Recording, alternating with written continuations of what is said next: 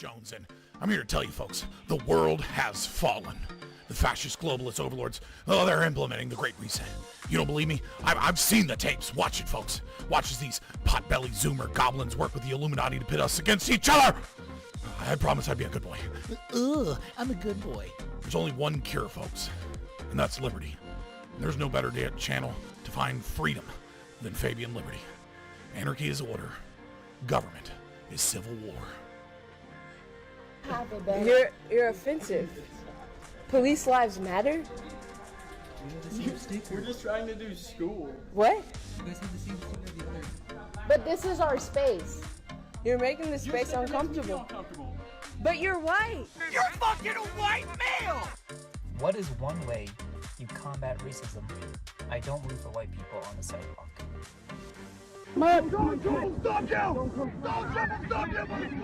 They want your wallets, they want your guns, they want the wieners off your sons. Democrats. Oh, we should film it.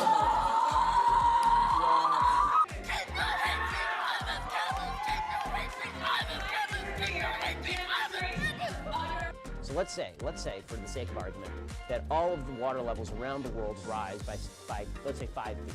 You think that people aren't going to just sell their homes and move? Just one small problem. Sell their houses to who, Ben? Fucking Aquaman!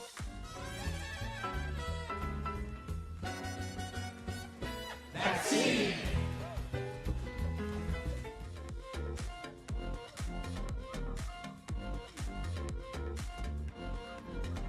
Children, they're spreading COVID throughout the population at higher numbers. And people are not entitled to turn themselves into deadly biological weapons by spraying disease-laden aerosols wherever they choose, randomly killing innocent people. This is not freedom, this is homicide, and willful ignorance is no excuse. What the fuck?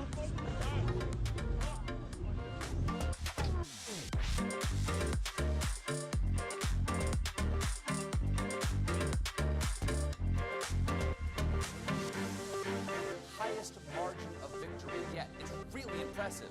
Though, I'm starting to think he might have had help from the Russians.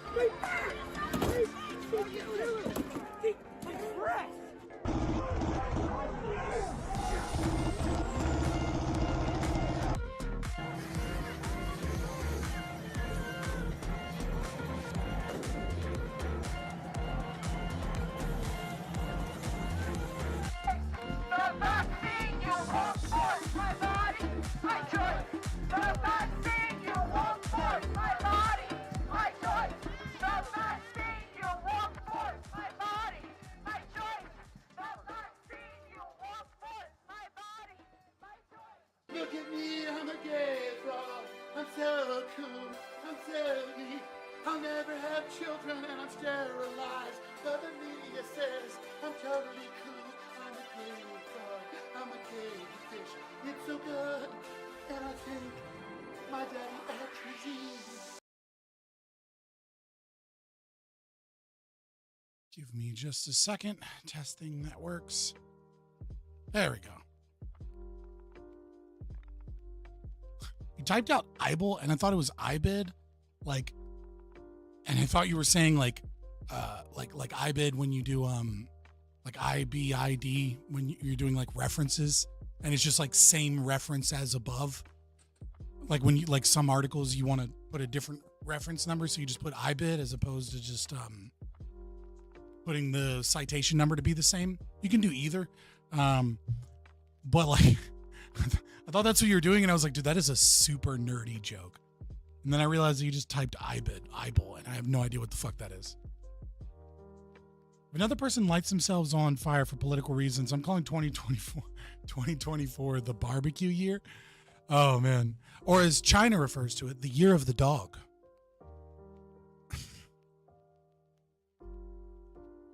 I wish there was a bigger audience, because I feel like that was such an amazing joke.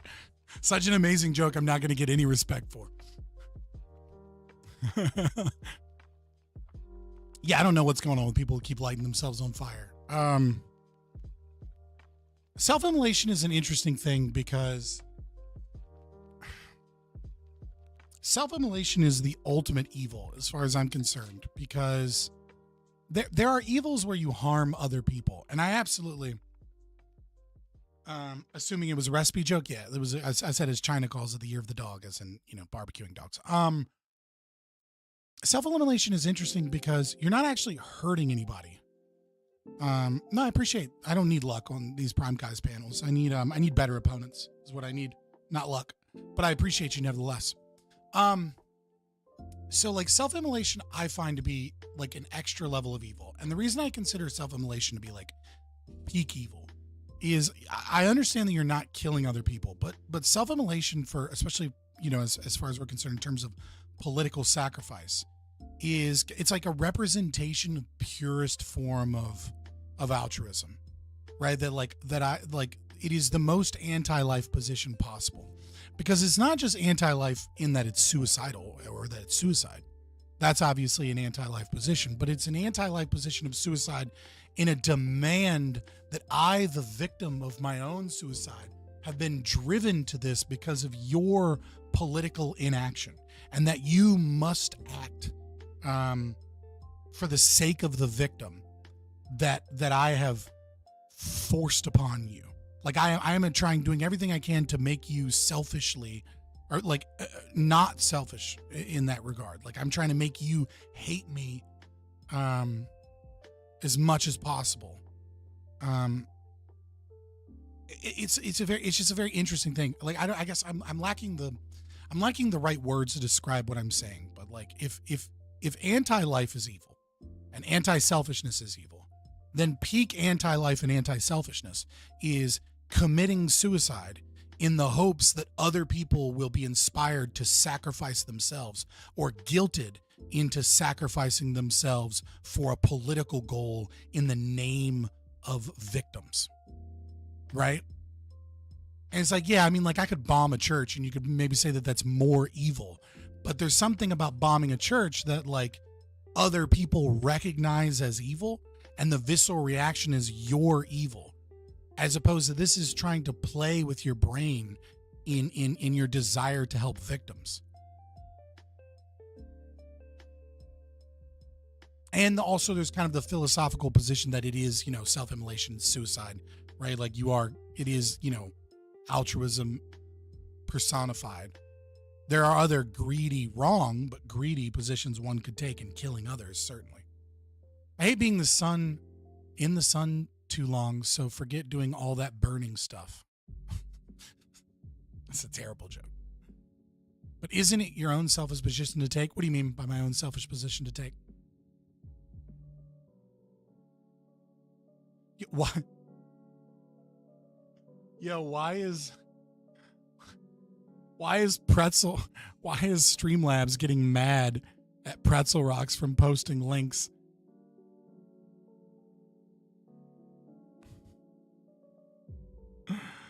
Oh my God, hold on, I gotta fix that.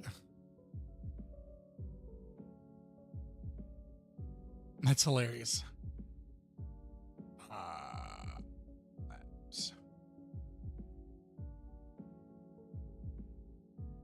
Yeah, what is this song? No.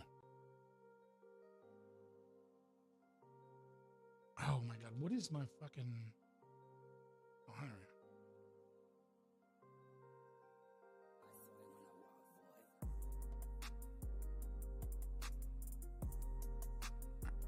So it's literally just... I don't need chat alerts. Oh yeah, I do need chat alerts. Hold on. Where is Cloudbots? Here we go. Mod tools. Link protection, permissions. I'm just gonna get rid of the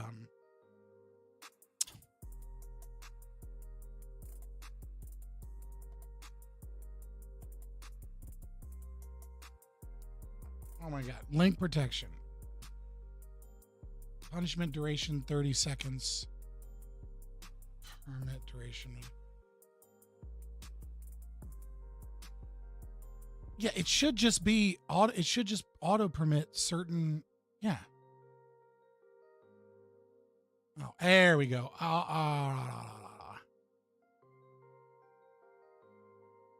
I don't have any specific, and whatever. We're just going to deal with it for now. It is what it is. Sorry about that, boys.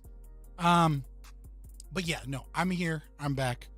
Yeah, I'm excited for tonight. I'm just glad that like tonight's Prime Guys has 2 topics, as opposed to sometimes we do these things where it's like free topic. I'm not a big fan of the free topics. It gets a little off the rails, and then people get mad. Somebody DM'd me. Hold on. I didn't notice it until the other day. Let me see if I can find it. Is it in message requests?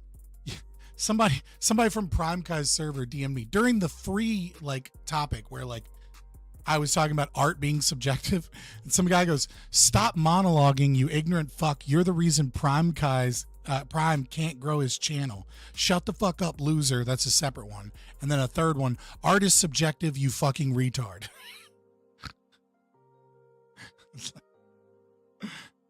Oh shit, I just ignored it. But like, I just find that so fucking funny when people like, there's this weird thing where like people think that like, when I first started, if you would have DM'd me like some non-argument yelling and screaming at me shit, like that would have actually bothered me. Ain't a Scott stream if we aren't fixing something live. I dare you to find a streamer that doesn't have like a studio with like employees, right? But just like a regular 1-person streamer that doesn't have to like fix audio or fix a link or fix a chat bot at some point. Like, I don't think you're going to find anybody that's doing something more than, more than an hour or 2. Heidi ho, Stacy Pastry, what's up? We're no free form stuff tonight. We're doing actual debates. I'm not taking that bet. Like, I'm sure you can. You know what I mean? When I say I dare you to find it, like, I'm sure it's possible. I'm absolutely positive that there are some people that like exist, that just really have their streams and everything good to go. And, especially people that are like really kind of like, I don't want to say OCD about it, but you know what I mean? Like, not literally OCD. That like, handle all their shit and do like a test run where they're streaming to nobody to like test their settings and shit. Like, those people exist. It's just not normal. Like, most people have that. Most 1v1 channels have a couple of people behind the scenes. It's more like 3v1. Yeah, I mean, like, you're not gonna get, I mean, like, once you start making money, right? Like, I make money off of YouTube, right? But I don't really make any real money. Maybe if I get more of you guys to spend $3.99 on channel memberships where we only need 5 so you can get exclusive emojis and we can add more emojis. Buy war bonds against the left, against collectivism, guys. Buy war bonds, $3.99 a month. But anyways, setting that aside. I make money off of YouTube. It's very, very limited, right? Because, almost everything I have, the ads are limited. Most of my videos are demonetized. All of the live streams basically are demonetized.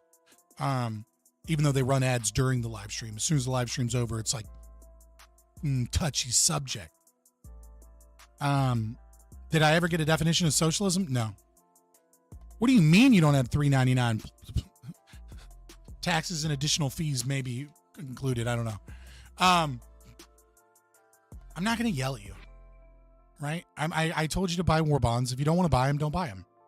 I'm not like, I am, unironically, the weirdest thing is that libertarians seem to be the least money hungry capitalistic streamers. You notice that? Like, most libertarians are like, I'm not providing you anything that you can't get for free, so why would you buy it? Like, if you want to buy it and you want to support me so that you can see more of this work, like, do it. But like, I see so many left-wing people. You might need to sell merch. I do have a merch store, just nobody ever buys merch. I mean, like, if you go to the Streamlabs, if you go to the link tree, right? Links. I don't remember what I did for the. Where is it? Commands. I don't know that my socials has my link tree actually. Now that I think about it. Yeah, it only has the Twitter, YouTube, and Rumble. But if you go in the description of this video is the link tree. And if you go to the link tree, you'll see merchandise is on the link tree. right? But like people are constantly, why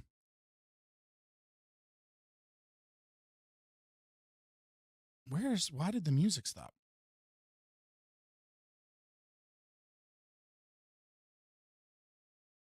What is happening to my sound, to my audio?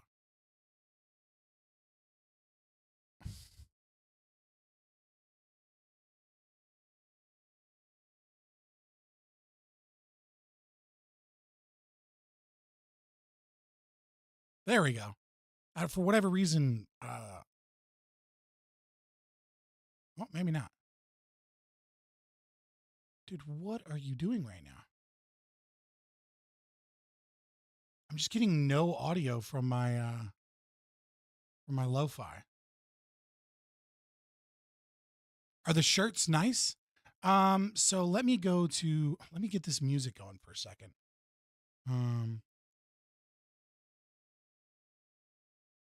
Where is all my fucking stations? Where? There we go. Will that fix it? Dude. Oh, unmute tab. What the fuck happened?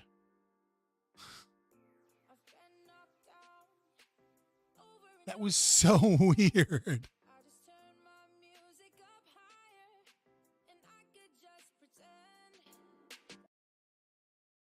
I like somehow click something. Oh my God. I somehow click something to mute the tab. All right.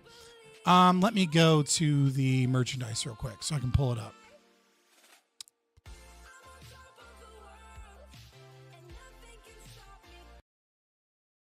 Where is my merch?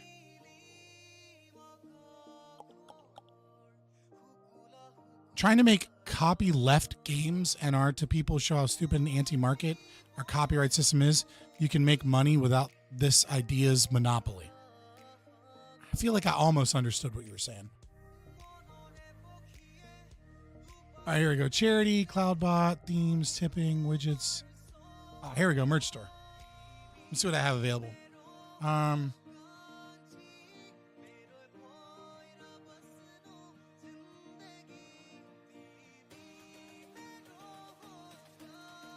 Yeah, so like I have some stuff on the merch store, and like I'll even show you my profit. I don't care, right? Like it's $4.45 profit, $4.75, $4.95, $4.60. I try and do everything under $5 profit. Right, and so this product is discontinued. I might bring it back. Champion bag, like nobody bought it. So I mean, I have that. I have. So, I mean, if you want to see some of the stuff, hold on, let me look and see. I have Mary Fuck Rittenhouse half shirts for the girls. Hold on, fuck. Where'd it go? So Mary Fuck Rittenhouse instead of Mary Fuck Kill. And then my favorite one that comes in long sleeve and short sleeve is this one that I made, and you can get it in a mug too. There's the image. Let's see if I can zoom in. It's just Dr. Fauci in a jumpsuit, Pfizer penitentiary, wanted for the crime of genocide. What's his inmate number? Well, of course it's 731. You know, like Unit 731, CDC Corrections. So I mean, I do have merch. I don't plug it that much because people haven't seemed super interested in it. Even when I was streaming and I was like able to hit like consistently get like 50 viewers, I've always had a pretty good like to view ratio on YouTube, and I've always had really, really good chat engagement on pretty much everything. But what I've really, really, really lagged behind on is like sales and merch and like getting people to subscribe or like, getting people to, basically getting people to give me money, right? Like I have always had an audience that has been very recalcitrant to pay me money. Which is fine. Like I'm not complaining. I just think there's something unique about lefties that for whatever reason they're far more willing to like spend money on like streamers or whatever. But like I don't know, they're not that great at chatting. They're not that good at chat engagement. They're not that good at like sharing and subscribing, right? Like I think right wingers like expect more out of you, and so they're like, "What? I'm not going to give you money for nothing. Like give me something for the money," right? So you have to sell them value. Whereas with the left, they kind of just give out money freely. So I don't know. It's interesting. I'm not really mad about it. It's just a reality of the audience. The audience is just, it's a different type of audience. Also, I think my target audience is a little bit older, so they're a little bit more responsible with their money. So I think my audience is a little bit more like, hey man, like I've got this much money that I can spend on bullshit. Like I'm going to use that money to buy a video game or to like buy a specific thing that I want. Why would I spend that money on someone that like I'm not going to get anything extra? At least with Twitch, you would be able to like subscribing would cut off ads. Whereas with YouTube, it doesn't do that. So there's even less incentive to be a YouTube member. The inverse of that being with YouTube, if you get hit with an ad, you can, oh, Stacey Pastry. This was not me complaining to spend money, but I appreciate the war bonds. That's 4, right? All we need is 4 more and we'll get some more of the emojis from Twitch. And I appreciate you guys. I do.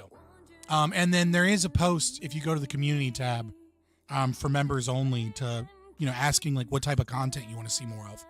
Because I need to sell some health elixirs or some shit. I would only sell products that I believe in. I would only sell products that I believe in. Like, so for example, if Fume wanted to talk to me, like this is a product that I believe in, I'd sell that. I'd do affiliate links for that. But I did like some affiliate links at one point. Like I think I tried to do like coffee links when, the quartering was doing coffee and links and stuff. I think I never got a single person to make a single purchase off of affiliate links. You guys are just really like, I don't want to say stingy. You just guys are just, you're not fucking teenagers.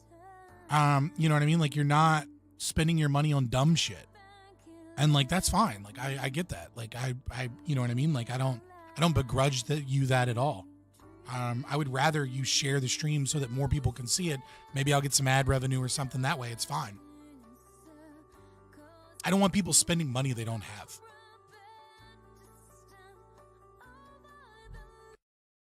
Dude, what is happening? Hey, Sawyer, I don't mean this in any way, shape, or form to be offensive. But you're a name I don't recognize. Like every other name right now, like I recognize the name. Yo, immediately with the helicopter emojis. I'm with it. I just want helicopters. Yeah. I appreciate you.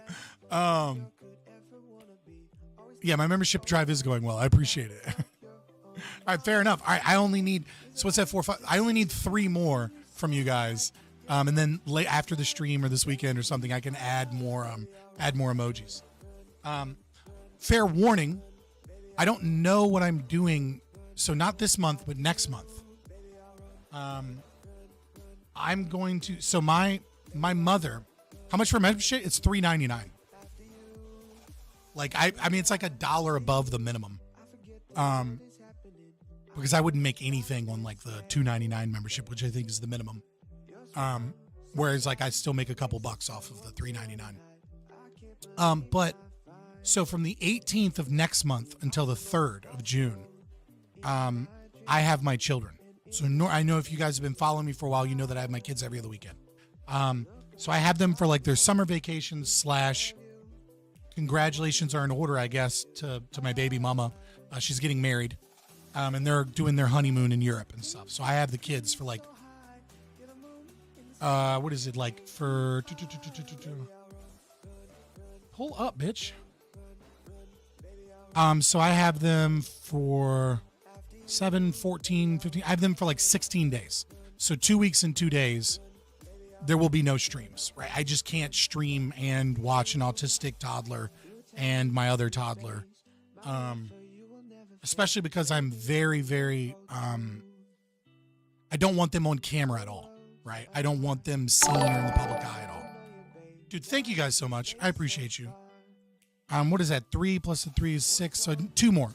2 more, and we'll and we'll be able to get some more emojis for Wednesday. How do you gift memberships? I don't remember. I know there's a way to do it. I just don't remember how. So late night streams when? No, that's not happening. Because I got to wake up early in the morning to like take my son to his ABA therapy every day, and there's a way to gift streams. I don't remember how to do it. If I have to change settings to make it possible for you guys to gift, then I'll figure that out.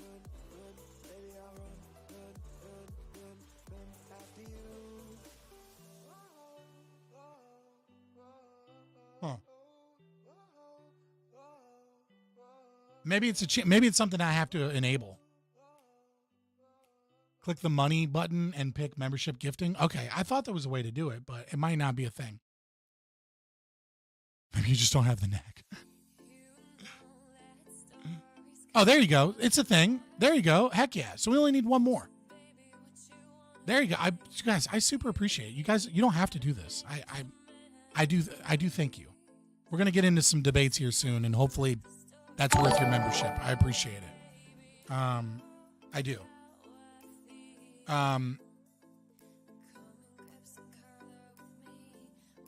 All I see is super chat. Maybe, have you never done something on YouTube before?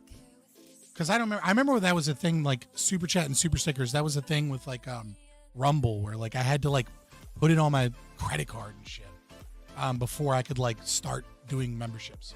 But it's fine. It's fine. If you can't figure it out, we'll figure it out later. It's there. It might be because of the device you're on too. Boom. Stacy Pastry, thank you so much. All right, that should be 8. Let me check. That should be 8 altogether, not for the stream, but like all together. And that should unlock.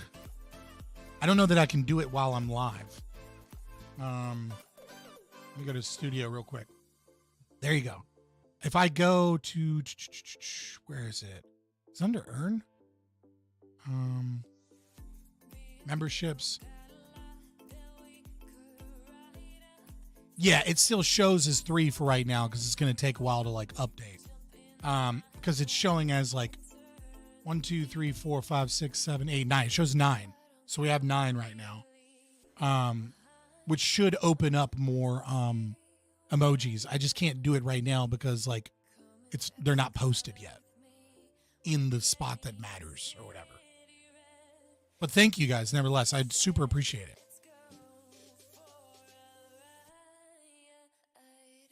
Coins still in the chat? Like, hell yeah, dude.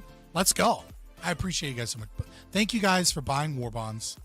War bonds are amazing. I love you guys so much. I'll get more emojis out there. But if you're a member now, right? Or if you're in Discord or something, I'm going to be able to work a little bit while like my kids are, in daycare and ABA therapy, while I have my kids on scripts. Because there's no live streaming that I can do. Like I can't do it with the kids. So for, 16 days, obviously I'll be working and watching the kids and doing other stuff, but I will have time sometime during the day and during the night to work on scripts for videos and stuff. So if there's something that we're going to war against the left, Silver Ogre. Fuck this anti-war bond shit. So if there's some type of content like you really, really want me to work on, you're like, dude, you need to get some of this shit out. Especially if it's stuff I can write the scripts for, even if I can't necessarily film it or get it done during that time, I can have most of the work done. Let me know. Let me know in the Discord. Let me know. I guess you can DM me over Twitter. Kind of don't prefer that you don't because I get a lot of Twitter DMs and a lot of them are trash. They're just like people harassing me to say dumb shit or like spam. So I prefer Discord DMs or adding me in Discord, or in the community notes, there's a section for members. You can do that as well. What's the break point for socialism? Like, how many of us need to sub before you interview a terrorist? Dude, I'm not going to interview a terrorist. Unless it's like a based terrorist. You know what I mean? Like a John McAfee type. Belated April Fool's video on why the Federal Reserve is awesome. No thanks. I don't even want that out there, like, even a little bit.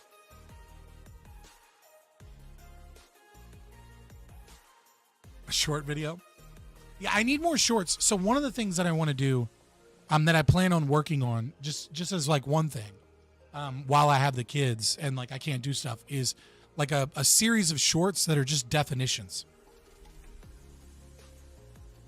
Like something to just throw into the into like the TikTok / YouTube Shorts feed, right? And if you just pop up on it, and it's just like, here's the definition of a woman. Here's the definition of socialism. Here's definition of capitalism. And then like a very quick explanation as to like why this definition is important, and like just getting nerdy and technical in 30 seconds. So like, you know, a very strict definition of capitalism being like, this is why this is bullshit. You got to do a leftist definition of woman. Why would I want a leftist Why are you guys trying to get me to make socialist content? No. What is... It's okay, old Joe. You'll figure it out. It's probably like your browser or like what you're using. Like if you're on your phone or something, this probably doesn't want to work. If I had to guess, because like other people have it set up, unless of course it's like a YouTube setting somewhere. Yeah, I don't know that I can sell irony to people that don't know me, because like a lot of the YouTube Shorts shit will go to random people that have never engaged with my content before, and so trying to sell them irony is difficult if they don't know that I'm being ironic. And then if you make it way over the top, it just becomes cheesy. So I don't know that it would work. I mean, it's not a bad concept per se. I just don't know that it would work like that. 2.01K, brother. Good shit. Dude, I've been at 2.10K for a while. I am losing and gaining subs at basically the same rate for like the last 15, 20 days. Like, let me see. I'll go to YouTube Studio. Because I'm not doing any regular videos, and the live stream doesn't really go out to... So yeah, I've gained 7 subscribers in the last 28 days. So I'm losing and gaining subscribers at a regular rate. Because most people don't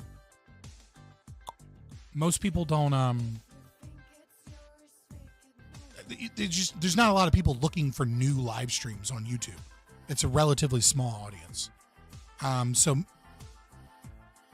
also YouTube just sucks at recommending live channels to people.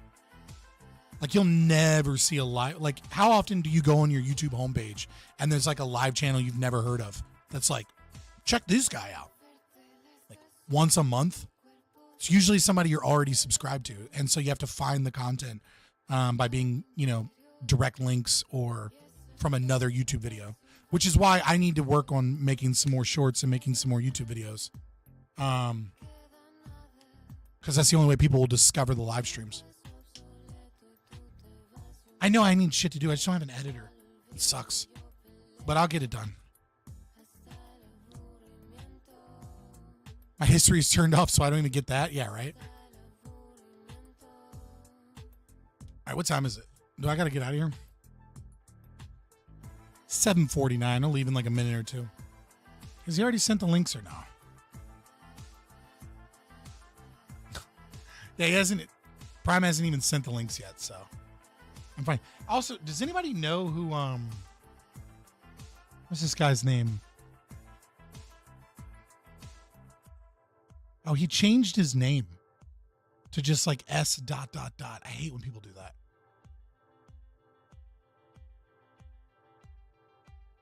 So his name is like Staxiums or some shit. I don't know who the guy is. Never heard of him, so I don't assume he has like a big audience or anything. Do I know the debate topic tonight? Yeah, I know the debate topic. It's 2 of them. It's private military contractors and whether or not we ought to use them more, and like medical tourism as it applies to cosmetic surgery. All right, I just got the links. So apparently I need to use the restroom. I was not aware that I need to use the restroom, but I need to use the restroom. So I'm going to hop in the waiting room and then you guys can just listen to what's going on. And then we'll get this show started. So if you have any snacks or anything you need to get, let's go. It's not a prostate issue. Like I probably just have to fart, to be honest with you. but I might as well like pee before the show starts. I don't have a prostate issue. Why are you guys always? I've had my prostate checked. All right.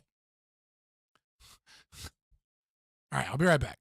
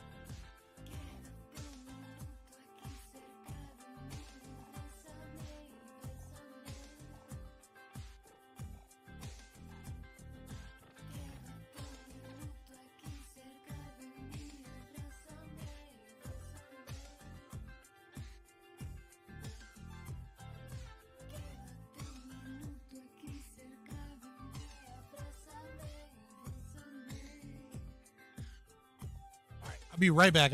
I'm not, oh my God. You guys with stop talking about my butt. You creepos. All right, I'll be right back, guys.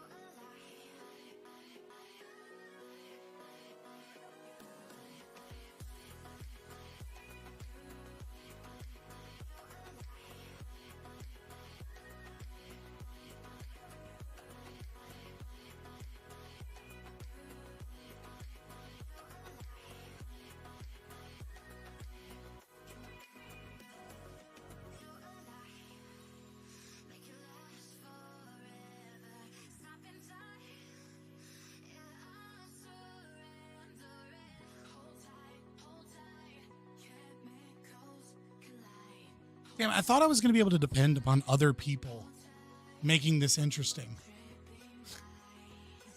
I was hoping some people would be just saying some wild shit in the background or something, but like, no, I'm just taking a piss to like silence. Oh, God. It is what it is. I mean, wait, hold on. Am I in center or am I in React center? Okay, I'm in center. Good. Scoot this up a little bit. Oh my God, my arms don't want to work right because I did triceps today so bad that like I'm using that muscle group to move my mouse.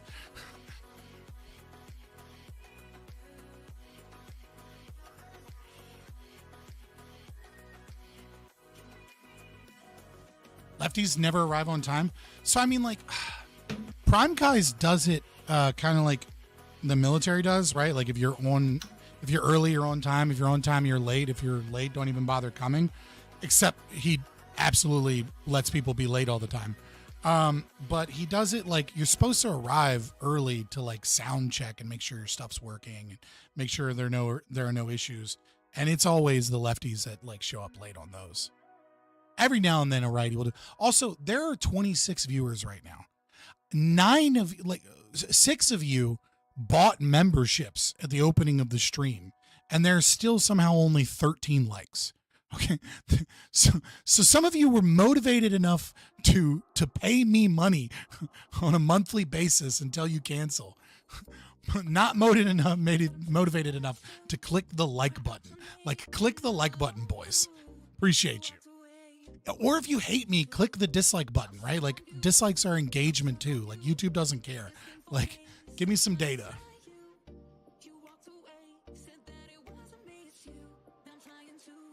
What does "and Satan is sunshine" mean?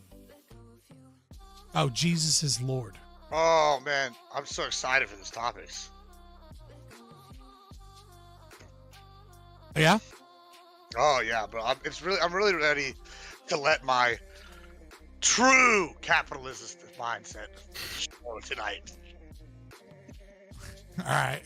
The real true capitalism is going to be unleashed upon the libs. I'm so excited to lick some tears. It's going to be wonderful. So by real true capitalism, you mean you're finally going to admit that taxation is theft?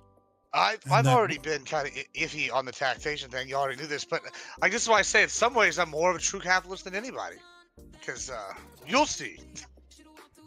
No, I think you have to be an anarchist, a right-wing anarchist, in order to be a true capitalist.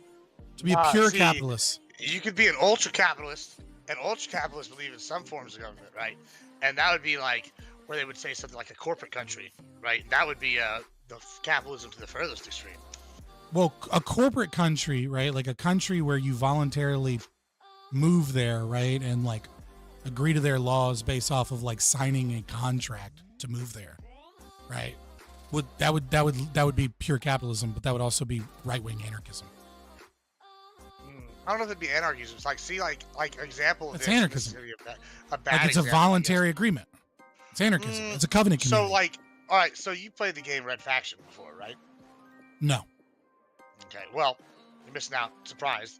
They got some good political dialogue. Yeah, they're definitely leftists in the game, but we're still in the waiting room. Oligarchy So that's why you're not seeing my face. Mars is owned by a corporation, right? And so they set the laws, and there's other corporations there, right?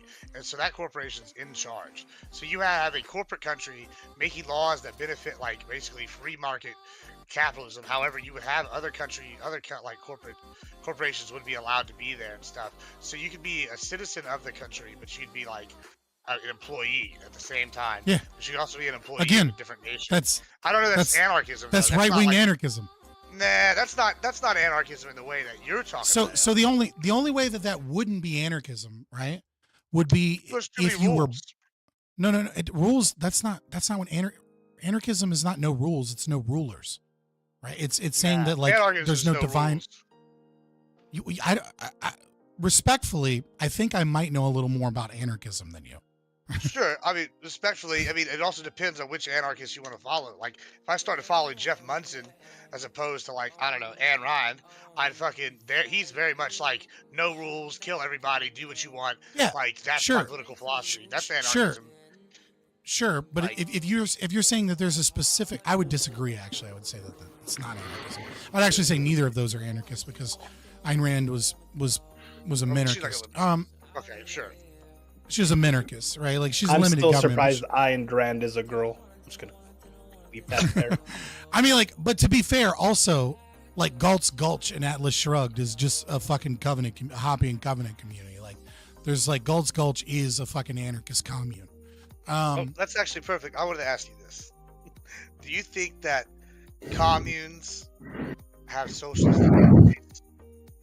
I'm sorry, you broke up a little bit. Do I think communes have what? Have socialistic tendencies? Well, I mean, I would say that most people that start communes have socialistic tendencies. Okay. But I don't know necessarily that like what you mean by socialistic tendencies. Oh, don't worry, because was Lactoid in here? Where's he at? No, we have to get in here in a minute. Yeah, I mean, it depends on what you mean by socialistic tendencies. Because I would say most communes are started by socialists, right? There's not a lot of like pro-capitalist communes because it just doesn't fit the values of most capitalists. But I would also say that once people become an expert or once people live in the real world and have to make things successful, whatever it is that they're doing in the real world and whatever it is that they become an expert in, they become conservative and right-wing and anti-government on. I'm with you.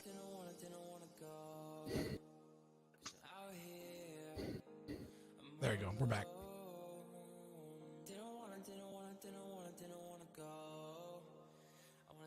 I'll be right back. But I mean, that's a pattern you'll see in most things, right? Like you'll see in most cases when somebody becomes an expert in something, they tend to be right wing in that thing, in the field that they're an expert in.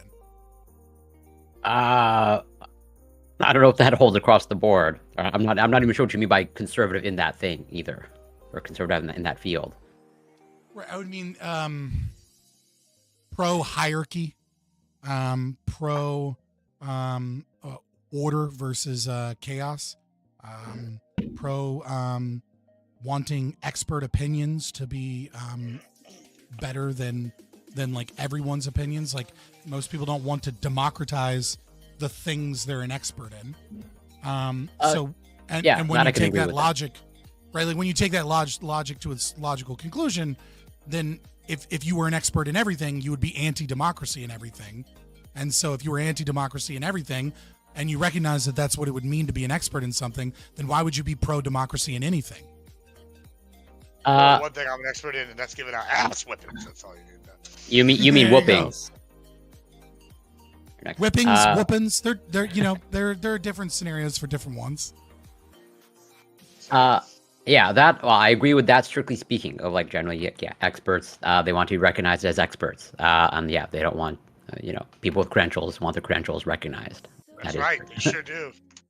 They sure do want their credentials recognized, Corey. Yeah. We'll get to that soon. You're also a testament to how worthless credentials are. Nah. If anything, by your own logic, I'm showing a very hefty value because I can be used as a talking point for you. You're welcome. And you're right. They do have value. So how much did you pay for them again? Don't worry about it. That's not important. That's neither here nor there. Right? Well, technically, we all pay for our degrees, right? I mean, we. I know. I'm curious how much you paid. I would argue that I paid a better deal. Exactly. I was going to say he's got greater value, right? He paid what, like $20, like with shipping and handling, to get his degrees. How much did you pay? Like, I feel like he's way ahead. You're right. More than that. It shows his big brain. Wait. It shows his big brain. That's right, No. I'll correct the record. The same title too. No. And what's crazy is now I spend those cigars. I have paid thousands of Canadian dollars. I still think that's less than the $20 that Gibbs paid. So right. I win either way. So I know we're memeing, and it's fun. I love to meme, but it is really important that when I think it's interesting to recognize this, because when you recognize this is when you recognize psychic profit. And I think so many misunderstandings in understanding how markets and capitalism work is that people look at value as like a market value of a thing, how much it costs to produce a thing, and the function that a thing does. And they often throw to the wayside the psychic profit, which is, I feel good about this thing, or there's something I want that isn't necessarily measured in the function. So a great example of this would be people boycotting Israeli products right now, right? There is a psychic profit that is gained by purchasing products that don't have any form of their money flowing to Israel or Israeli corporations, right? Despite the fact that it might be more expensive or not as good of a product, etc., because you gain some psychic profit. And I think that's one of the key things that is important to understand about how markets and capitalism actually function. I think that's pretty fair. Yeah. I'm trying to buy more stuff from Israel to offset those people. And I mean that in this situation, which is that Admiral Gibbs, his degree might give him some psychic profit for the fun and the memes, but like it doesn't have any actual value to most people because it doesn't mean all of the hard work, all of the education, all of the presumed perseverance, etc., credentialing of, I don't know, man. I persevered through a lot of things to get to where I'm at. Gibbs, it has value to me, right, and to Lagwood, because we get to make fun of Corey all day. Because just wait, and to the producers of whatever that fucking eye medication is. Mm-hmm. Oh yeah, fuck those people. But yeah, what is it? Oh yeah, here we go. It is Vita Eyes. Promo code Gibbs. Promo code Gibbs. They didn't give me a promo code, these bastards. So fuck them. Yeah, I don't think you get promo codes until your actual sponsor. Right, like you just get a I don't know. I'm just making stuff up. Yeah. Well, I mean, Blue Chew gave me a promo code, so I guess not an affiliate link. So fuck them. Okay, all right, that's something. But Lactoid, before we get started, I wanted to ask you something real quick. Have you heard of this is big case. My bad. He has a fresh cut. I'm gonna notice that. I'm gonna say something. Nice cut, man. Yeah, Lacto is looking good. Naima is the the show us. Take off your bro. Show give us us a 360, man. Yeah. Yeah, we like that you left the beard. You look much more manly. Damn, look at Mad Men. Yeah, he's looking. I know. Yeah. He's looking fantastic. What? Did you have like a big dang cord or something? I saw John Hamm got hard. Said I need that. It was getting crazy. It was getting. I had to cut it down. And you were looking like a hippie, like the type of people you would punch, right? Yeah. He was revealing too much of his true self. So, Prime guys, I understand that you don't understand this because you're black. But us white people, when summer comes and it gets warmer, we have this thing where like we're too warm, right? And so like we don't wear, big hoodies, or like we get a haircut so that it's like so it's more manageable and there's not as much heat on our head. I know that black people, I know that you don't get it, right? That you can stand and just bask in the rays of the sun's energy and just be fulfilled. All black people. With just all of the vitamins just go into your body as you absorb the glory of the sun. All that chlorophyll. Cave beasts, all that photosynthesis you're doing. Our shriveled, what is it? Pituitary gland. Us cave beasts. We must hide from the sun and the heat sometimes, and get a fresh haircut so that our head doesn't get so hot. Did you just say black people get haircuts like once a week? What are we? Yeah, I don't know. Yeah, I'm confused on that too. Black people get haircuts. Yeah, I've seen that. A lot of them. I mean, the barbershop. Are you fucking shit testing my joke right now? The only reason I didn't compliment Prime is shut the fuck up, nerd. Okay. It's expected at this point, huh? I love you, Scott. The vitriol. Oh, he said that. That was great. But yeah, before we get started, I don't really care. What? Yeah, I know. But I wanted to ask you: have you heard of this case in Australia? It's part of the culture war situation, right? So there was this there is a service, right, called Giggle for Girls, and I know I didn't name it, right, but it's a social media platform. FQ, you know what I'm talking about? Yeah. So yeah, it's called Giggle for Girls, but it's for women. You know where this is going. I don't. Oh, you should. But anyway, it's whether or not you include trans people. It's women only. A trans woman tried to join, right? And the regular things that ensued. So now this case is going through their court system. But the woman, the trans woman who is suing, his name is Roxanne Tickle. And so the name of the case is their name is Tickle v. Giggle. Giggle. I just found that out last night. Great title. I love it. Yeah. Tickle v. It's Giggle going to be one of their landmark cases because they've never tested anything like this there on like electronic premises rather than a physical premise, as to who can let into a club, right? So this will be in their history books. Tickle v. Giggle. I love it. Yeah, I'm strongly in favor of Giggle. I hope Giggle is successful, and I hope Tickle loses. Giggle. Loses the tickle battle. Giggle. If you care about consent, you must respect giggles over tickles. Don't touch unless they say so. All right. Good. That's good.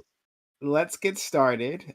Thanks all for being here. Really do appreciate you coming through. This is our big roundtable, which we have Mondays at 8 p.m. Eastern. We have a fantastic group of guests here, and we have a new person, which I'm very excited about.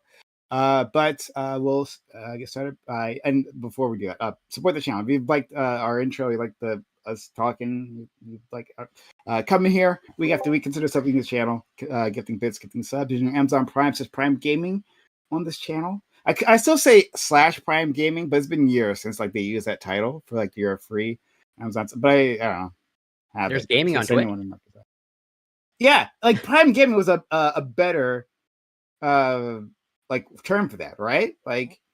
Or There's yeah, there's, I don't know, there's whatever. gaming with a major caveat, right? Like you have to see either tits or ass in order to, that's majority of the screen. But there will be some gaming in the corner. Don't you worry, my There will my be friend. some gaming, indeed. But anyway, yeah, consider supporting the channel, or giving bits, getting subs if you're on YouTube. Consider giving super chats. We'll react to those super chats. All right, so we'll start by introducing our great individuals. Looking better than he has for a long time. He's been going downhill for a while. Our friend Lactoid. Lactoid. Like, you do look fantastic, buddy. Thank Looking you. great. Yeah. Well, I really appreciate that. I've never had a haircut that I really, really like. I'm a little bit of a perfectionist, and my hair never really sits the way I want it to. But all of you are really making me feel warm inside. So thank you so much. Yeah, I'm Lactoid. You can find me at Lactoid TV on Twitch, Twitter, and YouTube. All right, absolutely. Let's go to our friend Fabian Liberty Scott back with us. How are you, friend? I'm doing just fine. I am Fabian Liberty, or you can just call me Scott. That's my name. Anarcho-capitalist, libertarian. Check me out on YouTube or all the other places at Fabian Liberty. If you want to discuss libertarian philosophy, and I mean really get into the nerdy, nitty gritty, or just watch some debates. Either way, or have a good time. Absolutely, check him out. And next we have a friend Corey Campbell. Corey, how are you today? I'm doing well, thank you. As always, grateful to be here. And it's really unfortunate that, as a result of Lactoid being more clean cut, I can no longer label him as a socialist. With all the disheveledness, too much in the socialist direction. But yeah, looking forward as always getting into it. You can find me on Twitch, twitch.tv, Corey Campbell 84, Twitter, X, Instagram, YouTube, it's Corey Campbell. And yeah, that's it. Ali is here. Ali with the best set design, really. Like those accent lights really help. I've been thinking about those. Like accent lights, like it seemed like a cheap way of just making your room pop. But yeah, thanks for being here. Okay, inexpensive. Jesus Christ, bro. Inexpensive is a better word than cheap. Sorry. Yeah, I think I'm not gonna lie. Being on camera, Economical. I think I have OCD because if things aren't filled perfectly and if the lighting isn't good, I will go crazy. So thank you for noticing that. Yeah, how you guys doing? Pleasure to be here. Oh yeah. As you all know, I'm a stickler for lighting. It needs perfect. I'm the same way. Moving on. I got the bisexual lighting on for you. It looks nice. It looks nice. I can do that too. Okay. Let's have our arms race on that one. FQ is back with us. Thank you, Fairy Queen. Very excited. I'm always excited to have Fairy Queen. She's a fantastic guest. How are you, friend? I'm doing great tonight. Thank you so much for having me, Prime. Thank you guys for watching us. You can find me at Fairy Queen's Cottage on YouTube and at Fairy_Queen on Twitter. Thank you. _. I know. There are too many fairy queens in the world, okay? I had to differentiate my handle somehow, so I did it by putting as many underscores as possible before. You did it in the worst, most annoying way. Why underscores? I never you've said this before, but I realize I haven't actually listened to it. _. Look, okay, I like the name Fairy Queen. I wasn't gonna change it. People, I know it's generic, okay, but I like it. Okay, it's too much a part of me now. I can't just throw it away at this point. Okay. No. You could have put Fairy Queen, right? And then put real or official. Right? Oh yeah, official or TV streamer or anything. But the character that people hate typing the most is I'll put 3 of those. The underscore. That's your least favorite. That cannot be your least favorite. It's so awkward. You're better off. You're better off putting it fairy, the word underscore, and then queen. You think I didn't try that? Okay. You open up an account that's able to do that. Okay. You won't be able to. Why don't you try Fairy's Queen? I just wanted it to be Fairy Queen. That sounds super gay. For the record, if someone was like fairiesqueen.com, I'd be like, dog, there's no way I'm clicking on this drag show penis porn website. Like that's not happening, Cottage dog. sounds way less gay. It sounds so sus. Both of them sound pretty sus. All right, well, Now that we've sufficiently harassed our friend, let's move on. We have a brand new person. His name is Saxiums. I think that's how it's pronounced. They'll correct me in a second. And they were recommended to us by Counterpoints, our friend Connor, who we love and hoped to have here soon. But yeah, Saxium in his place. How are you? Yeah, I'm doing great. I'm you can call me Hunter as well, which is my real name. Yeah, I make TikTok videos, but then I realized that a lot of TikTokers are pretty psycho, so I'm trying to move to the transition to YouTube. So we'll see how that goes. So follow me on TikTok or YouTube at Staxiums. Thank you. We had an official Prime Kai account. I literally put like three like VODs, like not pieces of VODs, like clips there. And then and it must have been like months later, I got banned. I hadn't even looked at the account. Yeah. Right? And I got like crazy, man. permabanned. Off TikTok, is that what you said? Off of TikTok, Yeah. right? No, yeah. And- I've hit it quite a few times. Like I started making videos like critical of China and it started like banning them all. And I'm like, that's crazy. Oh my god! Did you keep your account? And by crazy, Yeah, you I mean get 100% to be No, expected. fair. Yeah, it was like Uyghur genocide, and it just. Oh yeah, struck you me can't out. say the word Uyghur on TikTok. It was crazy. To be fair, you can't say, you got to say grape and What if you're talking thing I about can't like say that word your- anyway. Your you gotta- white you gotta friend check that out- likes to wear do-rags? Can you say Uyghurs then? What about Wangsta? Yeah, exactly. But yeah, I lost my account. I got to try to get it back. But Not it was just make really- a new one. Just make a new one. It ain't worth it. If you've already been banned and get it back, just make a new Yeah, one. and it was only 3 videos. Yeah. I mean, the problem is that like I'm unlike Fairy Queen here. I appreciate like brand consistency across across social media platforms. I mean, maybe I could try underscores, right? Prime underscore Kai. I don't Yeah, know. do 3 underscores. Seems to be all the rage lately. Listen. But I know we're still in intros and stuff, but let me just make a very quick prediction. You can put money on it. TikTok is going to die, and here's why TikTok is going to die: because they don't have the political power that Meta and Google or Alphabet have, number one. And number two, all YouTube needs to do is figure out how to have a better, more streamlined process of bringing people from YouTube Shorts content to their long form content. And there will be no reason for any creator to prefer TikTok over YouTube. You don't even know why these people are on TikTok. Man, there's so much money to be made on these live sessions. You don't understand how much money people are making on live. There's literally you're saying I don't understand. Too much money. As it, 100%. there's literally Too much nothing. money.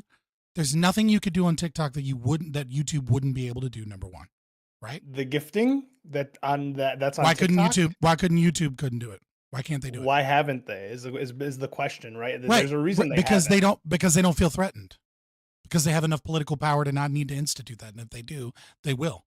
I'm telling you, trust me. Just put money on it. Come see me in 2 or 3 years. I got $5. I'll put money on the fact that TikTok will Gentleman's not bet. disappear in 2 to 3 days. Or 2 to 3 I years. said 2 to 3. I didn't say No, disappear. I meant years. But I'm just saying, I don't think they'll have the relevancy. I think. Unless other social media platforms start paying out the Hard same way disagree. TikTok's paying out. Yeah, like 100%. And they that's just not came out going with a new anywhere, man. program. I made like $1,000 off of one video. It was crazy. Yeah, man. It's the money on TikTok is You'll see. stupid. Yeah, that's not really an argument because you're not saying there's anything special about TikTok, right? And you're not countering the other ones. But that's yeah, fine. I that's am. not Is the that debate. no other platform Just is paying you? There's nothing special about any. No. There's something special about TikTok. No other platform is paying nearly enough. None of them. There are so feel many you. celebrities on TikTok because it's just like an extra It's just a $2,000 a prediction. day. It's an extra prediction, right? We don't need to debate this at all. Come hit me up in 2 to 3 I years. actually love to Tell me if debate. This is YouTube's one of my not doing favorite. better and TikTok is going downhill at that point. Put it on your I Google. promise you. Put it on your Google Calendar. All right. Next we have our friend Admiral Gibbs. Actually, no. Just quickly, I actually did do that. Right, like there was like a bet or something like that, and I put it on my Google Calendar for it was like a year or something. Like it was something like that, right? But then like by that year, the end of that term, the other person, well, either they got banned or it was just some sort of drama, and I couldn't actually like get my Collect. payout on that. Yeah, it was really unfortunate. But like if you're serious about it, gentleman's bet. put it on the calendar. Just do it. You always just do a gentleman's bet, right? Like Yeah, $1. That way you don't care. That's like when that's you don't. socialist. Like I said, man. We ain't talking about no $5, Scott. $5. That's socialist. No, we got Yeah, it's fine. $5. Internet shake. I don't care. Admiral Gibbs, thank you for being here as well, friend. Yeah, nice to have you. I'm glad to be here. It's always fun to be here. Yeah, I'm Admiral Gibbs. You can find me everywhere. I only have no underscores in my name. I think maybe I have one underscore on one of mine. Just so y'all know, yeah, because underscores are definitely the worst thing to type. There's nothing worse to type than an 100%. underscore. I've been sitting here thinking about this whole time while they've been debating whether or not TikTok is going to exist. It's true. And I'm like, I don't know. Yeah, I gotta be honest. I think I might be with Fabian on this one. TikTok's definitely all their features are getting taken over by everybody else. There's nothing unique about them. There's no it's not like you can copyright, oh, okay, the roses thing. Any of these platforms could definitely incentivize the way that TikTok has. They just for some reason haven't. And I think they eventually They don't will need to. because the free market will make them do it because there's going to be an alternative that comes up if we take out TikTok with the House and the Senate because it might die via that way. I mean, the House just voted to ban it. All right. They didn't vote to ban it. They voted to sell it to an American company. Well, yeah, we'll see how that works. No, I hate that propaganda is coming from TikTok itself, where they're like, "Dude, they're trying to ban it." They are not. No, that's we'll bullshit. see. I mean, we all know the Biden crime family's in cahoots with China, so we'll see how that goes down. We'll see. I'm sure you have evidence for that claim, huh? I got plenty. We don't worry. We have plenty of other things be to this debate 4chan thread, tonight, so we don't have to get distracted. We have our last friend Doobie. Doobie, are you around? Yeah, I'm here.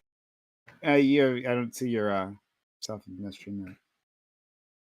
Oh, I deleted my. I was doing a computer refresh, right? And I think I deleted my beautiful little frogman. So I need to remake it, which isn't a big deal. So I've been just setting up something really quickly. So I'll have the cam up in 5 minutes. All right. Thank you, But sir. well, our friend Doobie is here. You can hear his silky voice. All right. So let's get started. Topic 1. Private military contractors, PMCs, are mercenary groups deployed by governments to accomplish tasks that they often don't or can't have their standing militaries accomplish. The Russian-based Wagner Group is an example. But deploying these men to conflict zones can have disastrous consequences. Since blame for their actions can't be placed squarely on governments, abuses tend to be overlooked or even ignored. There is very little accountability. In the worst case scenario, as Wagner demonstrated, they may destabilize their home nation after becoming too powerful. However, some people want to increase our usage of these groups because of the cheaper price and to lessen the use of state violence. Do you think PMCs have a useful role to play? Would you prefer your nation use them more often? Would you want your nation to reduce its standing army in favor of private forces? So if you were here last week, our friends Scott and Gibbs wanted to discuss this. So that's why I made this happen. I also want to, to the participants, I kind of want to apologize for the article that I sent, which was like a State Department missive, right? I had forgotten. I forgotten that I made the promise that we were going to discuss this week, and then I had to edit the messages, the invites I had already sent. And I was trying to do it quickly. I'm like, okay, let me just grab something. And I'm like, oh, State Department, this should be good. And then I put this in. Then I later on, because I had just scanned it, when I actually read it, I'm like, oh my god, this is purely American propaganda. I just so I do apologize for that. The amount of times that you have used Jacobin or fucking what was the other one? Salon Jacobin. or something, Yeah. Whatever. The amount of times that you've used just straight up commie trash as your fucking article for the week, and now we're fucking apologizing. I'm with you, but come on. It's They all not useful. I'm fine with things being biased, but in a useful way. I think it was less useful in the way it was biased. I think this was very accurate. I think it was very accurate, perfect. There was Okay. I have no problems with it at all. It's 100% Well, yeah, fine. I didn't even have to hurry because you all were asleep, so none of you saw the invites or me editing them, except for Scott. But I anyway, was awake. I was 'cause, awake at yeah, 2:00 in the morning. he's a dead degenerate like me, so that makes sense. All right, but anyway, let's get started. Lactoid. Sure. So I'm okay with PMCs generally speaking, but I do think there needs to be a level of oversight from the government. To me, libertarianism is based around reducing coercive forces within society and reducing the power of coercive organizations. This applies whether it's a government or not. A lot of libertarians are just very much against government, but I think there's a real danger of other coercive organizations gaining power, and PMCs are a category of organizations that absolutely have that risk. We saw this happen with Wagner, and I think it's possible whenever you just when you think through it intuitively. Here you have an organization that has a lot of heavy weaponry, and yeah, if they violate people's rights, we want them to be held responsible in a court of law. But what if they outgun the state forces? What if they outgun the forces that are assigned to enforce the rule of law and to enforce courts? So that's something that I never want to happen. It just seems like neo-feudalism. So I'm okay with regulation on PMCs. I'm okay with them existing, but there needs to be steps taken to make sure they don't have power to overthrow the United States government and implement whatever they want. Thank you, Scott. Yeah. So, first and foremost, we have to understand what are the rights of man, and the fundamental right of man is the right of self-defense.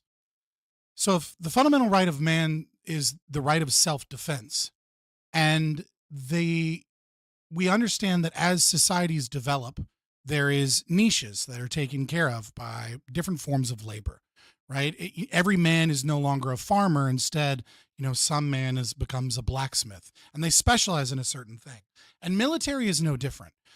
There are people that are simply fulfilling a job, and instead of everybody defending themselves and defending their property, they outsource that for one specific group of the community to be able to, contract some form of defense or, have some form of retainer, whatever it may be.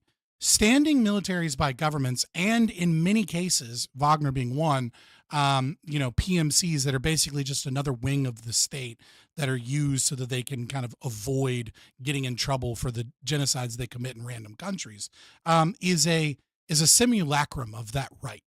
It is designed to kind of fulfill a function that is necessary, but it is one that the state has stolen from man.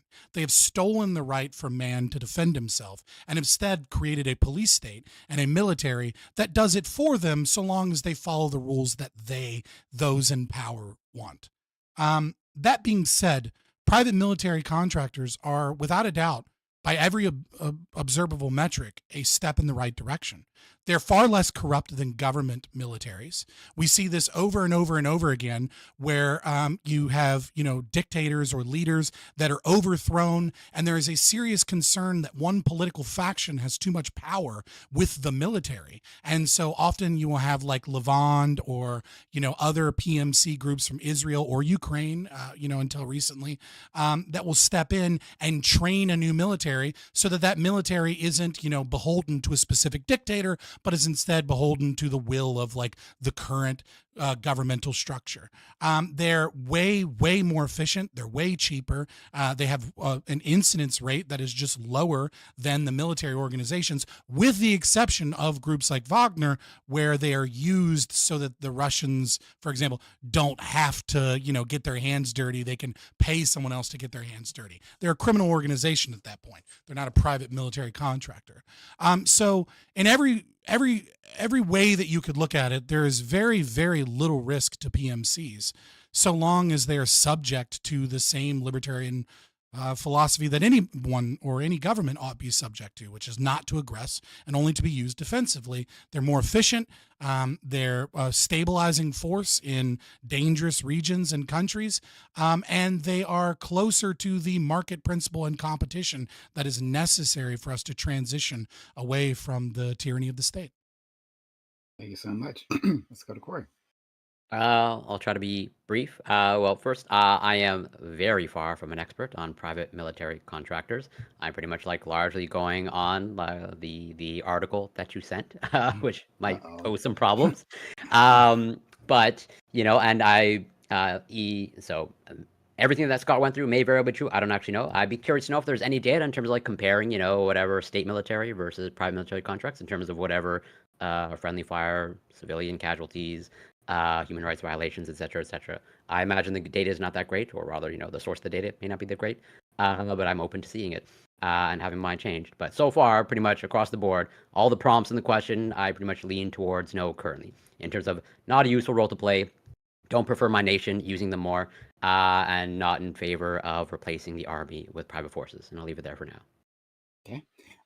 Social logic, please. Yeah, so from what I understood, this just sounds like the government makes an army of basically just a bunch of little suicide squads, and then gets to do whatever it wants. That's from you have private mercenaries. You hire them, they handle, things for you.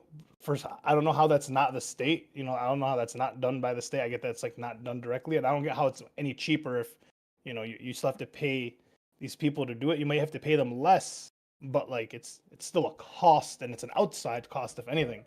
And so this kind of like trickles down to like eventually not having any government. No, it sounds like it goes into no military, and then we're gonna have no police. So we're just gonna have private security everywhere, and that just becomes a bunch of rich people getting to do.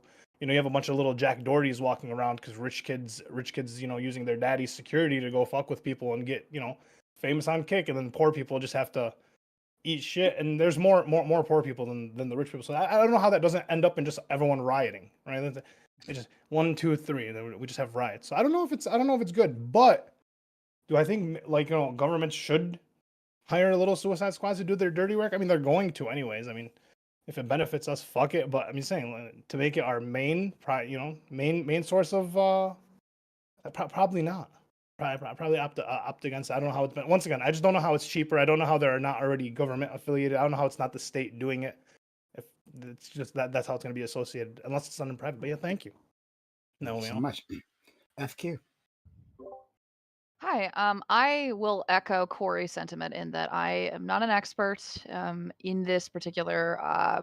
That goes without saying. I'm not an expert, but I am not as well informed regarding like PMCs as maybe some other people here on the panel are. So that's my white flag before. I will echo the sentiments that everyone else is saying, which is that I feel very skeptical and frankly frightened of the idea of our government deciding to switch over to PMCs. There's a video I saw a few years ago, and I can link it to you guys if you'd like to see it. It's called "Billionaire Warlords: Why the Future is Medieval."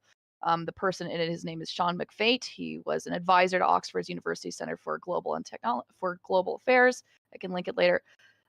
His thesis, his suggestion is that as a concern that exists regarding PMCs, regarding mercenary groups, is that if you have a company or a corporation, or if you have a person who is wealthy enough, that essentially means that they don't have to care as much as an ordinary citizen about what the rule of the law is within the state, because they can simply hire a paramilitary force in order to enact what their decision makings are. That has huge consequences. How is any government force supposed to regulate the actions of a company within their state if all the company has to do, or if all the person has to do, is say, up yours, I'm going to hire this paramilitary group to go and to enforce the regulations that I would like to have happen instead. This has huge implications as far as personal liberty. It has huge implications as far as what are we to do as far as foreign war is concerned. I think it's highly concerning, and I think that if any government has a vested interest in maintaining power, that they should reject and they should avoid the use of PMCs as much as possible. So much. Staxium, excuse me. Yep. So I'm going to largely echo. So preventing coups is one of the largest things to worry about, especially with the Wagner Group recently aggressing on the Russian government. But I'm going to mention a few other things that other people haven't, which is one, we cannot privatize national security clearances and secrets. That is a dangerous road to follow for, I think, pretty obvious reasons. The second is that I would actually agree that PMCs would be cheaper. That's because their main duty is to the CEO for profit. And one of the main duties of the government, of the military, is to not piss off Americans. And one of their main concerns is to save American lives. I think that we spend an exceptional amount of money, way more than we need to ensure that no one dies. And I think that private companies would not care the same because their bottom line is a paycheck and not necessarily a better outcome. Okay, thank you so much. Let's go to Admiral Gibbs.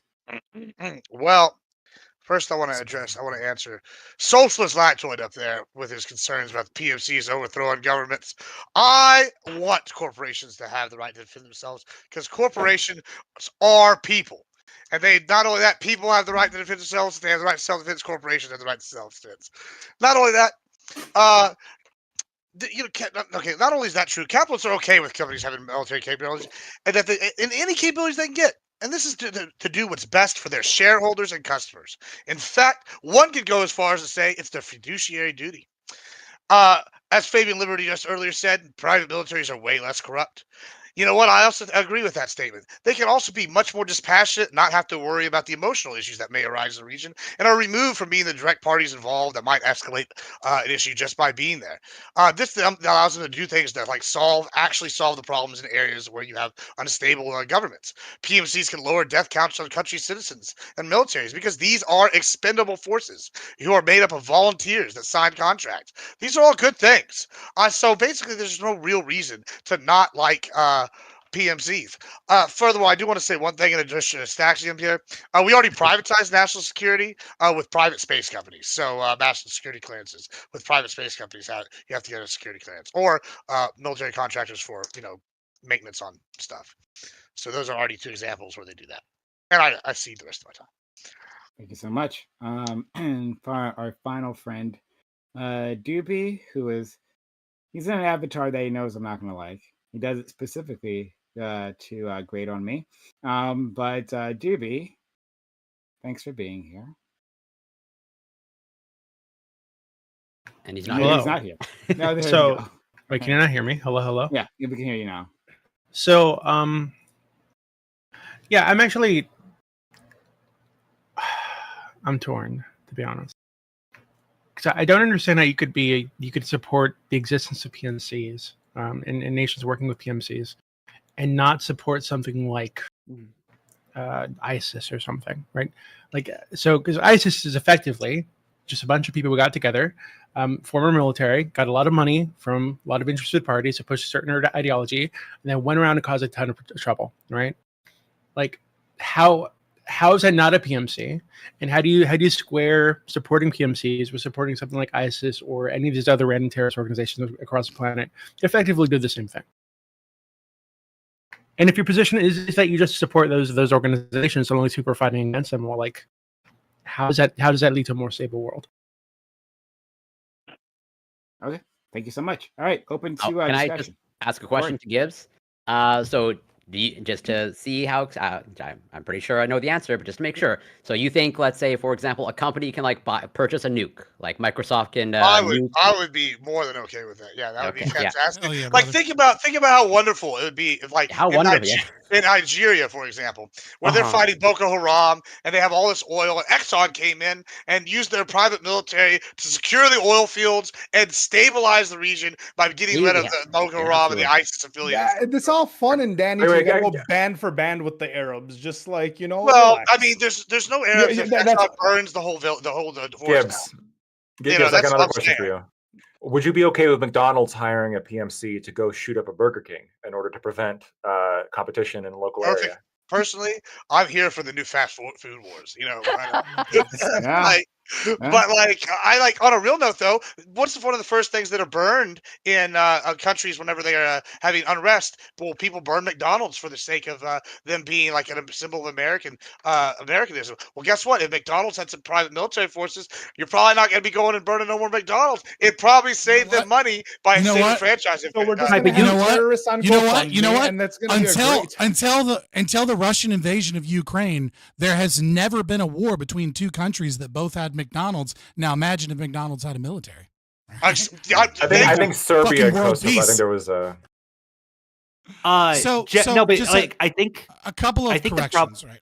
So we'll go to Scott. Hunter, So- SQ, did you have your hand up previously? I'm not sure. I did not. No. I'm just adjusting Okay. my So headset. so there's no like substantive budget breakdown to understand whether or not PMCs or whether or not a standing army is cheaper, right? You're not going to find like a really detailed study. Trust me, I fucking looked. It's just not something that most economists are interested in. So what you have to look at is you have to look at the incentive structures, and there's kind of arguments on both sides. I think the arguments, setting aside the ideological argument that privatized things with competition are almost always more efficient and cheaper.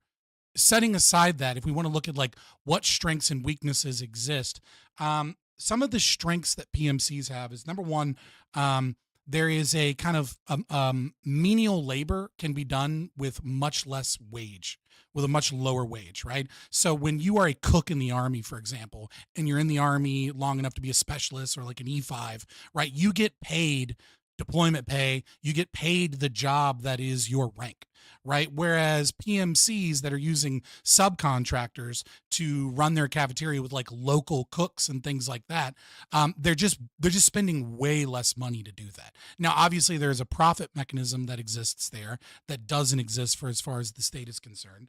But I think we've seen time and time again, like kind of that. So that's one thing.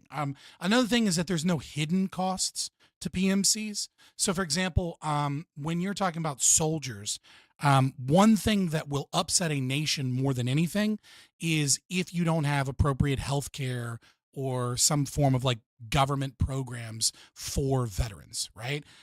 Even if a country leans away from socialized medicine, it will get very, very upset and angry and demand money be thrown at a problem to combat, let's say, PTSD and things like that. Whereas private military contractors, they're hiring someone on a wage.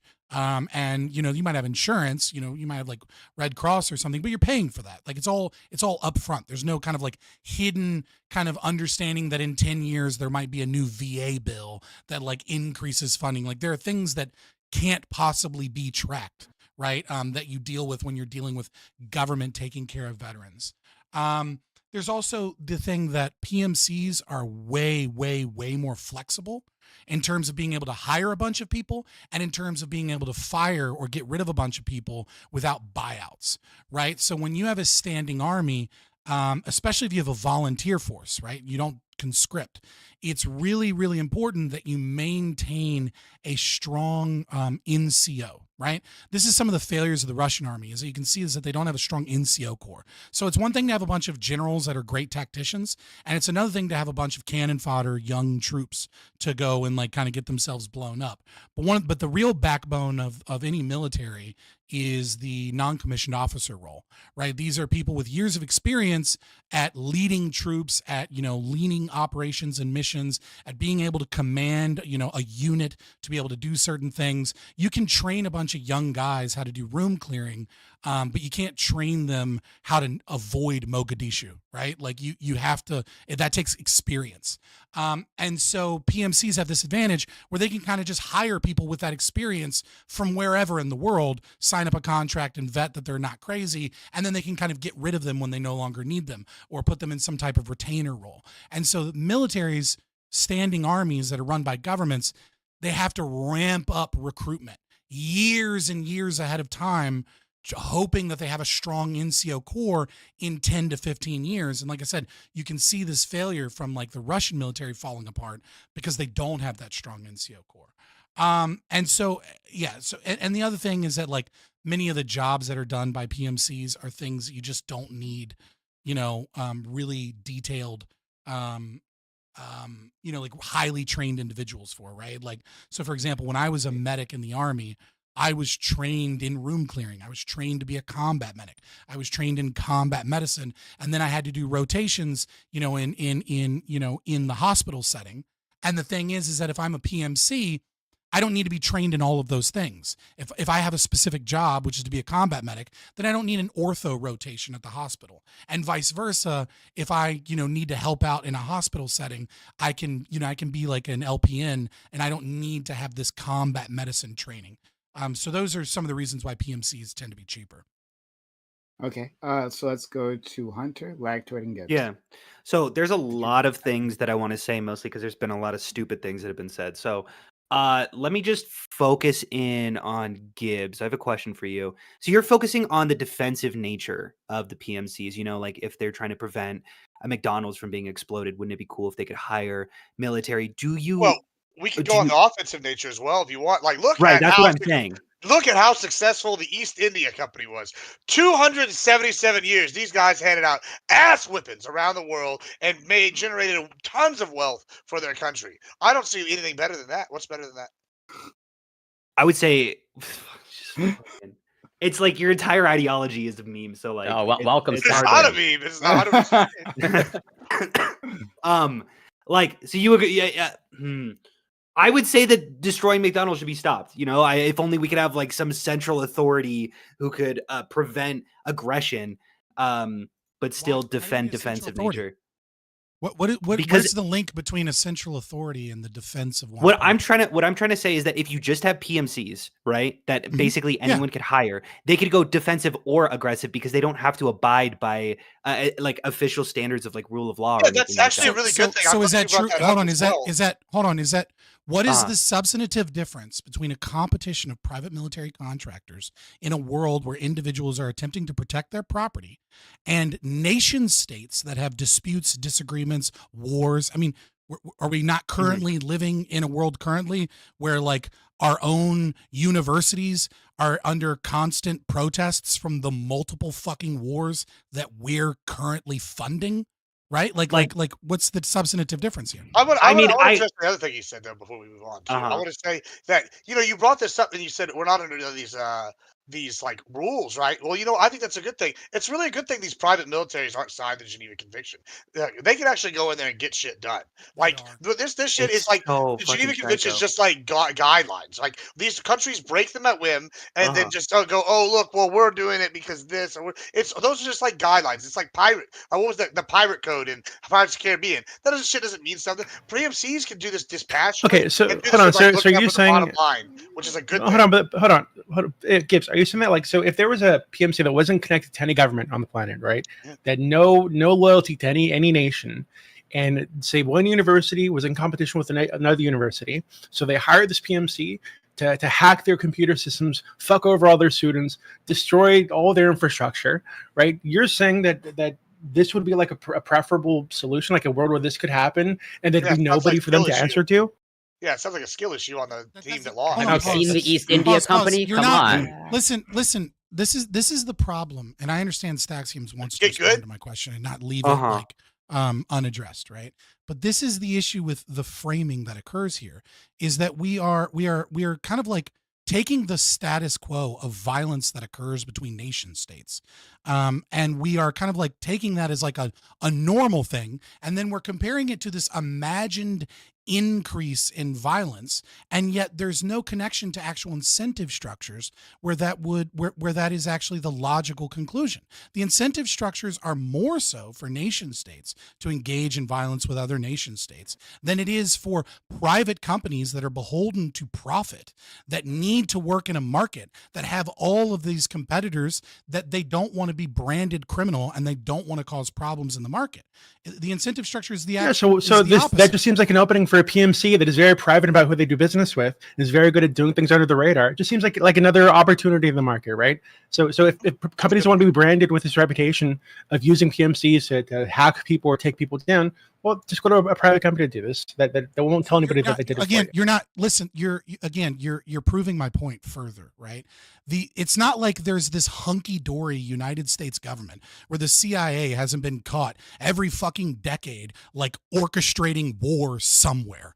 Okay, like it's not like we live in this like great global society of like peace, and like actually the United States military and government is like this just beautiful fucking thing. Like they do evil fucked up shit too. What I'm saying is, what is the incentive structure? And the incentive structure of nation states with power to where they have a monopoly, where they have top secret, where they can hide things from all of their citizens, where they have the right to tax people and steal money from them via the threat of violence, and you don't get to know what's going on in these FISA court rubber stamp approvals. You don't get to know what all of these things are going on behind the scenes, versus companies that are in competition with each other to protect and defend private property, where they have to work with a bunch of other people, and where if they get too violent and other people have an excuse to take them out because they're branded as criminals, the incentive structure is very clearly and obviously in favor that you're going to have a more peaceful world the incentive with private structure military is money. contractors The money than with is the nation incentive states and standing armies.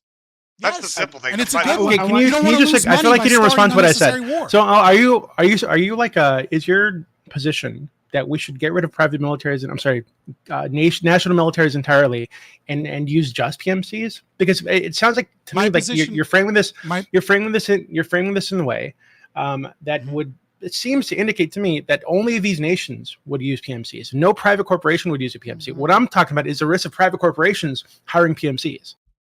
Yes, you're not actually addressing the arguments that I'm making, right? Which is you're saying, but private corporations. Yes, that's what I'm talking about. PMCs. Okay, then why do you keep talking about nations that are held to standards and regulations? I'm talking about a private corporation hiring on a PMC to fuck over another private corporation. I'm okay Right, with that. because you're just restating you're restating your positive position that I've just said. Please find the incentive structure difference. What I'm stating is So yes, they can make money money is doing good. this. Money is great. Money is the greatest moral achievement of man. Like a society that uses and gets money, and a rich man that gains money is the greatest, most moral man in society. The Okay, richest so we man found is the greatest incentive. man, Okay, so unless why there wouldn't they is do fraud. this? Why Okay, so we wouldn't they found do the this? No, incentive. So why wouldn't they do this? That's not it, because you're engaging in in high time preference behavior, and you're not actually thinking about low time preference behavior. So in high time preference, yes, it is absolutely true. It is absolutely true that in the immediate future you can gain money by doing so. The problem is that when you own private property, you don't, unlike politicians that are only there for 2 or 4 or 6 or 8 years, you actually have to live with that property your whole life. And so when you steal and you become a criminal, you open yourself up. You say, hey, this is the law of the jungle. Might makes right. I take what I want. And when you have a large competitive force, everyone else goes, oh, you want to be like that criminal? Well, we're going to take our shit back. When you are not engaged in that behavior. That's so ridiculous. ahistorical. That's so ahistorical because that's how like I could point to so many different organizations that are criminal organizations that you could say, oh, why would they act in criminal like advocacy when you know that they would just get absorbed? And turns out some people think short term. Some people don't have the long term sustainability. Why Sorry, is that the mafia? Like, could I point to like any criminal organization that has ever existed? Yeah, any corporate scandal of the past like fucking 200 years. Like, what are you talking about? No. Corporations have scandals because of their executives. The people running them are short-sighted sometimes. They do dumb shit. Yes, it's absolutely true that people do dumb shit, right? Okay. And so if you believe that people do dumb shit and that people in power abuse power, right? Then your argument is give all of the power to one structure as opposed to a competition of structures where those that abuse their authority lose, as opposed to a political system where those that abuse their authority gain. Like, you're not actually making an argument against what I'm saying. I'll even go further than what he's saying, right? So he's talking about like saying, "Oh, they're gonna have rules and shit." Well, if there's no rules, like, hey, it creates more markets. Now I have the bigger market for PMCs, which means more jobs because now I need someone on defense to stop the PMCs from coming and taking my shit. So now we have more jobs all around. Like everybody's winning. Like this is a good thing. Argument. It's not a meme argument. It's absolutely a basic, like simple economic argument. If you have like a thing that's happening, you're going to need a thing that counter happens it. Like that, we already have cybersecurity. You're going to open the micro mercenary. No, the market. argument. I'm okay with this. This is a good argument. thing. Like no, the argument. I mean, like, the argument is the exact opposite. No. No, Like, exact there would be not less everybody's a jobs. moralist. Like, nobody's a moralist. Like, what you're sitting here, like, we're Yeah, not but gonna let the morals dictate what are we going on. Like, people are gonna like their bottom line is gonna be money and profit, and money and profit's got a calming factor on things. Like he mentioned the mafia. When the mafia's kind of in power, one of the benefits to the mafia is there seems to be lower crime rates. There's a lot less violent crime. Yes, They have the more mafia organized crime, is not but as lower bad as the crime rates government overall. usually. I That's mean, not. Wait, hold on. You know what? I'm tired of them just talking so much that everyone feels like they've won the argument. Okay, let me say. I one have quick won the thing. argument. All right, let me Jump in, say buddy. one quick thing. This is one of the most un-American arguments possible. There is a reason we are the greatest there. empire in the world, and it's because we established soft power as opposed to hard power. We have the least amount of violence than we have ever occurred in the entire world, in the entire world's history. Okay, and What that does is that have to do because with what either of us are saying? well, because you're essentially saying, look how much war and damage and insane things that America has done, and I'm saying, okay, but we still have. So but you're saying before your argument we've is established your a argument rule is of law. I'm un-American because I Yes. recognize bad things the CIA has done. So does that mean Is that what you think I'm anyone saying? that critiques the government Is that what you think bad? I'm Like, saying? what's your argument? That's No, I'm definitely asking not you to my actually argument. substantiate your insults as opposed I to don't think just we've throw done them one bad around. thing. Sure. What I'm essentially trying to establish Okay, maybe is there is a. What was that? Just He keep was going, keep memeing going. a little bit. Okay. Right. Finish up Hunter. Hunter, but make your point. I do want to get Lactoid in. He's been waiting quite a while. And then we'll go to Gibbs. Yeah. Just that, like, when we established a rule of law, we stopped annexing countries. Like, when a country annexed another country, it was national news, and it has been national news for like 3 years now. Like, rule of law is actually pretty good. But go ahead, Lactoid. Yeah. That doesn't say anything about what I'm saying or why I'm un-American. I'm not against ahead. the rule of law. Like, make an argument. Do you want to make one, or are you giving up? Are you sorry? Do we want to get Lactoid in, or do you want me to respond? Well, I mean, you said you were going to say something. Say something of substance. Lactoid, hold on, Get it. Lactoid. Do you want to wait for them to do this, or do you want Sure. to just? It's okay. Yeah, it's okay. Okay. Okay. Repeat your question. I'm asking you to make an argument of substance about why what I've done is what I've said is un-American, or Do how I'm you against believe- the concept of the rule of law.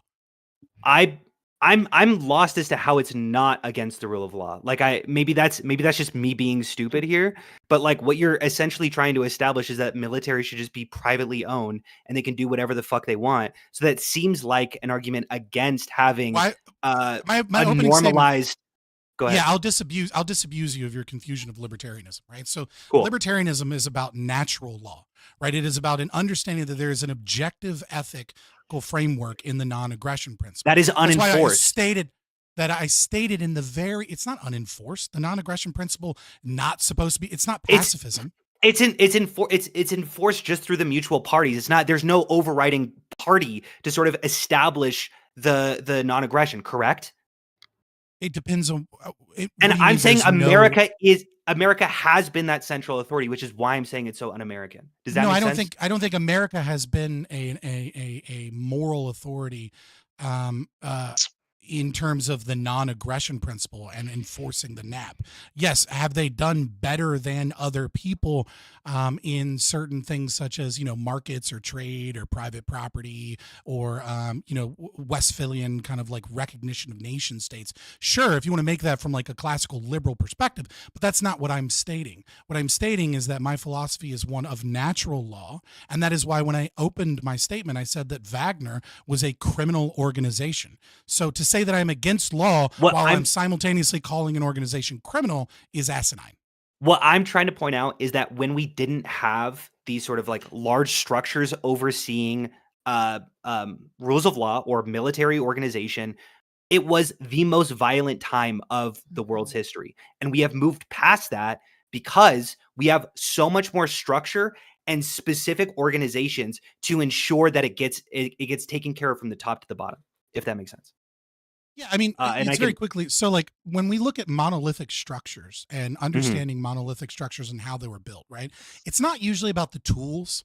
that were used to produce monolithic structures, and it's not usually about like what rock or like what things were available. Usually when trying to determine how a society builds monolithic structure, when they come about, it's usually about the organizational structure, right? Creation of hierarchy and things like that. So I absolutely agree that over time human societies have become more organized and have been able to impose order more easily because of developments in progress in organizational structure. But that's in no way, shape, or form an argument for the moral superiority of American politic versus anarchistic principles, covenant communities, or private property and private militaries. That's not really an argument. But why couldn't the nation state be that development? You've said that the development of a new organizational structure. Why could the nation state be that? I didn't say that it wasn't. I mean, the nation state is a form of progress in terms of organizational structure. Absolutely. It's a form of government. So is a corporation. It's a form of government, right? A corporation is a government in and of itself. There's a hierarchy, and then there's governance, and there's individuals that are tasked with middle management. And those. But given your ideology, you're against the nation state being that central authority, correct? To be clear, I am not obviously on the same position as him on a lot of this that you argue with these tax news. I just want to go on the record saying that this is all him. I probably have a much worse take. I am representative of right wing anarchism. You are representative of like Gen X on Facebook. Sure, I guess. Yeah. Okay, you are Gen X's voice here. Let's go to Lactoid. Yeah, I want to make a couple points. Back on the cost question, the cost really is unclear. So for those of you who just conceded that it was cheaper, I wouldn't be so quick to concede that. Several organizations, even Cato, has looked at it, and it's actually pretty muddled, right? One of the reasons being is that the biggest cited reason for why they expect it could be cheaper is because of we're not paying so many benefits. But PMCs tend to hire veterans anyway. And veterans who are eligible for VA benefits, who are going to be eligible for the healthcare, who are going to be eligible for that pension, they're going to be eligible for these things.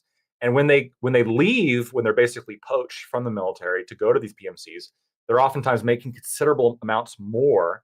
I think in Iraq, for example, when they were guarding the CIA installation in Baghdad, the contracted price was about $550 per day, which already is going to be more. But then that went up to $2,000 a day, just because they were able to basically flex their muscle and put the government in a bind. That contract actually got canceled because of disagreements with the CIA over undisclosed but likely costs, given that there was cost issues. PMCs, it's difficult to look at them as entirely private. I mean, they exist off government contracts. It's a private-public partnership. This is where the PMCs get their cheddar. I mean, unlike a U.S. soldier, where a lot of their compensation is, glory and Dodge Challengers, for these guys, I mean, they're expecting a serious payday. And all that money is coming from the U.S. government, right? It's coming from our pockets, coming from taxpayers. So I'm a little bit concerned about the actual cost of PMCs. And if it is worse, if it is more expensive, then I think that we have a real interest in potentially even banning them, or at least only hiring contracts under a certain ceiling, because why are we overpaying and basically wasting further stolen money on PMCs when we could get the same or potentially better outcome from a government soldier? Before you respond, Scott, go ahead. Ali, I saw your hand up. Okay. And I want us to maybe disambiguate, and maybe we can do this for Scott, right? Disambiguate the costs here, like what exactly we're talking about costs, because we're just talking about the defense spending. Well, that includes the defense contractors, right? That includes all kinds of levels of spending that isn't purely like the soldiers and their equipment and all of that, right? So I could see, and again, I don't know the cost structures myself, but I could see it that each individual PMC contractor could cost more, right, in terms of the per soldier, but overall, right, their costs are brought down. Let's try to do that. Yeah, just to say, and this is again, I said when I made my argument, and I gave some of the reasons why PMCs were cheaper, in my opinion, that the data is muddled, that the data are muddled. Sorry, I hate being a nerd, but I hate saying data are. I really do. Just don't. But anyways, Just say what you technically it's plural of datum. Shut up. Just say data. Data is. Yeah, I know. But anyways, so the data is or are right. Kind of Gibbs, I see your hand. There's a couple of things here, right? So like this is an example of like one of the things you see when people say, "Oh, American healthcare is so expensive compared to like other countries," right? And one of the things that they love to kind of forget to do is compare the quality of care in terms of price. And that's the same thing that you have to look at when you look at PMCs, is that you're not necessarily comparing apples to apples here if they can hire less people, right, to do the same job. And so one of the things that PMCs are doing when they hire people is they're hiring people that already have military experience, that already have security clearance, but they also check to make sure that they don't have medical issues, right? So like when you're in the Army, for example, right? Talking about the VA healthcare system and stuff like that. When you're in the Army, if you hurt your knee or something, right? Well, the Army doesn't just go, "Oh, well, you hurt your knee, go fuck yourself," right? The Army absorbs that cost and then might even, if your knee is bad enough, might put you as non-deployable, right? And so that's like a hidden cost where they just kind of put you in a different job because you injured your knee doing airborne training, right? Trying to get your airborne. Does the cost actually matter though? Well, like, I mean, I feel like when we talk about PMCs, the concerns people have aren't really typically about the cost. Right, they're typically about all the other shit that comes along with these PMCs. If we're talking about transitioning, right, to a more limited form of government where it is more, where we are utilizing more PMCs so that we can draw down on our standing military and save some money, then the cost is important. If it's purely a moral argument that you want to make, I'm happy to have that debate. And well, this is why I asked earlier. But this is why I asked earlier. Are you guys talking about a world where only nations use PMCs? Because like Lactoid or someone said earlier, why couldn't McDonald's use a PMC? Why couldn't some Jewish billionaire tomorrow say, "Hey, I'm kind of pissed off about what's going on in Gaza. I'm just gonna hire BlackRock to go in there, or Blackwater to go out there and fuck everybody up." Like, why couldn't that situation? Hire BlackRock to go gentrify. Well, just respond to it then. I have multiple times. No, you haven't. You keep going to this nation state shit. I'm not talking about nation states. I'm talking about a private corporation. No, for example, you're trying why couldn't I tomorrow, if I had billions of dollars, hire a PMC to go and take over Haiti? Right, and that's just my country now because my PMC took it over. Of course you could. Of course you could. Able, actually, okay, don't say of course you could. You're memeing again, right? So again, I'm not memeing anything. So no, listen to me. Nations do this all the fucking time. Okay, so you're saying that I should be able to do just this? as easy. No, I'm not saying you should be able to do this. What I'm talking about is there is reality, and then there is reality, and then there is understanding, making moral arguments about what we ought. Wait, when you say nation states do that all the time, when was the last time that America tried to annex a fucking country? Who said America? When was the last time any country annexed another country? Russia did. I mean, I don't know. Recently, Iraq. And that was national news. Did we not annex Iraq? No. We need so rare. We just did that. Annex Iraq? Can I get my fucking Iraq annexed Kuwait? Yeah, Iraq annexed Kuwait. That's true. Israel, Palestine examples in the. That's not what fucking. God damn it! I wish they'd annex them, to be honest. It'd make things a lot easier. I guess it was temporarily, obviously, but did we not take over governmental control once we toppled Saddam Hussein? That's not what annexation is. Okay, so it has to be permanent. Okay, so I wish we had it. I guess what. Well, Scott, I think we need to draw a with- distinction, right? Because Go ahead. I think No, what you're they're just struggling with is throwing. You're doing the spaghetti argument, Scott, which is where you just hold throw on. anything to Oh, the wall God. and see Hold what on, sticks. I want to address one of these hold things. on. Oh, wait, hold on 1 second. I think what they're struggling with is you brought up governments do this all the time, and the implication is therefore so should PMCs. But you said that you're not saying that, so we all acknowledge that governments do this. No, why would it be better to have PMCs also doing this? Right. I will make it very clear, and I'll make it very simple. When people create doomsday scenarios about the warlordism or what the PMC world is going to look like, what they're describing is a world that they've concocted in their head where they imagine these bad things occurring. And what I'm saying is that yes, it's absolutely possible that these things could happen. That is a descriptive understanding of the world.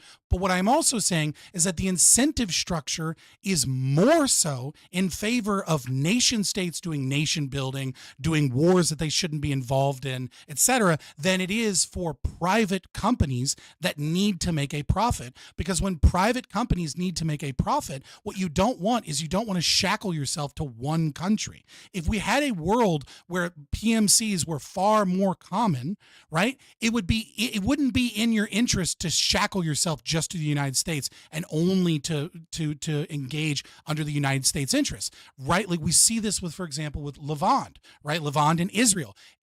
Israel has a lot of different PMCs where they go to many African countries and they go to Eastern European countries, and they don't just gain money just from the US or the Western taxpayer dollar. They gain their money from a bunch of different places, teaching and training militaries how to defend themselves or engaging in small operations. And what I'm saying is that the incentive structure is worse for standing armies and nation states than it is for private militaries. Scott, Okay, my problem with this. You didn't. Wait, that doesn't Can I follow. Can I jump in? It does Scott, follow.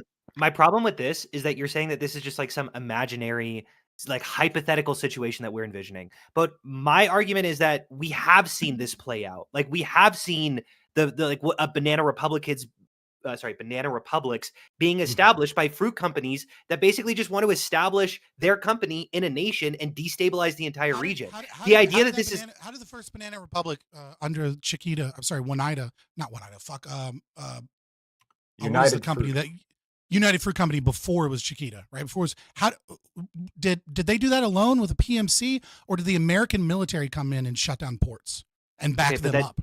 And then protect them in court systems. Yeah, but in they EU lobbied the to U.S. protect government, banana right? process.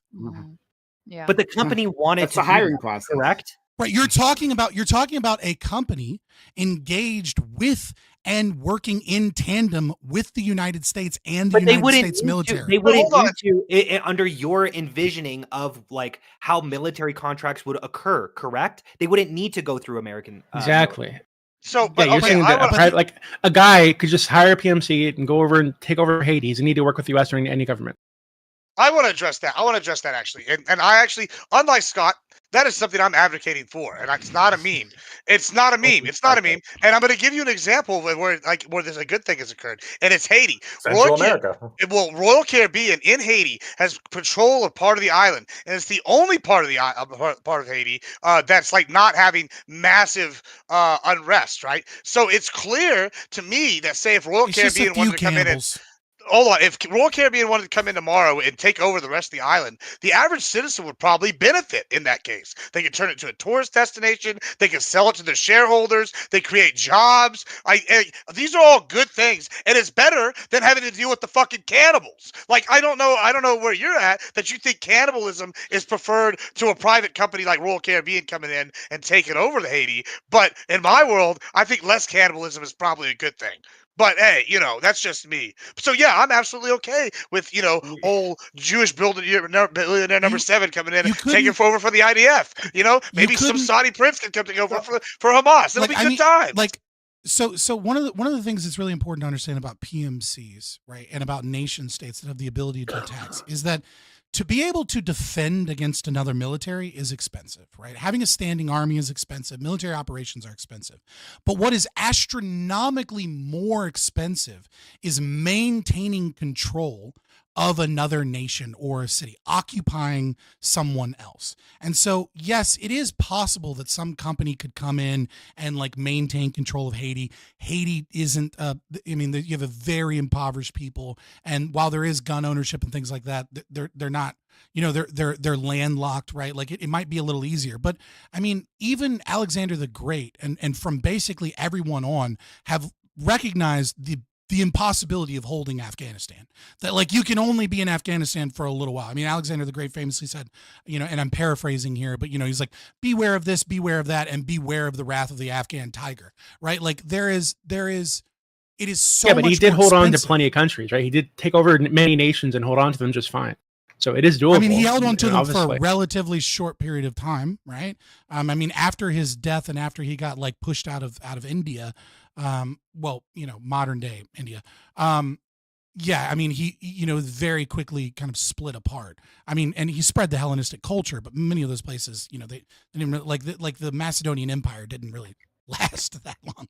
But the point is very simple: is that like nation states that have the power to tax and have a monopoly on power and violence have near unlimited wealth, right? Like the United States military has an astronomical amount of money, and it doesn't need to make a profit. It can just keep stealing money until the nation's economy collapses. It's an insane amount of money. Whereas private military contractors are they're tasked with doing an operation.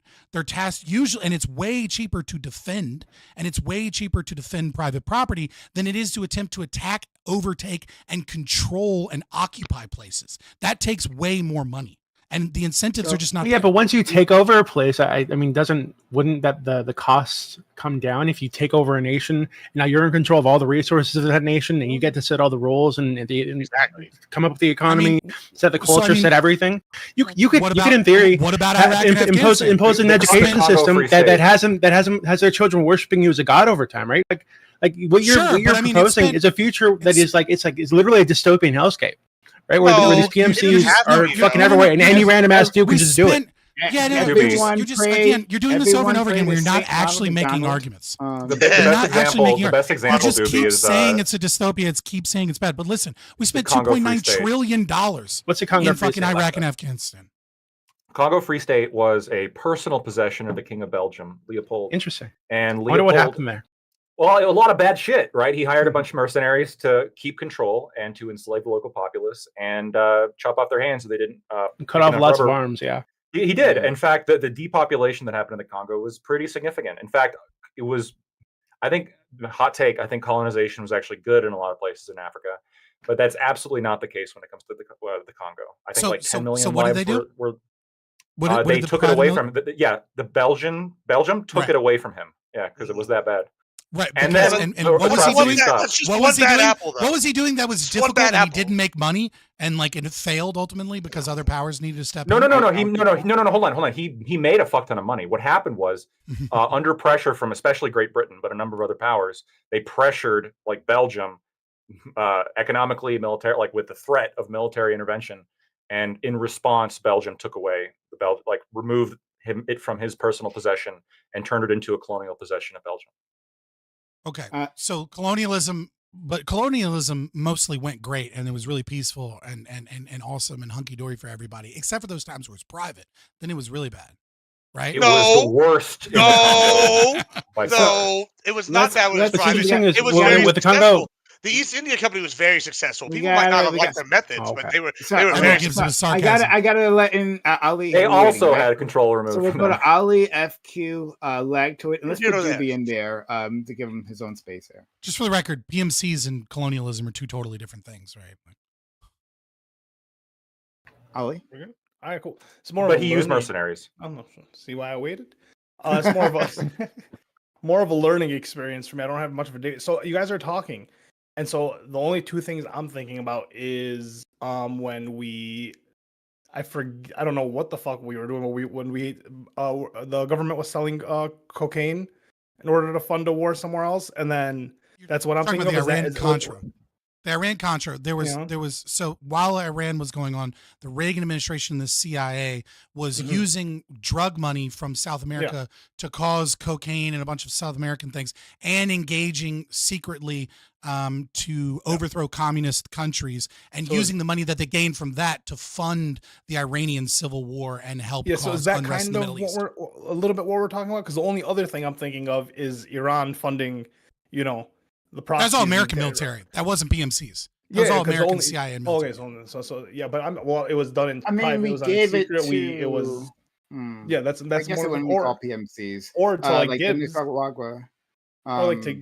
Sorry. No, you go first. Sorry. I was gonna say, or to Gibbs. The only other thing I can think of is Iran funding, Hezbollah, Hamas, all these people. That sounds kind of like what you guys are talking about. Once again, I don't know. I'm ignorant on the topic, so forgive me. But it kind of sounds like it. And if that's the case, then Gibbs is pro-Iran. So I don't know. How that's Hold on. So to address that real quick, because Doobie brought this up earlier. He's saying ISIS was basically military funded private corporation, whatever. And to an extent, I would say Those are true statements. Both of y'all things have made true statements. And my argument would be that because we have bad, nefarious actors that are adversarial powers like Iran doing it, then by all means, if I had billions and billions, why shouldn't we make the Gibbs Caring Foundation and send them over there to go take care of Iran? I don't see the problem with that. Because that's the argument. That's the argument for it being cheap, right? If that's how we start operating, right, then it just becomes you're going band for band with people, and whoever has the most expendable money on war, whoever's willing to spend the most money on war will have the best. Why wouldn't it? That's not how it works. I'll tell you how it contract. They're going to take the highest contract. Why wouldn't they? Well, you're right. That's a good point. However, and this is the wonderful thing about capitalism. There's always somebody trying to bring something new to the table. So, I probably don't have more money as a private citizen than, say, Iran. However, I might be able right, exactly, right. I probably don't. But what I might be able to do as Bill Gates or somebody, I might be able to go sit here and go, I could find the strategically best one that's going to do my goal, like most strategically best, most efficiently, and then they can make a name for themselves, be bought out by the government. I didn't know you were so. Everybody's gonna want to make funding. You want to fund terrorists? They're going to have a stock market for terrorists. Private military. Private military. Please buy this. Please buy this stock. One of them is they're not terrorists. They're private military organizations it's funded by terrorists. But they don't do terrorism. They're not going to be committing acts of terror. They just hire terrorists. No, they're not going to be committing acts of terror. There's a totally different thing here. One of them is a W-2. They're just mercenaries. Oh, totally different. W-2s. It's a job that they're doing. It's totally different. A private military corporation is not going to make terror attacks, right? Versus like Hamas or something, or like why wouldn't they do that? Because that's not what private militaries do. I mean, if you want, if McDonald's, why couldn't they be paid to do this? Yeah, Gibbs wants to live in a world where McDonald's can bomb Burger King, right? So that's not a terrorist attack anymore. That's just a business contract. That's just a job that they're doing. It's demolition. I mean, that's why you need defense. Gibbs is unironically. No, listen. You literally want like a fast food I wars. want to bring it down to like smaller businesses. I have a food truck, right? Because can that now line the cannons outside of Burger King. That poisons all the other food trucks. An armored food truck. Yeah, I have an armored food truck. I'm hiring mercenaries to go poison the other food trucks. You're engaging the meme. No, listen, you're engaging the meme. This is Gibbs' proposal. Let Gibbs defend it. Yeah, right. So right now you have a company, right? I don't know what you do, but let's say you own a restaurant. I have a restaurant that makes a bit more money than you, and then I just come and I find a way to poison your food. Yeah, see, these are all well and good, but these were all well and good, I mean, and if that happens, then you probably don't deserve to be open as a business. It's really you'd probably go cry to the government and say, "Oh my God, please help that you don't get to exist as a business? Who shuts that down? Just the invisible hand? It sounds like the invisible hand would be, I guess, you not being able to pay a defense contractor, and then the not so invisible hand would be the PMC. Yeah, the invisible fist. So look what you described, though. Look what you described. You described a whole new industry that could be developed, like security. Because now instead of restaurant ownership and selling goods, why do we do this? Everyone's going to be a why are we doing this? Listen, this is silly. I don't know what to tell you. This isn't. Listen, Admiral Gibbs is engaging in an argument that we ought do the thing that allows us to have the most violence possible. No, that's not what I'm saying. I don't know. Yes, that is not what I'm saying. This is what I'm saying is that there's no right a government should have that a person should not. That is ridiculous. Like I should not have to trust my government to make my military. You're not talking about rights. Absolutely, you're stating mercenaries to go assassinate other attorneys right before trial. Listen. I mean, Admiral Gibbs, they have a good second chair. What Admiral Gibbs. Sounds like what Admiral Gibbs is describing, and I'm not sure if Admiral Gibbs comes on here just to be a patsy to like meme and make the right wing look. These aren't patsy, but this is what you're not. You're like, okay, like they're engaging one side of this, but like what I'm saying is like you're not engaging the other aspect, which is like the non-mean aspect. Sure, I know you were, Papa. I have good faith in you. It's that like I'm saying with like, all right, let's just look at this. All right, I get that the bad that y'all are arguing, and I'm meaning a little what I'm saying. Oh, we can create a new industry, but that is true. There would be a new industry developed for this, right? Like we've seen the Purge. They have all these new industry things along with the Purge. Like I'm just like you're being a I'm just giving patsy. but you're a fucking patsy. You're a fake right winger. hold on. You're a I'm fake just right saying, winger that's we see, memeing and we see that bullshitting, this and is I'm a real sick thing. of it. But this is the real No, point. I'm Now, not back going to to the sit real here and point. listen to you Well, talk let me about the finish, fucking motherfucker. You never let me purge. finish and give me the other thing. You see that as the argument that they make, You're even making, in like the you're worst making case scenario. anti-right-wing arguments. No, I'm saying even in the worst case scenario presented, we see industry develop, and you can look at that in some good light. Now, the real point is, though, I don't trust, if I don't see the government taking action, I shouldn't have to rely on the government to like go do whatever, right? This is the same reason I should be allowed to own an But you're going to end F-16 up or relying on. fix a Wait, missile you're going to system. end Like, up. why should like Then, this is You're not basically gun talking rights about 2.0. rights. Once you It is can't absolutely afford, rights. hold wait. Once you can't afford to defend yourself, you're gonna have to. Who else are you gonna rely on, right? No, so listen, You this you is- claim that you're. I want to engage with him for a little because it's. Why fun, are man. you engaging with this? It's you're doing it for the 'Cause it's a memes. You're not doing good it for time. legitimate. Yeah, Well, no, I exactly. should You're say doing that it because some you don't good give a points. fuck about your actual political opinion. You're doing it for Well, the no, entertainment I'm- value. You're doing it because you have content brain, and that's why he's fucking doing it. Wait, you're I'm saying not- you're saying it's not Gibbs a is a legitimate I'm clown? actually just engaged with the conversation. Yes, This is a I'm good Gibbs, saying are you he's a being clown? a fucking patsy and a clown right now. No, It's I not just, a legitimate I argument. can't. sorry that I You're disagree talking with you, about but rights. it's not that You're you're a talking clown. about listen. You're talking about rights while in the same thing justifying that might makes right. That is what you're, Absolutely. the I mean, two I've are- always the two- justified that might makes right. And first time here or what? Right, and if you, Is that and your when you first say time, that like, might, hear me speak? I It's asked not about my the first nuke, time by hearing the you way, as the speak. first question. You've been, I put you've, that on the you've What did I table been, say? clearly. you've And I said been. yes. No, it's Scott, not. you can No, try to you- you can pin the might makes right like lambasting against Gibbs, but the reality is that, he's like, literally saying that by it's a supporting, good thing but you're for no McDonald's better, to Scott. destroy Burger King. When you are sitting, you are advocating for the use of private mercenary armies. Like, that absolutely boils down to a question of might makes right, because No, the I'm not. issue becomes, yes, it does. It's the ultimate example Right. of might makes Make right. that. Make the. All because, right, please make the link. Where Okay. I've argued might makes right. Okay, you stated earlier that, okay, well, suppose like a private a PMC does take over Haiti. Well, that's not an issue, and it's not an issue because we know the great power and wealth that the other neighboring nation states around Haiti have, and so we're a PMC to take over Haiti, like in its moment of vulnerability. It will It's not my surely be argument. squashed. It will lose Can you make an its argument power. where I've made might makes right? You are, but as I understand it, you were saying that there's no way that the PMC could possibly hold Haiti, and so when it loses Haiti, a nation state will come in and sweep in and take over Haiti, or whatever other example. I started this conversation by saying that Wagner and that PMCs that become the monopolistic in being paid by one nation state are criminal organizations. And you're saying that I'm saying it's okay that some group invades Haiti? That was Admiral Gibbs saying that How that do you was good. stop a criminal All I'm organization? saying No, is, Scott, all I Scott, said that was- doesn't all- that, no, that doesn't all follow. right, shut the. What I'm gonna she fin- what I'm she gonna was finish. talking about is a You're- PMC all taking over right, Haiti and shut the becoming fuck the up. nation. Shut The the fuck PMC up. is now in Shut charge the of the fuck nation. up. It's not. Shut the fuck up. Okay, Shut go the ahead, fuck Scott, up go and let ahead. me finish, right? I understand. So I never Okay. said that that was legitimate or that that was morally good. What I said is that Why the wouldn't it be? incentive structure is as an internal critique to the other people saying that PMCs are a dystopian hellhole where all these bad things are saying. I said that it is less likely that a market competition of protecting private property would engage in these things because they're incredibly costly and they're highly risky. So they're less likely to engage in these things. It's an internal critique of the argument that this is an automatic dystopia as opposed to nation states that steal from us and engage in nation building with fucking trillions of dollars of fucking debt that they just blow and waste and get nothing You're not from. responding to Yeah, the but the criticism. risk that they have to take in order to like essentially take over Haiti, the profit is insurmountable. You have an entire country. Maybe it depends on Yeah, an how entire nation well, and its resources yeah, and well, its people no, just to push that back on that, are now effectively your That's subjects. like ultimate Well, profit, like and you can any sort extract of like. resources from it. It's But the obviously second not. issue- That's obviously not true.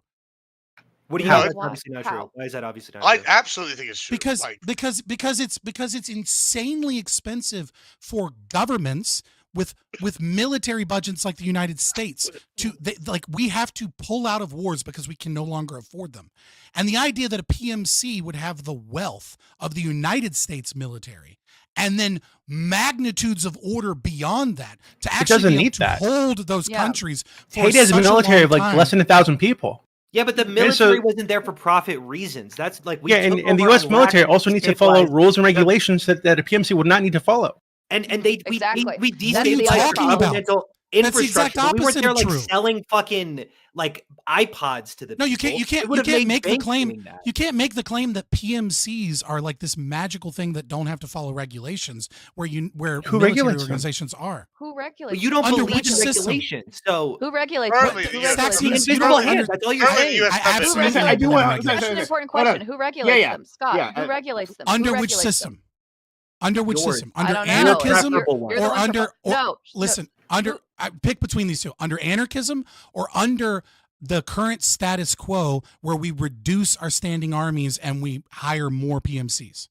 Which of these are you asking? Obviously, we're asking Neither about one. anarchism because we know the Why government. not both? regulated other things. Both. It's not, Answer it's not, both. it's Yeah, not why even not the both? current status quo. That's not even the current status quo, though. The current status quo is increase your military and have more PMCs. But like back to what That's Jimmy's not saying, Jimmy's what- Well, absolutely no, right. no. I want to hear. Jimmy's No, I want to hear this answer. This answer is important, Scott. So, like, who regulates them under both those systems you proposed? Right. So under the current status quo, right, you still have to face UN regulations, and you Right. still have to face regulations in the United States. And I would absolutely be in favor of closing any potential loopholes that might exist for PMCs. Most of those were closed in like 2007 after the Blackwater had that massacre, which is way more common from American military because we have like 20,000 people over there. But setting that aside, under anarchistic system, we are talking about a system of natural law. And under natural law, an organization is criminal the moment that it violates property rights. And so when you are an owner of a PMC and some other PMC goes and invades Haiti, you have every philosophical and legal justification to go invade and kick those people out and gain money from the Haitian No, people. don't say legal. You don't mean legal because there Okay, is so a Mike makes law right. to abide by. I do literally mean exactly. legal. Natural That's law. it. Yeah. That's You So don't so have so an hold on. So Mike organization makes right. to defer to. You have a What do you mean moral Mike makes right? responsibility, Mike which makes is the does not make invisible right. hand. That's all you're saying. So can I? What you can I- just said is Mike makes Mike- right. So No, so I a didn't, stronger Doobie. PMC comes in and takes over, and then I'm assuming a stronger Doobie, one comes and Doobie, what takes does over Mike that make one, right? and then eventually a nation comes Doobie, this is in and retarded. takes over the entire thing. Okay, then okay, explain kindergarten how logic.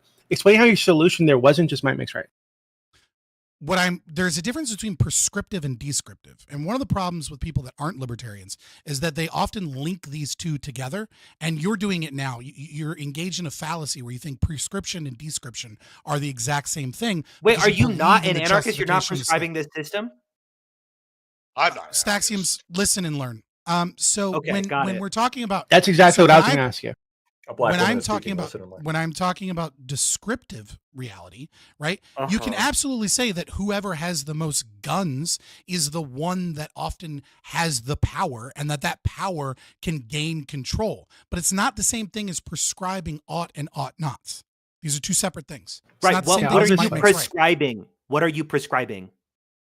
I gave you my prescription. My prescription is that when one is an aggressor and they invade a country to try and steal their private property, they are criminals, and we ought stop those criminals. And it behooves all of the other PMCs to gain money by killing that PMC group and getting rid of them because they are a criminal organization. Okay, wait, hold on. I understand. I understand. So what we you're rely saying. on the Wait, angels at the head of the PMCs. I see. I disagree with all of this, but other than the Mike makes right thing, I don't. So one of the things is Patsy. Yeah, Wait, okay, sure. I understand what you're saying. Your argument is not any more serious than mine is. Mine is equally as valid. And in fact, I think the big difference between you and me literally is I'm argued open that McDonald's and Burger King I am open to my Scott, could No, I interact with what you're saying instead of the memer over here? Because No, I do want to have a I'm substantive argument. here's the whole thing. I like legitimately the difference between me and Fabian is I'm openly saying what the facts, right? Like he's over here trying to obfuscate and say that he doesn't believe in the Mike makes right, and I'm saying it. And to be as to your saying, let's bring up the Haiti thing. I just want to. No, you're just too stupid to understand. I do want to get back to you, Fabian. I don't worry. I want to say this, right? So with the Haiti thing, my argument isn't necessarily. This is why I don't believe in his moralistic bullshit, right? So what would happen is, say Royal Caribbean comes in there and takes over Haiti, right?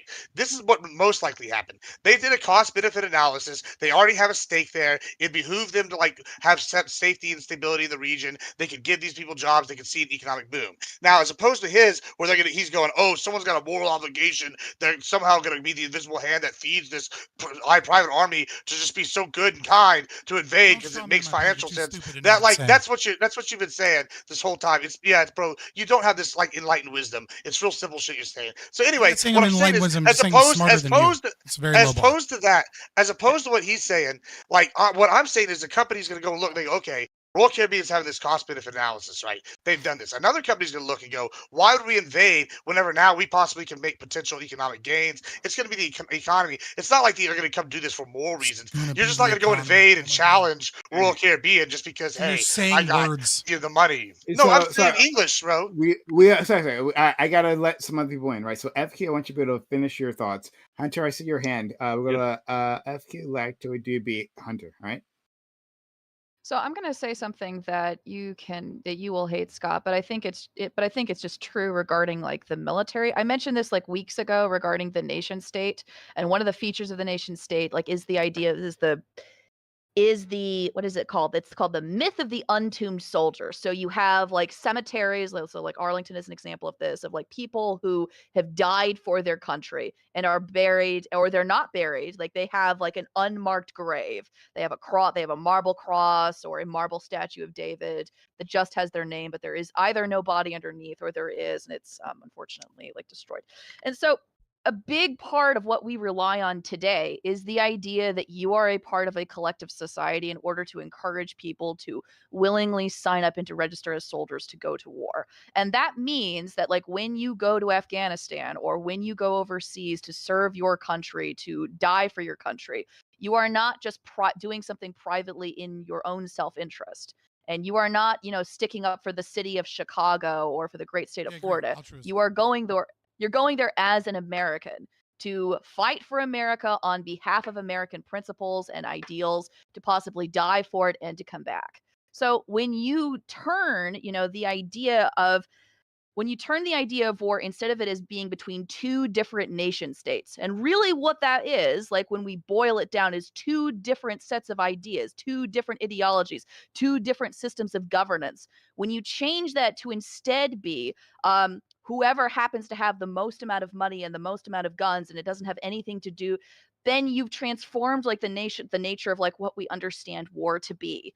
And I'm sorry, like what Doobie said earlier about it winds up being a case of might makes right. That's absolutely what happens when you don't have the military entrusted to the nation state. It becomes a matter of an individual person or corporation or group of people that has more money and that is able to enact violence. And that's why we surrender, this idea of violence like to the government. It's because we collectively decide together like who it is we want to invade and who it is we don't want to invade. And some of the incentives like that exist. I'm sorry, just one more. You've spoken a lot, Scott. Let me say one more thing. Okay.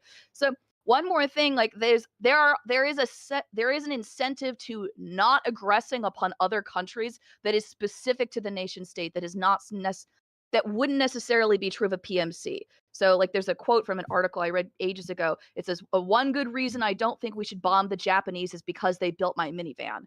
That's a big reason. A big reason why nation states do not want to engage in conflict with another is because they have trade agreements. They don't want to ruin the trade agreements. It's the reason like why the United States tries to get in good with Saudi Arabia. It's because of oil. It's because we have a vested interest in maintaining good economic relations with that country.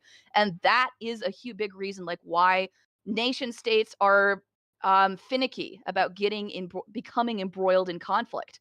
But with the use of PMCs and by encouraging private militaries, this makes conflict far more likely to happen, far more likely that like. That was so fucking based. Well, so you haven't actually you've made a bunch of claims. I would just like you to substantiate any of them. So the first claim you have is that because we have a volunteer army and we are a collective society, individuals within this all voluntary military, obviously there are conscripts and other militaries, but taking ours as an example, that it becomes a fight for ideals.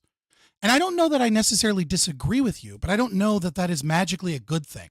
It sounds good. It sounds lofty that the ideas of the American empire and Western imperialism versus whatever nation we're engaged in a war with, that is necessarily good or a moral ought, that we ought to take young men that are susceptible to propaganda and beef them up on this idea that America is so beautiful and they're going to go nation build in the Middle East. I don't necessarily disagree that it is a war of ideas, but I don't know why that's a good thing, and why profit is somehow more evil than that. So that's point one. So I guess my response to that would be, it would only be an evil thing if you disagree with the ideals or with the United States as a nation state. If you think that like the ideals that we have or possess as a nation state or that we would implement in another country are worse in Do you agree comparison with all to American like what foreign already policy exists. and wars? No, I don't. Of course I don't. But like but the Right. reason like why we Do you agree with continue to- Israel why we- invading Gaza? Do you think I we should just haven't bomb, really- baby, bomb? No, I don't. I'm actually pretty critical of Israel, but I don't know enough about like the history or the background to really like Right. give a So good, I mean, have a like, good is conversation there about it. a recent incursion by the United States military in the Middle East, of which there are many, that you would say that you morally agree with, and we ought to have used our tax dollars to invade and or maintain power and control? We can use Kuwait, we can use Iraq, we can use Afghanistan, we can use Somalia, Mogadishu, we can provide What about comfort. Ukraine? Syria, any of these. So I will very freely admit you've caught me at the end of my knowledge. So there's a lot of detail that I can't speak to, but I will tell you that like my knee-jerk like answer would be that based off of what we knew at the time, I think that the United States' decision to invade after 9/11 was the correct decision to make. That's my I wasn't my expecting to take. see the resurrection of Christopher Hitchens here, but fair enough. But but so the other anyway, the other argument so- is there is this trade agreement and economic relations, and that nation states are disincentivized from invading based upon kind of the McDonald's principle.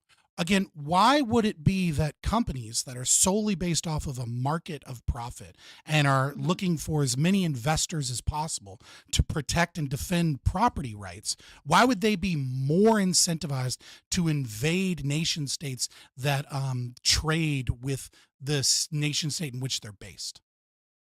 Why I would can that- give you so the short answer would be like if for some reason like if a country for instance like had frankly like had more resources, and if they wanted to invade into a country to bully that government so that we could implement our companies, our economic interests there, that's a reason why.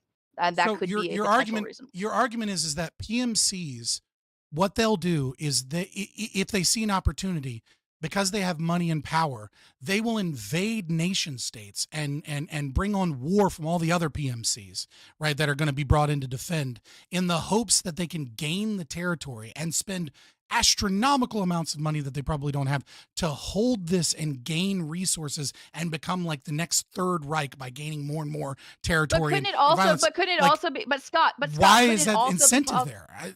It's very unlikely. It's not profitable. But there could be a second alternative, which is that they don't go and they try to hold the nation state. They don't try to maintain Haiti. They go to the country. They usurp all of their resources. They extract as much money and as much goods as they possibly can, and then they leave. And then they go to the next nation state or to the next vulnerable town or vicinity, and they go and they do the exact same things. The goal is not to maintain nation, state, land. or city? The goal is to extract you- resources and then to leave to go to Yeah, another can country you- to extract those resources. Can you name a place on Earth where would be cost effective to invade and spend all of the money that it takes to maintain and defend yourself from potential future threats, where you would gain so much money that wouldn't matter anymore? Is there any city? Maybe Fort Knox, but the gold's probably not there anymore. Like, where are they invading where there's a long-term or even a short-term profit, where they're not just inviting all these other PMCs to come kill them? Why are they just going to come kill them? Why are they just going to come kill them? I don't understand. Yeah, that's the thing that I take issue with. Like, the answer to Juby's was the cost benefit analysis. Because they have right? moral. It's like, why are so they? they have moral. No, they don't. So one, they have moral justification, right? Two, they are if that place has any resources left, let's say you invade Beijing, right? But you don't invade mainland China. If China has any resources left, then they would obviously hire people and or use their military to defend themselves. And if they have a bunch of stuff stolen from them, they're going to fight back. I mean, the Why basic, wouldn't they just like the basic, sell off? I have a question for Why would they Clevio. sell that to the PMC? Hold Why on. would No, to the sorry. PMC We for whatever have reason? a limited you guys time are just left. assuming incentives that don't make sense.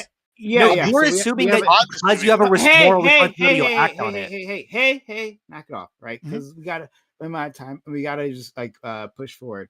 I will say, we're gonna go Lactoid, Doobie, then Hunter. I will say that, like, one of the steelmans to Scott's argument here is simply that, like, there are these organizations just work on incentives, right? Like FQ, when you were talking about like boiling down like nations, right? I thought that's what you were going to say, is that, well, in the end, these are just organizations that have different incentives, because that's what happens. We just look at the US, right?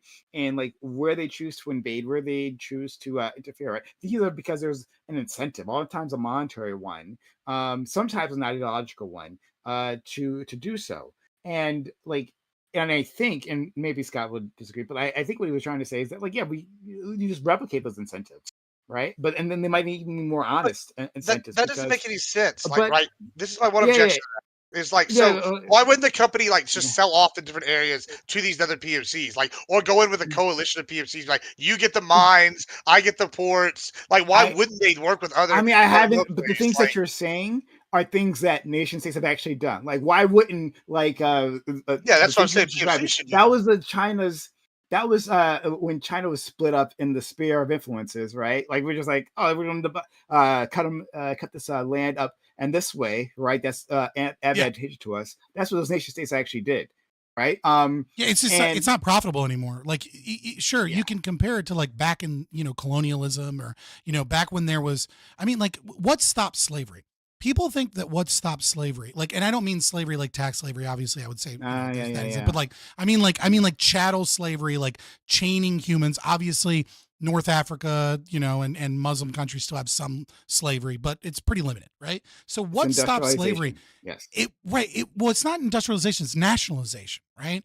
So when you have a bunch of neighboring tribal villages, it doesn't cost that much money to run in, and nobody cared. So there was no defense, and you just run in, you kidnap a bunch of people, and you sell slaves. But once those places became nation states, it was a lot more expensive, and the incentives were a lot more difficult for you to just run in, capture some people. Because you just run in and capture some French people, well, France is going to have fucking something to say, right? And they're going to fight back for their citizens or for whatever. And so, like, I when we're talking about incentives, I do agree that the nationalization is an incentive growth towards hierarchical structure, efficiency, etc.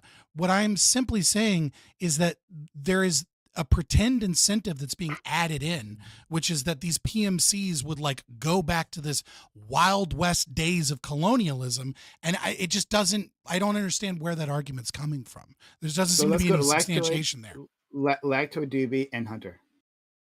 So one of my big I guess skepticisms with PMCs actually is the incentives, right? Because I can see, somewhat similar to private prisons in some way, I can see the incentive structure when you have a organization that profits off of war.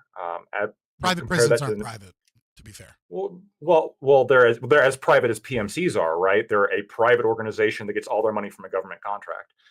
So Right, they are private, sure, kind of. as much as Wagner is a PMC. Sure, yeah, as much as organization. Blackwater is, for sure. But this is why I'm kind of putting them in the same category here. Blackwater doesn't exist anymore.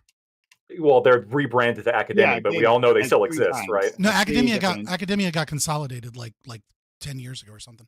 I'll look into that. I wasn't aware that they got consolidated. I'm pretty sure they still exist. Yeah, it's Academia or Academia or something like that. Regardless, yeah. I do think there's still Constella's holdings, but it's fine. If I'm actually wrong, if they did get like dissolved, which I don't think they did, but if they did, it doesn't matter. You could replace Constella's holdings, which is sure. different group. Well, I'm using Blackwater specifically because of their involvement in the everyone Middle knows East them. during during the U.S. occupation, various countries there. But the incentives that of these sort of quasi-private force-based organizations kind of concerns me, not only because of their potential influence into government policy, because unlike governments, I think that they're, you could argue there's much more of a disincentive for a government to partake in conflict as opposed to a company that gets its money by encouraging conflict. But I can also think of various examples, right? So what if, a different state actor paid a PMC to attack U.S. soldiers, and the members of that PMC were U.S. citizens? What about a private actor paying a PMC to attack state actors, right? If Philip Morris hired soldiers to attack the government of Togo in order to enforce tobacco branding rights, if United Fruit was able to directly hire mercenaries to control fruit production, Leopold being able to hire mercenaries to go kill Congolese dissidents who resisted slavery. The cartel, I think, is also a good example, where you have these incredibly rich people who essentially hire these little militaries that will blow up Mexican aircraft and Mexican military assets and challenge the military pretty significantly. Hold on, I'm going to finish real quick.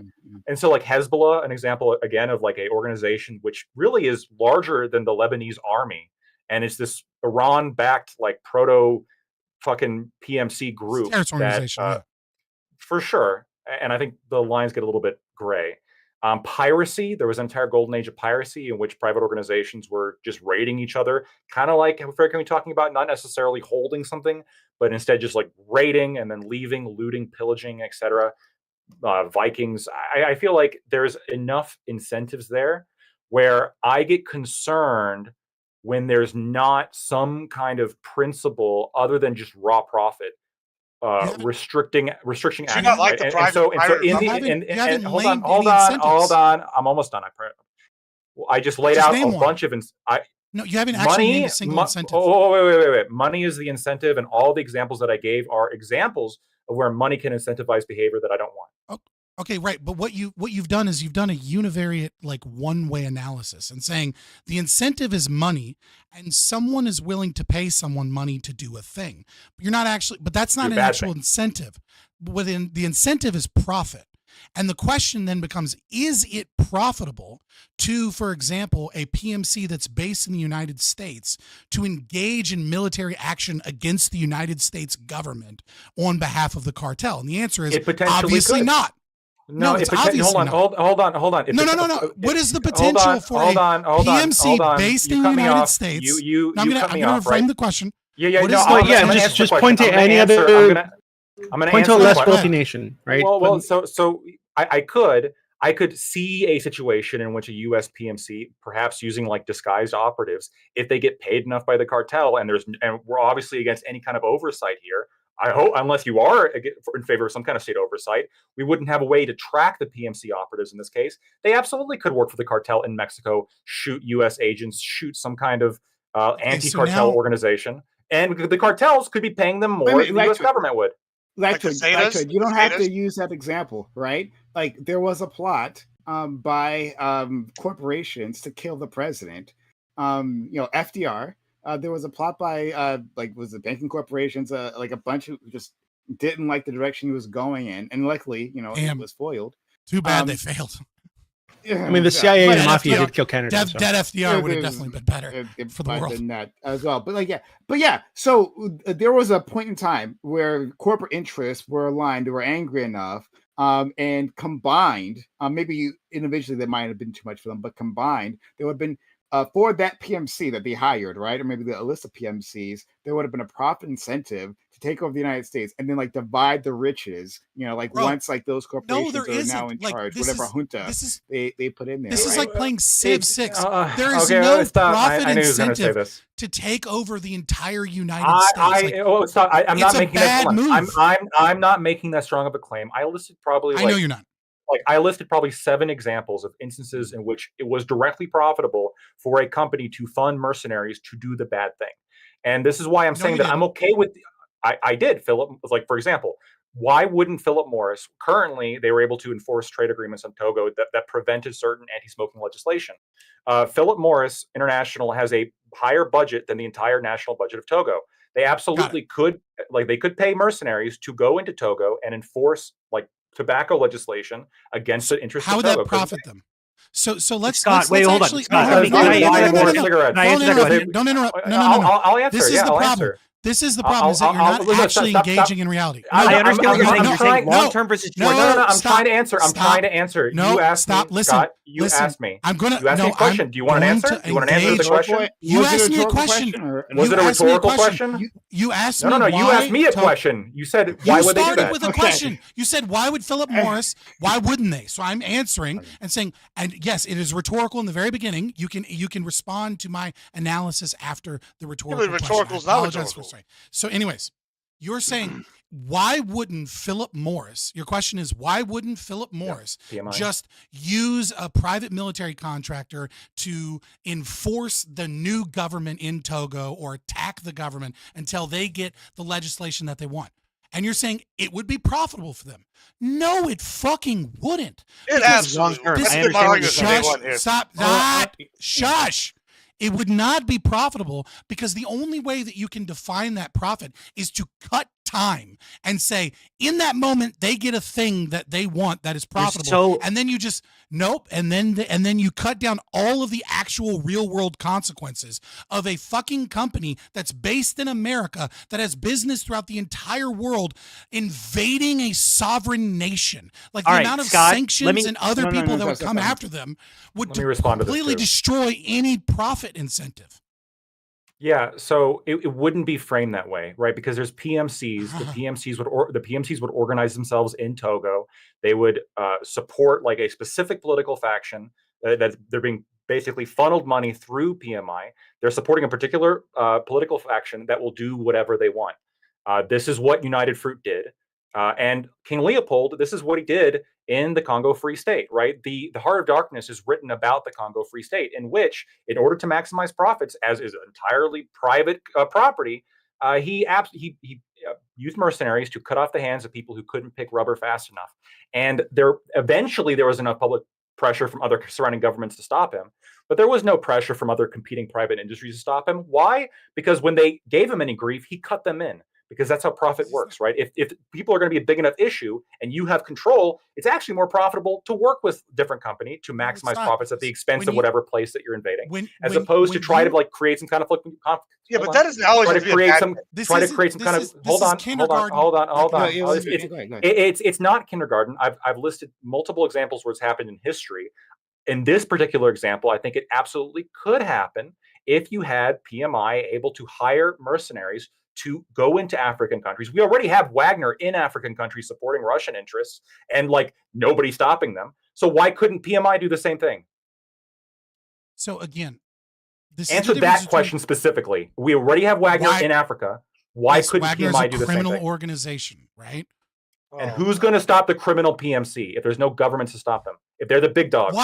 Why the invisible hand? Now we must have a specific nation state that taxes people as opposed to PMCs. Why would PMCs be unable to do something that the United States government could do? Scott, can I answer that question?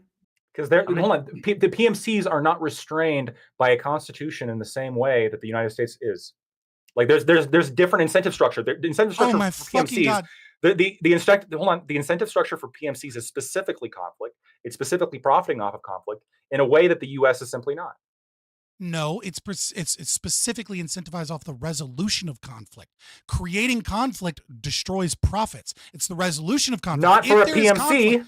No, it absolutely is for a PMC. The only thing that thing that is incentivized for a PMC is to resolve conflicts. If there's no conflict, then the PMC doesn't get any new business. If you are running a private prison, you want to make as many crimes as possible, and you can resolve the crimes, but you want a constant inflow of new convicts so you can make money off of that. Same thing with weapons traffickers, right? You want to have as many conflicts as possible to help resolve them so you can make more money by profiting off of those conflicts. I don't agree with that, actually. Sorry, Gibbs. What is conflict? Without any conflict, how does a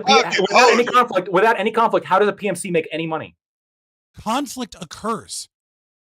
I'm not envisioning a fucking utopia. the way that a PMC is How able do you to minimize justify conflict in your and make money is to stop those conflicts.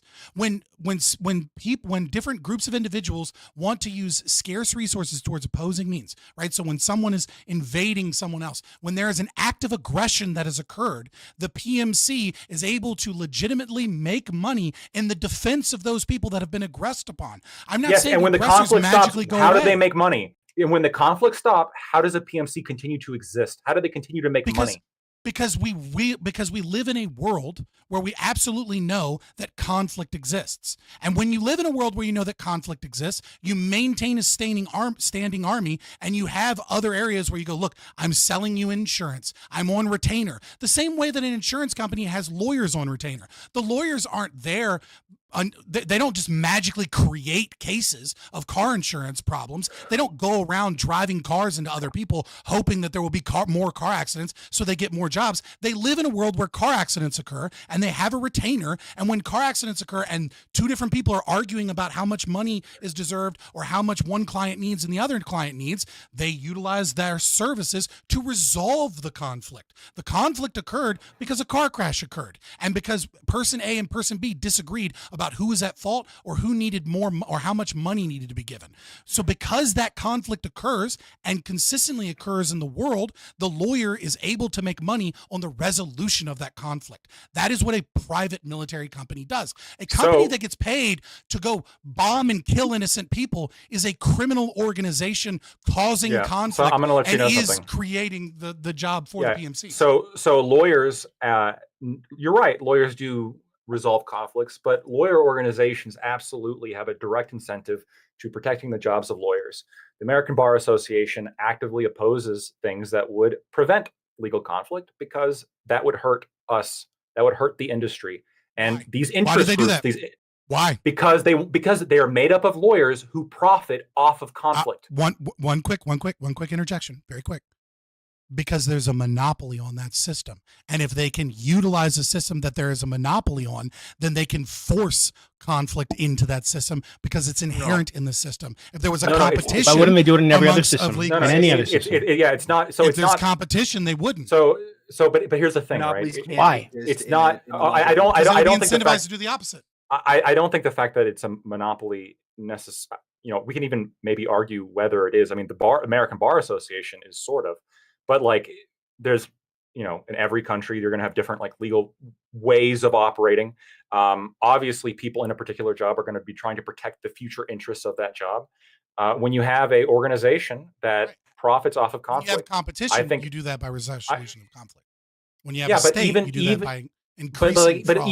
even within a system of competition, right? Especially when it comes to force, like I think this is a sort of unique situation of, I don't know how to describe it. Like you're saying conflict will always. You're saying, I understand, right? You're saying conflict will always happen, and I don't disagree that it'll always happen. But with conflict, both sides of like the fighting force, if it's for profit, both sides are making money, right?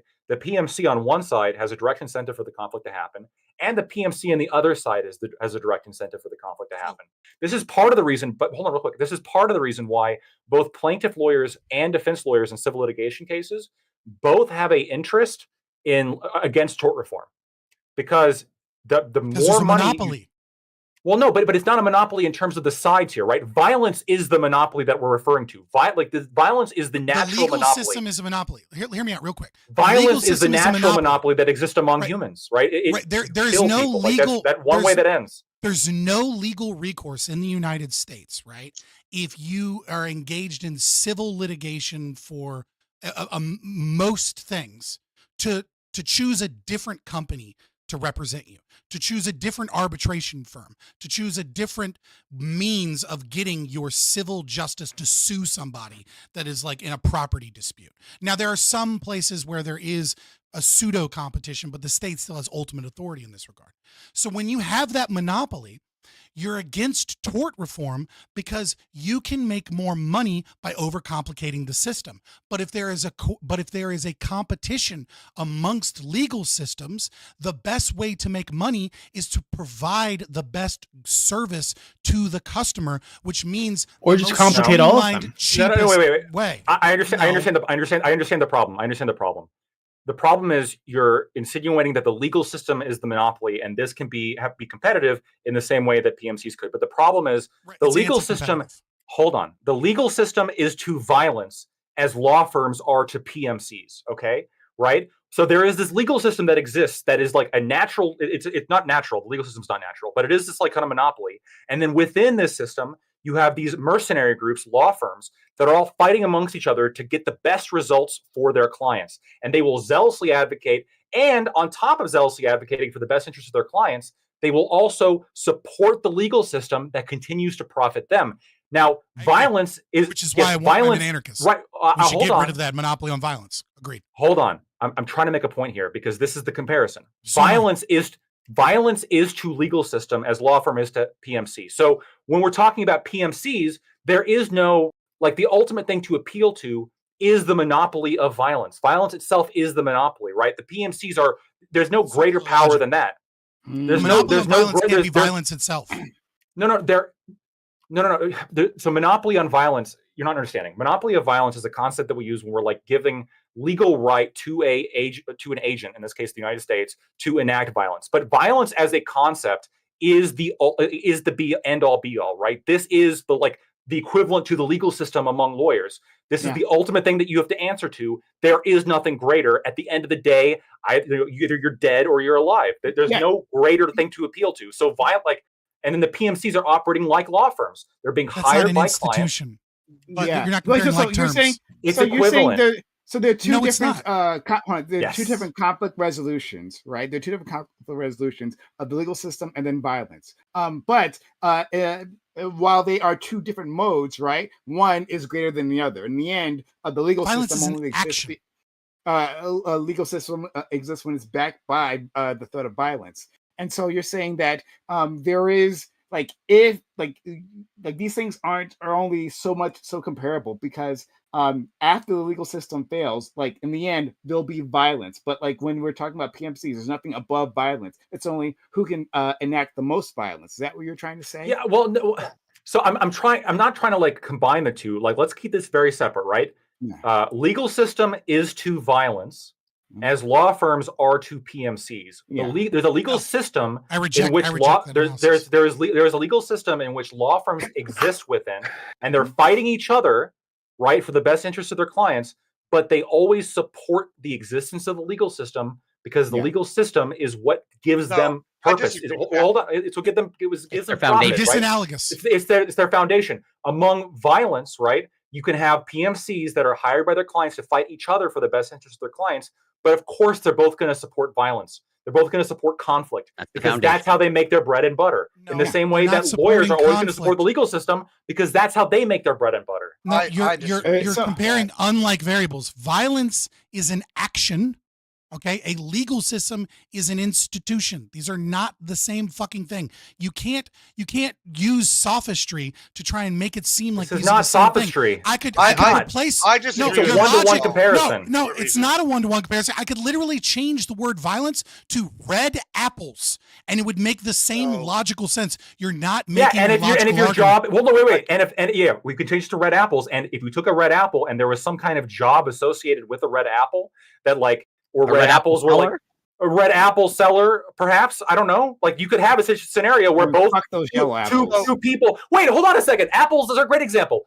Apples generally, within the Apple system, you have two people who are competing with each other to sell apples, but they both support the institution of selling apples because they both make money selling apples, even though they're opposed to each other. You just memed your way into showing why this is circular. Oh, he didn't meme. Selling apples is an action. I'm pretty sure. No, it's an institution, Corey. Violence, a way of life. Violence and a legal system are not the same thing because violence is ultimately backs up the legal system. Scott, you can respond But as soon as you're done, I'm going to go to Jibby, then I'm going to go to Hunter because I want to get these two in. However, we're already over time on this. I know other people are excited about the other topic, so I want to make sure we get to that. So we have to move quickly, all right? So make a quick response, please, and then Jibby is going to probably respond to you any which way. So I just have to call out sophistry, right? It's not, you cannot compare the thing that backs up an institution to the institution itself, right? I would just suggest that everybody read Jack Donovan's "Violence is Golden." It's a great article. You should check it out. Okay, actually, I want to take a look at that. So let's go to Doobie and then Hunter. Yeah, I think Scott is attempting to overcomplicate the topic to avoid dealing with the fact that he can't respond to any of the firm claims or firm positions. I've responded to everything. That's sophistry, Doobie. No, you haven't. No, you haven't. Name one thing I haven't responded to. Okay, so you propose this idea that if a PMC were to be hired to take over Haiti, for example, right? Mm-hmm. You said, oh, well, hey, another PMC might come in and take it from them because, they'd have a moral obligation to do this. Well, first, why? Two, so what stops that PMC from then just taking over Haiti themselves, and now they're the government of Haiti, right? Or their employers now the government of Haiti. Like, how does that situation resolve in a way that doesn't end up with a PMC or some dude who hired a PMC running Haiti? Did I not engage? But why is that a bad thing, Doobie? Hold on, Gibbs. I actually think you're being extremely honest, Gibbs, and I appreciate it. I think Scott is trying to obfuscate his. No, I'm not obfuscating. I'm not obfuscating anything. So first, you straw man me by saying that the only reason that anyone would respond was because of moral authority, right? That is not the only argument that I made. Second, it was an internal critique in terms of what they are incentivized to do in order to make a profit. And I am challenging the assertion that people will just take something over for the immediate resources, thus profit gained, when there are so many consequences of an action of a rogue military force toppling nation states. It is in the interest of everybody else that has power to protect themselves from this criminal gang that has decided that they're just going to start toppling nation states. Third, in terms of this situation of no, actually, I think that's enough of a response to that. But third, I already did respond to this, and you said so you still have so yet one to back so up the one claim. oh god okay. So one, you're correct. You also mentioned that they'd have there's some kind of profit incentive for them to come in and remove this PMC and this employer who's taken over the nation.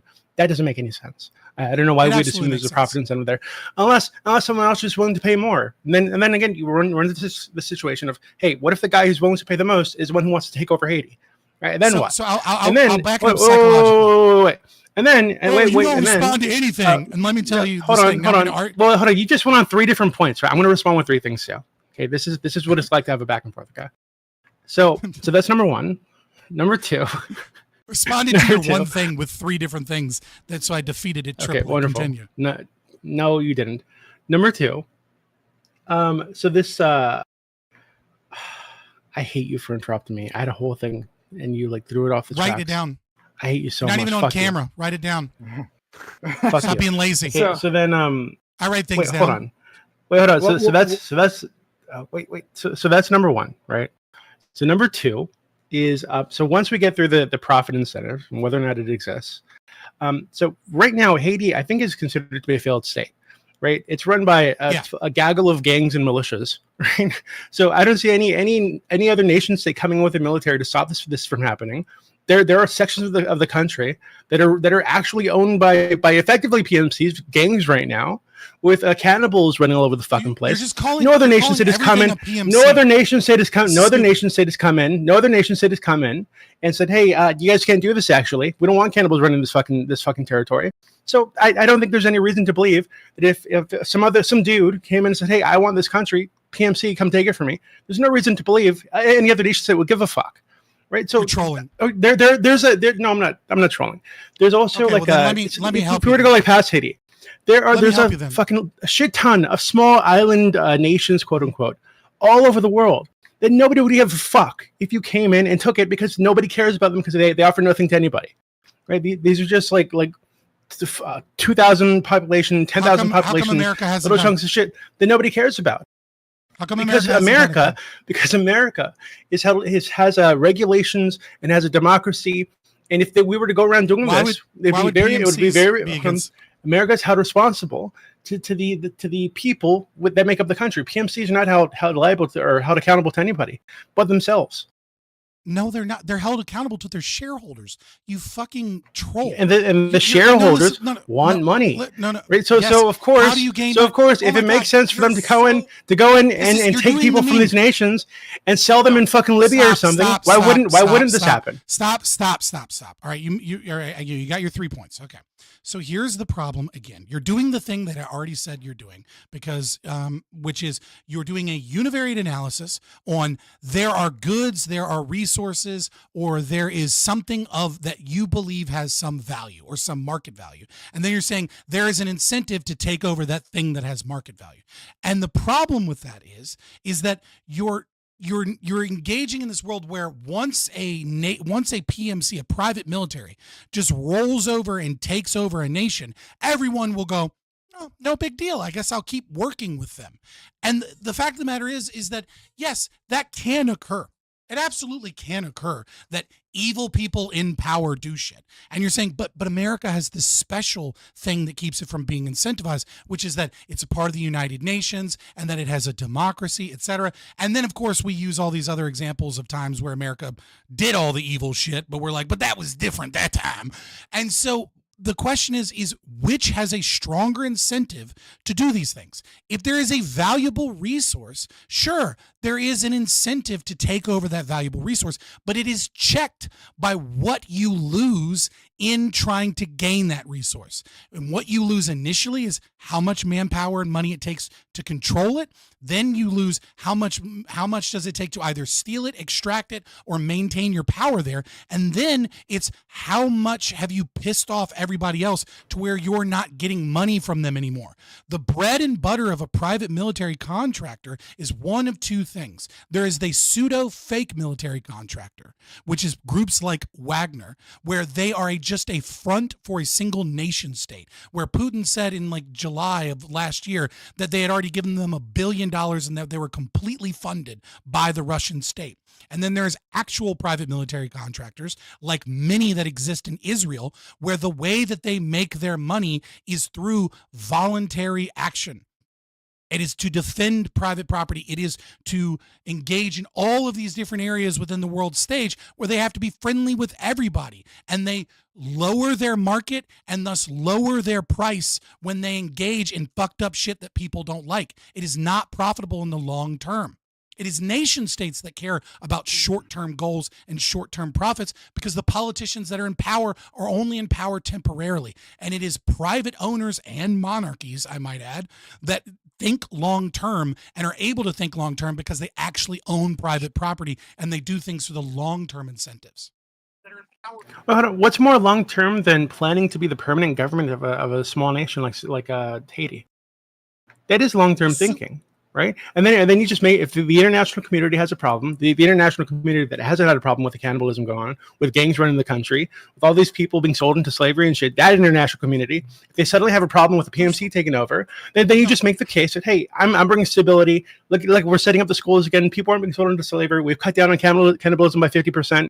You make that case, and you might be able to say the fucking head of Haiti going forward. So this idea that it's like objectively inevitable that the international community is going to give a fuck about the country takeover, which is ridiculous. There are genocides that happen all over the planet that nobody gives a fuck about. By the way, there's slave markets all over the planet that nobody gives a fuck about. You can take over. They can take over any one of these countries, and nobody will continue to give a fuck about it because nobody currently gives a fuck about it. Oh God, you're so angry. The doomsday scenario is what's happening right now all over the fucking world, where we have militaries that are funded by private organizations, private individuals who just have like ideological differences with other people in these areas. Quit your grandstanding. I'm grandstanding. Me, Scott, you're accusing somebody of grandstanding. Are you fucking serious? You're absolutely. Please. Yes, because you who funded ISIS? Yes, do you think that individuals weren't funding ISIS to further an ideology? This happens all the fucking time. You don't need a country to do it. And ISIS didn't give a fuck who they were pissing off when they were going around beheading people on camera. How stupid I'll make you look. Oh my God. Keep talking because you're terrified of how wrong I'm so scared. Go for it. Yes, here you go. Shut the fuck up. Very quickly. You're doing what was ISIS's PR department like? Do you think really ISIS really gave a fuck? Yeah, Do you think the cannibal guy in Haiti gives a ISIS is fuck what he looks PMC like now. when he's Yep, cannibalizing terrorist people? Organizations are PMCs. Yep. Do you think General Butt Naked gives a fuck what he looks like? Yeah, I Like, know. are you Yeah, serious? just keep throwing stuff out there because you know that'll make you look like the fucking idiot you are Of because course. you're nothing but a goddamn troll Of that course. never actually brings Of any course. arguments. But I'm glad you actually decided to participate in a debate for once instead of sitting in the fucking corner.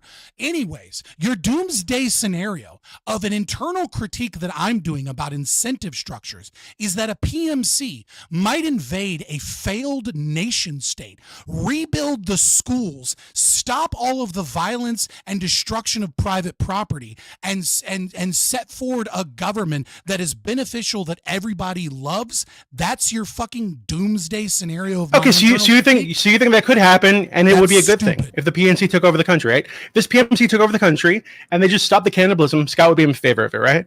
That'd be a good thing that you'd say support. that. It would be Then something what the fuck are you would. saying? It's a direct argument against you. You would Hold support on. it because No, you're no, I wouldn't consequentialist. actually. I wouldn't support So you some would be- dude taking you would over be- Haiti. No, I wouldn't. So you would be absolutely against, and it's just this as a consequentialist that you have shown yourself to be multiple times. There's just something that really irks you about the idea of some private organization coming in and solving the cannibalism, the murder, the crime, the education, and the poverty in Haiti. You are lying and you are full of shit. Oh God! If that private organization is a mercenary group hired by some dude who installs himself as king to do all these things, then yeah, I'm against that. I think this should be handled by nation you're full of states that have shit. democracies that are held accountable to somebody. Yes. You're lying. Okay. You're full of shit. All right, so we Wouldn't got care. so we got to go. I'm gonna go to the last person here. We're gonna go to Hunter, and then we'll move on to the other topic. Yeah. So I think, Scott, one of your biggest arguments is that essentially companies operate long term, right? And I guess my question is, don't we have multiple of examples of companies like having an expected value calculation that was a little bit myopic? Like obviously Exxon was like, hey, we're going to continue pumping oil even though we know it's going to destroy the environment. Long term, Enron. that's going to fuck not just us over, but every single other person.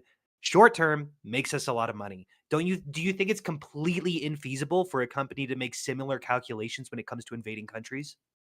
So what I would say to that is setting aside the specific examples that are dependent upon your belief in the presumed danger and what level of threat climate change has, right? Like, let's set that aside. Well, because course there you would be are, some Fabian. controversy there. Well, I think it's bullshit to restrict. I think you should go forward and innovate and progress because that's how you're actually going to solve climate change. So setting that aside, Okay. for like some other form, it doesn't matter what it is, right? The question is can companies, and is it not an incentive of the company to engage in short-term thinking and fail, and that failure costs money, resources, and when I'm talking And about military, lives. potentially human lives, right? Yes, Millions of lives. It could I be, absolutely right? Yeah, no, I absolutely agree. That's perfect. The difference is what are you comparing it to, and what you're comparing it to is nation current states, system. right? Yeah. And so under nation states, you are Right. more incentivized towards short term thinking, and the reason you're more incentivized towards short term thinking is that under liberal democracies, politicians that make these decisions, they don't actually own anything in the government. They don't actually. The only thing they own is like their pride and their sense of accomplishment and their legacy to the public, so much as they care about that. But when you are a private property owner, you're far more incentivized to think about the long-term effects of what you do to the value of your property that you may or may not lose, especially if you're going to pass it on to your children. And so I do agree that people make incorrect decisions. I would just say that central planners haven't solved the economic calculation problem, and that prices in the market are a much better predictor and much better information to be utilized, and I'm that not a private communist. property owners are less incentivized to do so. Sorry, I'm not a communist. I obviously believe that there is some form of privatization that's necessary in a running economy. I just I That don't wasn't know. my that wasn't my argument, to be fair. You said do central know. planning. I thought you were accusing me of. No, okay. No, I just said the economic Didn't Lactoid calculation lay problem out like doesn't 10 make different cases where a private company did terrible things for profit? That was sophistry. Oh, okay. Okay. No, he gave multiple examples of what he thought could happen in terms of profit. And when I went to Did World happen. War I and showed History that, did happen. It was very easy. No, you gave two so, examples of what did happen, and that was a different thing. Then let's move on. There's way more than two. Our final. Okay, so we'll have to continue this. Try and on. negotiate This your was, victory in the opinion of others. Wait. I labeled 4 things that historically happened. This was quite interesting. So before we continue, multiple things, right? Before we get to our next topic. First of all, guys, if you liked the content, consider supporting us. Thank you, Black Yamato, for giving me 100 bits 20 minutes ago. But anyway, it's fine. Corey, please. But consider helping out the channel, subs to the channel, give bits or give subs. Or since someone brought it up, thank you. You can use our PayPal. I used to be part of my spiel, but I haven't said in a long ass time. But exclamation for donate in chat. And also the PayPal button if you're on desktop. You can click that and consider, or the donate button, excuse me. Click that and consider supporting the channel that way. If you want to, say screw Twitch and don't want to cut them in on it, I'm happy with that. That works with me. So consider supporting the channel. If you've enjoyed this conversation so far and like the setting, the moods, the experience, consider helping us keep that around. If you're on YouTube, consider using Super Chat. We'll react to those. So if you have something to say, we'll respond. So thank you so much for anyone who did assist so far. Something I gotta address, because at first I thought you guys were memeing, but I guess you're serious about this. That there are cannibalism in Haiti. So that's not the case, right? You can literally watch him eat a human leg. Yeah, they're literally not. So there's literally there's literally been Hollywood? fact checked. Actually, one of these videos is apparently from a Chinese theme park. Is a video that people have been putting around saying, "Oh yeah, this is cannibalism." Another one of these videos is some man talking about it, but he's like a Hindu individual from a video that it took place years ago. There's a whole list of this evidence that Elon Musk, what a surprise, spread online. Right? It's just a simple Google search, and this all falls apart. No, there's hold on. evidence. There's no Why evidence. is that called barbecue? Why did the guy? And that was addressed too. Oh, God. He's called barbecue because his mother, and this is the name of a gang member, all right, this nickname. He's called barbecue because his mother was a street vendor and she sold fucking barbecue. Right, that's where he got his name. Okay, hold on, Prime. Wait 1 second. Was it so to be clear, barbecue? So to be clear, yes. So to be clear, there you go. So to be clear, hold on. So Prime, that's where he says his name's from. I didn't know about any the cannibalism videos from Haiti. I was thinking about the barbecue guy. So that's what he says his name is. His opponents allege that it's because he eats people, right? Or he's like cooked people alive. Yeah. The US and also to be clear, General Butt Naked is from Liberia. Okay, and that guy did eat people 100%. Liberia. Okay, so you recognize? I don't know about Liberia. I can't defend Liberia. Anyway, the U.S. State Department has said they have no evidence of cannibalism. Right. This is literally since Columbus landed on Haiti, because that's where he landed. Right. That's where he originally landed was Haiti. Right. When he landed on Haiti, that's when this narrative started. So before the black people were there, that's when this started. And then it continued on with misinterpretations of what voodoo is, misinterpretations, outright lies of what voodoo is. And so now racists are using this online to say, well, we can't let these Haitian immigrants here. They're cannibals. So this is an extremely long racist trope that's happening. It's just being regurgitated by once again the conspiracy theorist in chief Elon Musk. So I don't think they should just bring up the French genocide. Just very quick. I would love to. I don't care because no argument I've made is dependent upon there being cannibals in Haiti. Okay, I don't care. I'm not. Then why did you respond? Because I'm not addressing you. If that's the case, I'm not addressing you. I'm specifically addressing cannibalism. All right, to say that's not a thing. All right, so it's an extremely racist trope. Let's not use that anymore, guys. It's a lie, but if you want to go over it. Why is it racist? Let's do that. Yeah, it's not extremely racist because why people is see it racist? videos that they believe to be true of eating. No, I'm dead serious. Hold on, but Prime, I think this arises from Haiti being a failed state, right? From them having all this conflict and poverty. You said this existed before the black people got there. It was this trope about cannibal. So how is it racist? The black people weren't even there. Because it was a misunderstanding then, and then it just spread. So every race but white people. Mr. So it's not Christopher racist. Columbus. It's just like that island has Oh like my god! cannibalistic. Like Lactoid, I know. I feel like you're trolling me It's right before now. the black people got there. How is it racist? Yeah, it can't be racist. Then. It's used for racist We will means. do it. We will The- do it. We will. I'm happy to do this later with you, right? Okay, But like people have said they're really excited about the next topic, so I'm going to get to the next topic, and then we can like walk down with Black who doesn't understand why implying minorities eat people might be racist. So don't worry, I'll explain it to you later on. It's no problem. They're the majority. Do minorities eat people? Do minorities eat people? Have minorities eaten? I imagine most of the people who are Have cannibals on the minorities planet eaten are people? minorities. Anyways, Yeah. They did in right? Liberia. Guys, Well, then support you the know channel. what? Hey. Prime Kaz is a racist. Confirmed. Yeah, indeed. Sure. Supports the idea that minorities eat people. Fucking racist. Okay, and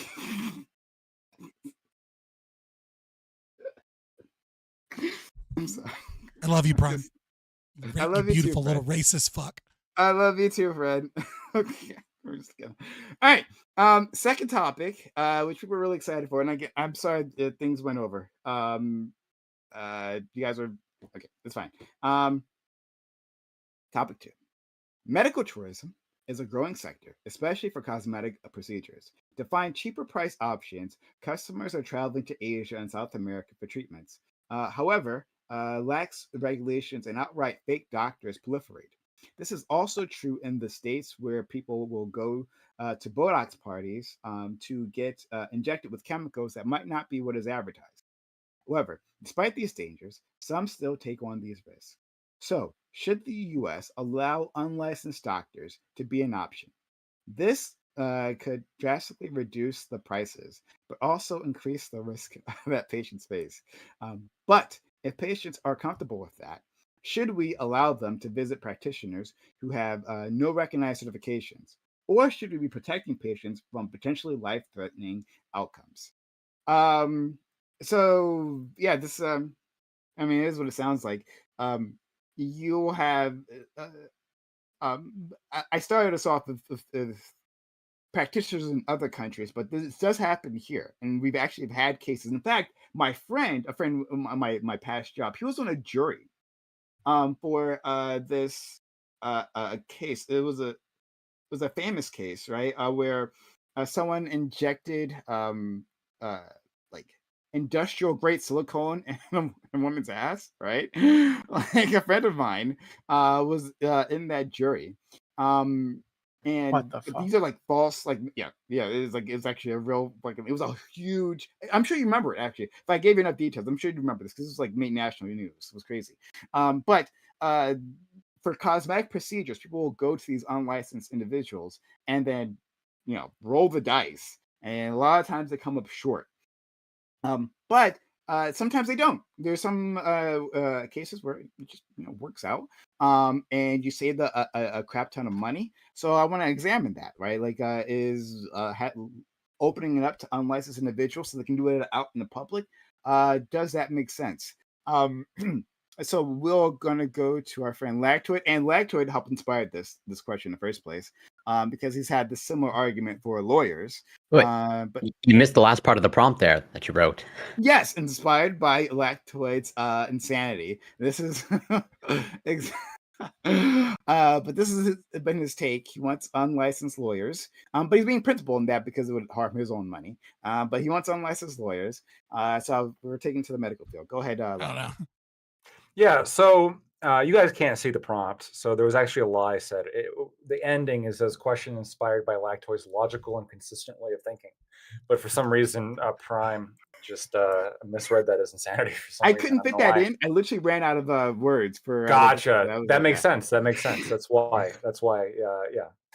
Anyway, yeah. The answer is yes. If you're an adult and you want to take a risk on getting a procedure done, or getting advice, or really doing whatever you want with your own body and your own person, and on something that doesn't involve invading me, I don't give a fuck.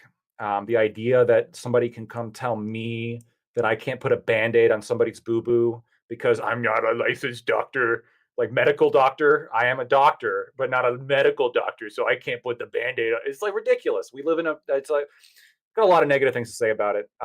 There used to be a day when we didn't have to worry about that bullshit, and medicine was cheaper. And I think that we can get costs down a lot for a lot of things, not just medical care, if we remove licensing requirements and just simply make it that licensing as we know it is less of a licensing and more of just a recommendation, right? Hey, come here. I passed this exam for this official board. You know that I'm good, right? There's no reason why you should need a license to braid hair. There's no reason why you should need a license to cut hair. There's no reason why you need a license to practice medical care. It's all bullshit. Thank you so much. Let's go to our friend Scott. Surprise, surprise. Despite our differences on the last topic, you're not going to hear anything against me against Lactoid here. We're 1-to-1 here. I would like to add a few things though. I don't think it's good. I don't think that it is like something we should celebrate or even morally neutral when you see botched plastic surgery, right? I think we live in a society that is constantly bombarding women about the way that they look, to the point where you have like this tepid fight back against buccal fat removal surgery, and where like literally every white girl in America is like not being honest about how many times they've gotten lip injections. And there is yeah, Fairy Queen, relax. I don't mean literally every, but I'm being hyperbolic. And so I don't think botched surgeries are like this good thing just because some fool got taken. I do think fraud ought be prosecuted. You think when people don't know what they're injecting into you, or they don't know what they're doing, and they say, oh, I know exactly what I'm doing, and I'm certified by like some company, and like the company sounds official, but you can't actually find the company, and it looks like a doctor's, or like it looks like some type of licensure, but it's not. It's just like Admiral Gibbs, like, jokingly being a doctor because, of something else to sell you eye treatments. That these are problems. All of these things are problems. But the question is, well, where does this problem come from? And this problem comes from the United States government and regulations. That is why we have these problems. You may think, oh, well, licensing is actually protecting us. But the thing is that the more you regulate an industry, the more you price people out of that industry. And the more you make gray markets and black markets more profitable and more alluring. And that's what medical tourism is. It's that we have an overly regulated industry that is so regulated, and there are regulations that are just ridiculous. Licensing is one of them, but the recent 2022 No Surprises Act is this bill that, for example, that's supposed to be this beautiful bill because, it's going to keep people from being fraudulently, given outpatient facility and outpatient bills, and it won't be a problem. There was a problem, however, which is that the government, thought that there was going to be roughly 22,000 disputes of that bill between insurance agents, outpatient individuals, and inpatient individuals in terms of pricing negotiations.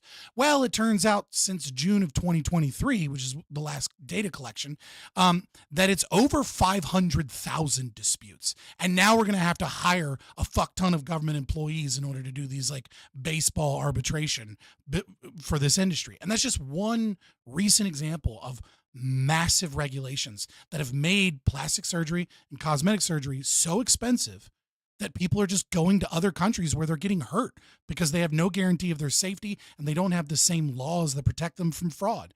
And if we want to do something about this, the best thing we can do is deregulate the market and allow private markets to step in so that we can have safer, better plastic surgery, and maybe, just maybe,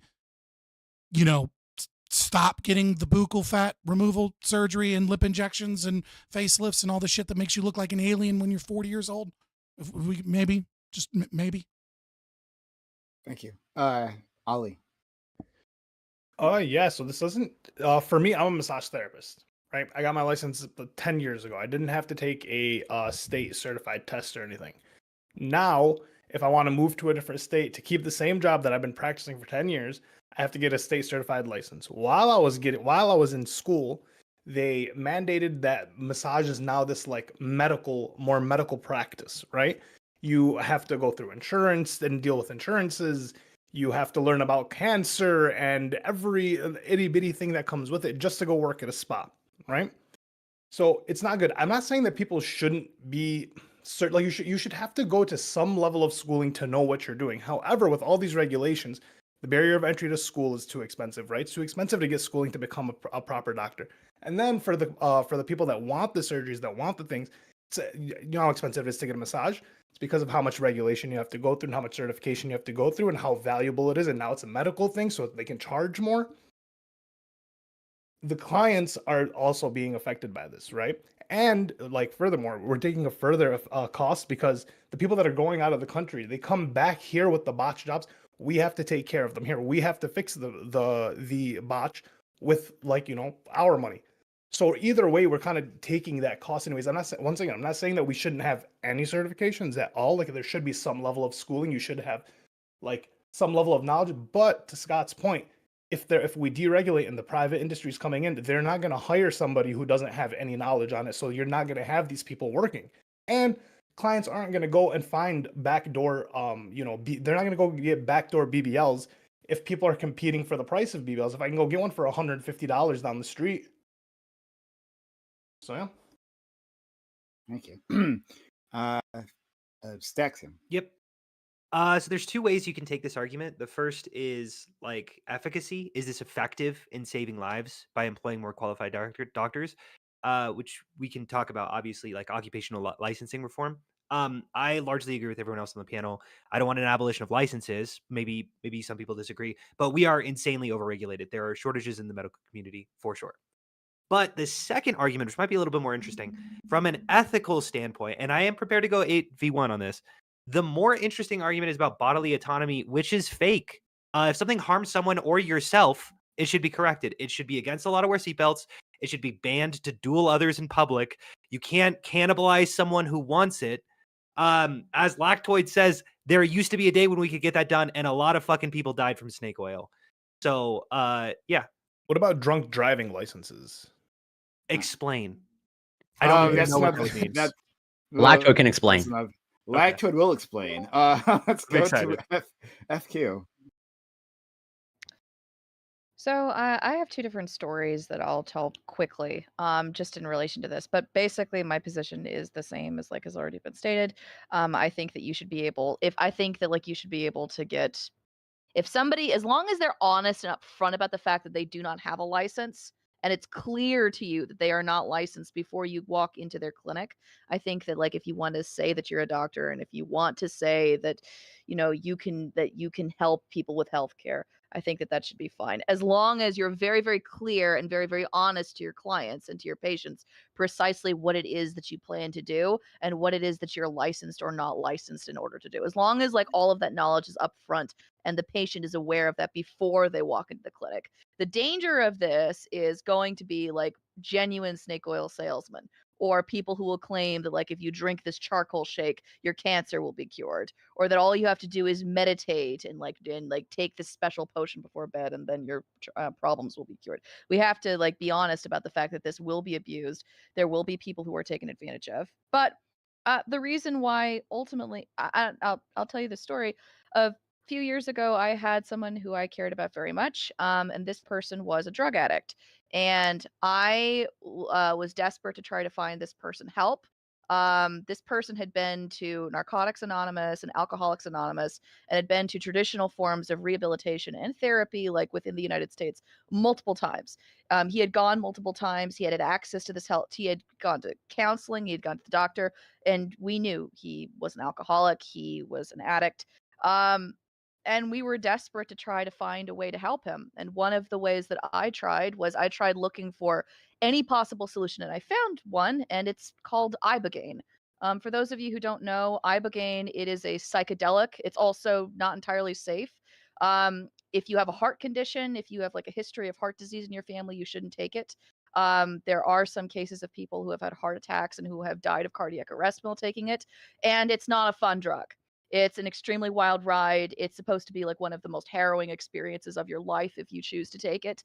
But the advantage of taking it is that after you take this drug, supposedly people who struggle with opioid addicts in particular, they feel no withdrawals. They have no withdrawals directly afterwards. They have no urge to use like after taking this drug. So for that limited time, like in about like 6 months after taking this drug, it's supposed to be an extremely effective way of helping addicts like getting off of addictive substances. But because ibogaine is illegal in the United States, there are only some clinics that offer it, which means that if you're interested in this type of rehabilitation for your loved one, you will have to leave the United States and go to Mexico, to Costa Rica. I think the name of the clinic is called Clear Skies Clinic, and it's exorbitantly expensive if you want to go.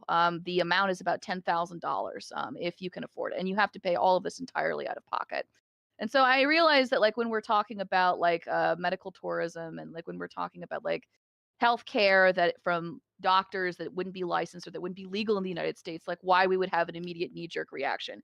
You all are probably thinking of the same stories that I thought of, which is of the woman who gets a tummy tuck, you know, in a country next door and then dies from it and then leaves her children and her entire family aggrieved because she tried to get plastic surgery.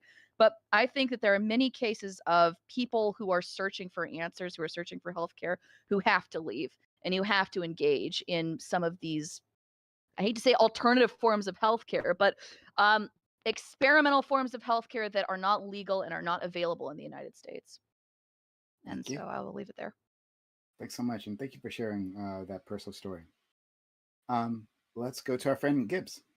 Yeah, this is real rough going after that emotional heart trigger. I'm gonna look like a real dick, but I say open it up. Like if people want to go and try whatever they want to try, let them try. Bring back dueling. I feel like that's a problem. We don't have enough dueling, but that kind of goes hand in hand with the subject actually. Yeah, when I'm looking at it, I don't understand why if someone wants to trust Dr. Jinx from Always Sunny or Dr. Gibbs to do their appendectomy and they sign a waiver, fuck them. Let's They're go for what, it. Jack, to me? Yeah, exactly. Yeah, you know what I'm saying? If they're gonna let me do it, and they sign a waiver where I'm not liable for whatever happens, then hey, I'll take their money. I don't see a problem with that. Like if the claims What is game, wrong with you? No, you oh, would not take their listen, money. I would You absolutely would kill the poor person. You would vivisect him yeah, on then we the should go Let him speak. slab. Let him speak. It's his They opening. sign. I'm just saying, like, I mean, I like listen. You'd be surprised when I'd be willing to take the money for when people sign a waiver. I'm just saying, like, if they want to do, then that's on them. Like, why should we be keeping these people alive? They're clearly like choosing like these alternate options. This is not my responsibility, and like, I wholeheartedly object. The Stacks Gibbs Organ like premise. Like, harvest I people? just, Basically, I just know like it. eugenics Like, with yeah, people who whatever. don't want to look No, into it's it. yeah. If they want to spend the money to go buy old snake oil or mercury and put it in their arms and inject it, hey, let them do it. Like like I said, they could go against the credentials, or they could go get the credentials they think is good. Maybe this guy on YouTube knows more than the guy who went to med school. Who knows? Let them find out. Let's see. I think it'd be good for the society actually. Like I mean, I've watched Law and Order SCU, so there's no reason to think that I'm not a better lawyer than Lactoid. I think. I thought you were going to say an expert on rape. God damn. Okay. All right. Thanks for that, friend. Podcast rape expert. Just put a little banner at the bottom. Yeah. That's good. DB, please. Yeah, I don't think it should be allowed. I think that Staxium's position is actually the best one so far. I think that there's like a national interest in ensuring that people aren't doing crazy shit to themselves, aren't giving themselves tails, or having all their teeth removed for fun.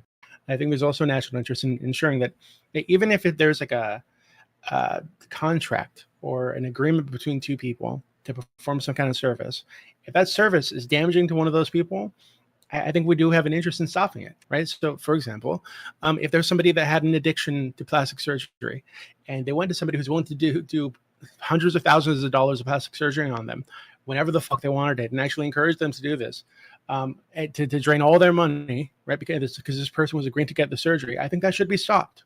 If somebody went to like an old person and said, "Hey, yeah, why don't I get rid of all your wrinkles?" Right? Just like lurking around like elderly homes and shit, offering plastic surgery to all these old people. Yeah, I think that should be stopped. I think there should be someone that they're held accountable to, right? Some kind of board that can take their license, that can make sure that they no longer can operate in that field. So yeah, I think I agree with Saxiums. I'm imagining someone showing up with with an iron. Like, I'm gonna get rid of all your wrinkles. Let's finally, our friend. It would break Corey totally. Like, you're just not a doctor. You're not licensed like I am. Corey, please go ahead. So I can respect Lactoid's position, and in some ways I'm sympathetic to it. Where like definitely I go back and forth when it comes to credentials of like until credentials actually mean something in terms of like I've made my positions clear in the past. Osteopaths shouldn't exist. Chiropractors shouldn't exist. Naturopaths shouldn't exist. But the fact that you have I think like the American Chiropractic Association side by side with the American Medical Association, many people can't distinguish between the two. And like I can appreciate and respect the full bodily autonomy argument. But I also want to protect the world from people like Gibbs doing a appendectomy. So I don't want that happening. And so I don't know how to solve that problem. And just as like I don't want people weaponizing their credentials, like people opening up their own cold plunge institute because now they have their PhD in cold plunge. I see that as a problem, and people can't distinguish between accurate and inaccurate information. But yeah, as of right now, I lean towards credentials like being a thing. They have to exist to some extent, but we have to ban chiropractors, osteopaths, and naturopaths. And I'll leave it there for now. Until the campaign continues. Thank you for that, Corey. All right, open Doobie. Yeah. Doobie, we don't have a vested interest in stopping any of these people from doing that. Have you seen the tattoo industry? People are splitting their tongues. People are getting implants to look like aliens. We don't stop. Yeah, I think all of that should be illegal. Oh, you think it should be illegal to get like tattoos breast should be implants or like a BBL? 100%. Like what about like a huge butt or like big boobs? Hold on. So to some extent, so I think I'm sure you've seen people that get like breast implants that are fucking huge, Yeah. or they get all this plastic surgery and they look like fucking bloated aliens, right? Yeah, like they look like fucked up brat stalls. Yeah, Yeah. I think all that should be illegal.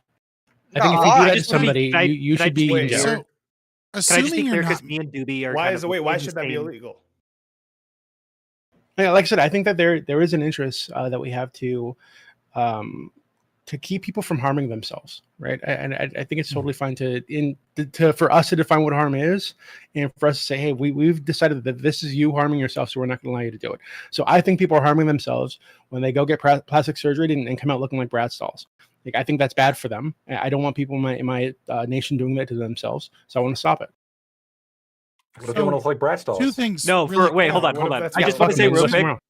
I want to say real quick, Answer. just because I feel like I'm tied into Doobie and I just want to disagree with him for just a sec. I do not think that meets the metric of harm at all. I think that like when you actively are hurting yourself or you are possibly dying from a specific thing that you're doing, I think that meets my threshold.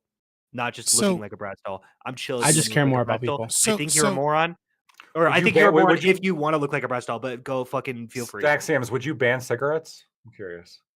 Would I ban cigarettes? I would say whatever is the most effective way to prevent people from smoking cigarettes. Sorry, I'm on the utilitarian. Cigarettes should be banned. What about yeah. coffee? fucking We should red ban pill. coffee, And alcohol. like It's just coffee. whatever stops It's my body. should I should cars be able to be- put should into cars it be whatever banned? I want. And people die all the Should time. we ban gay sex because of the rest Hold of on, the hold on, wait, one second. cars. Saxims, Cars Saxims, just kill more- accept it. cars kill Saxims, people. you should support banning cigarettes and alcohol. Saxims, just What about accept cars? it. It's No. human If, practice. if that limits by like if that because obviously last time we banned alcohol, it just increased alcohol What consumption. about No, homosexuality? that's bullshit.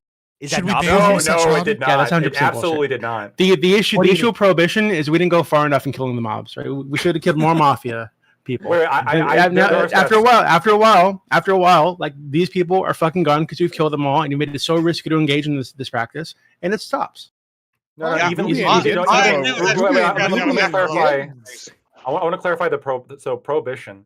A lot of people will just make claims about that. The reality is, like, yes, the mafia did gain power, but there was like a massive decline of liver failure or liver cirrhosis and like liver illnesses following prohibition, and that number of like lives supposedly saved like far outweigh, like in terms of just raw number, far outweighs any like extra lost lives that came from the mafia. That being said, if you try to ban my fucking alcohol, I swear to God, like this is bullshit. So exactly.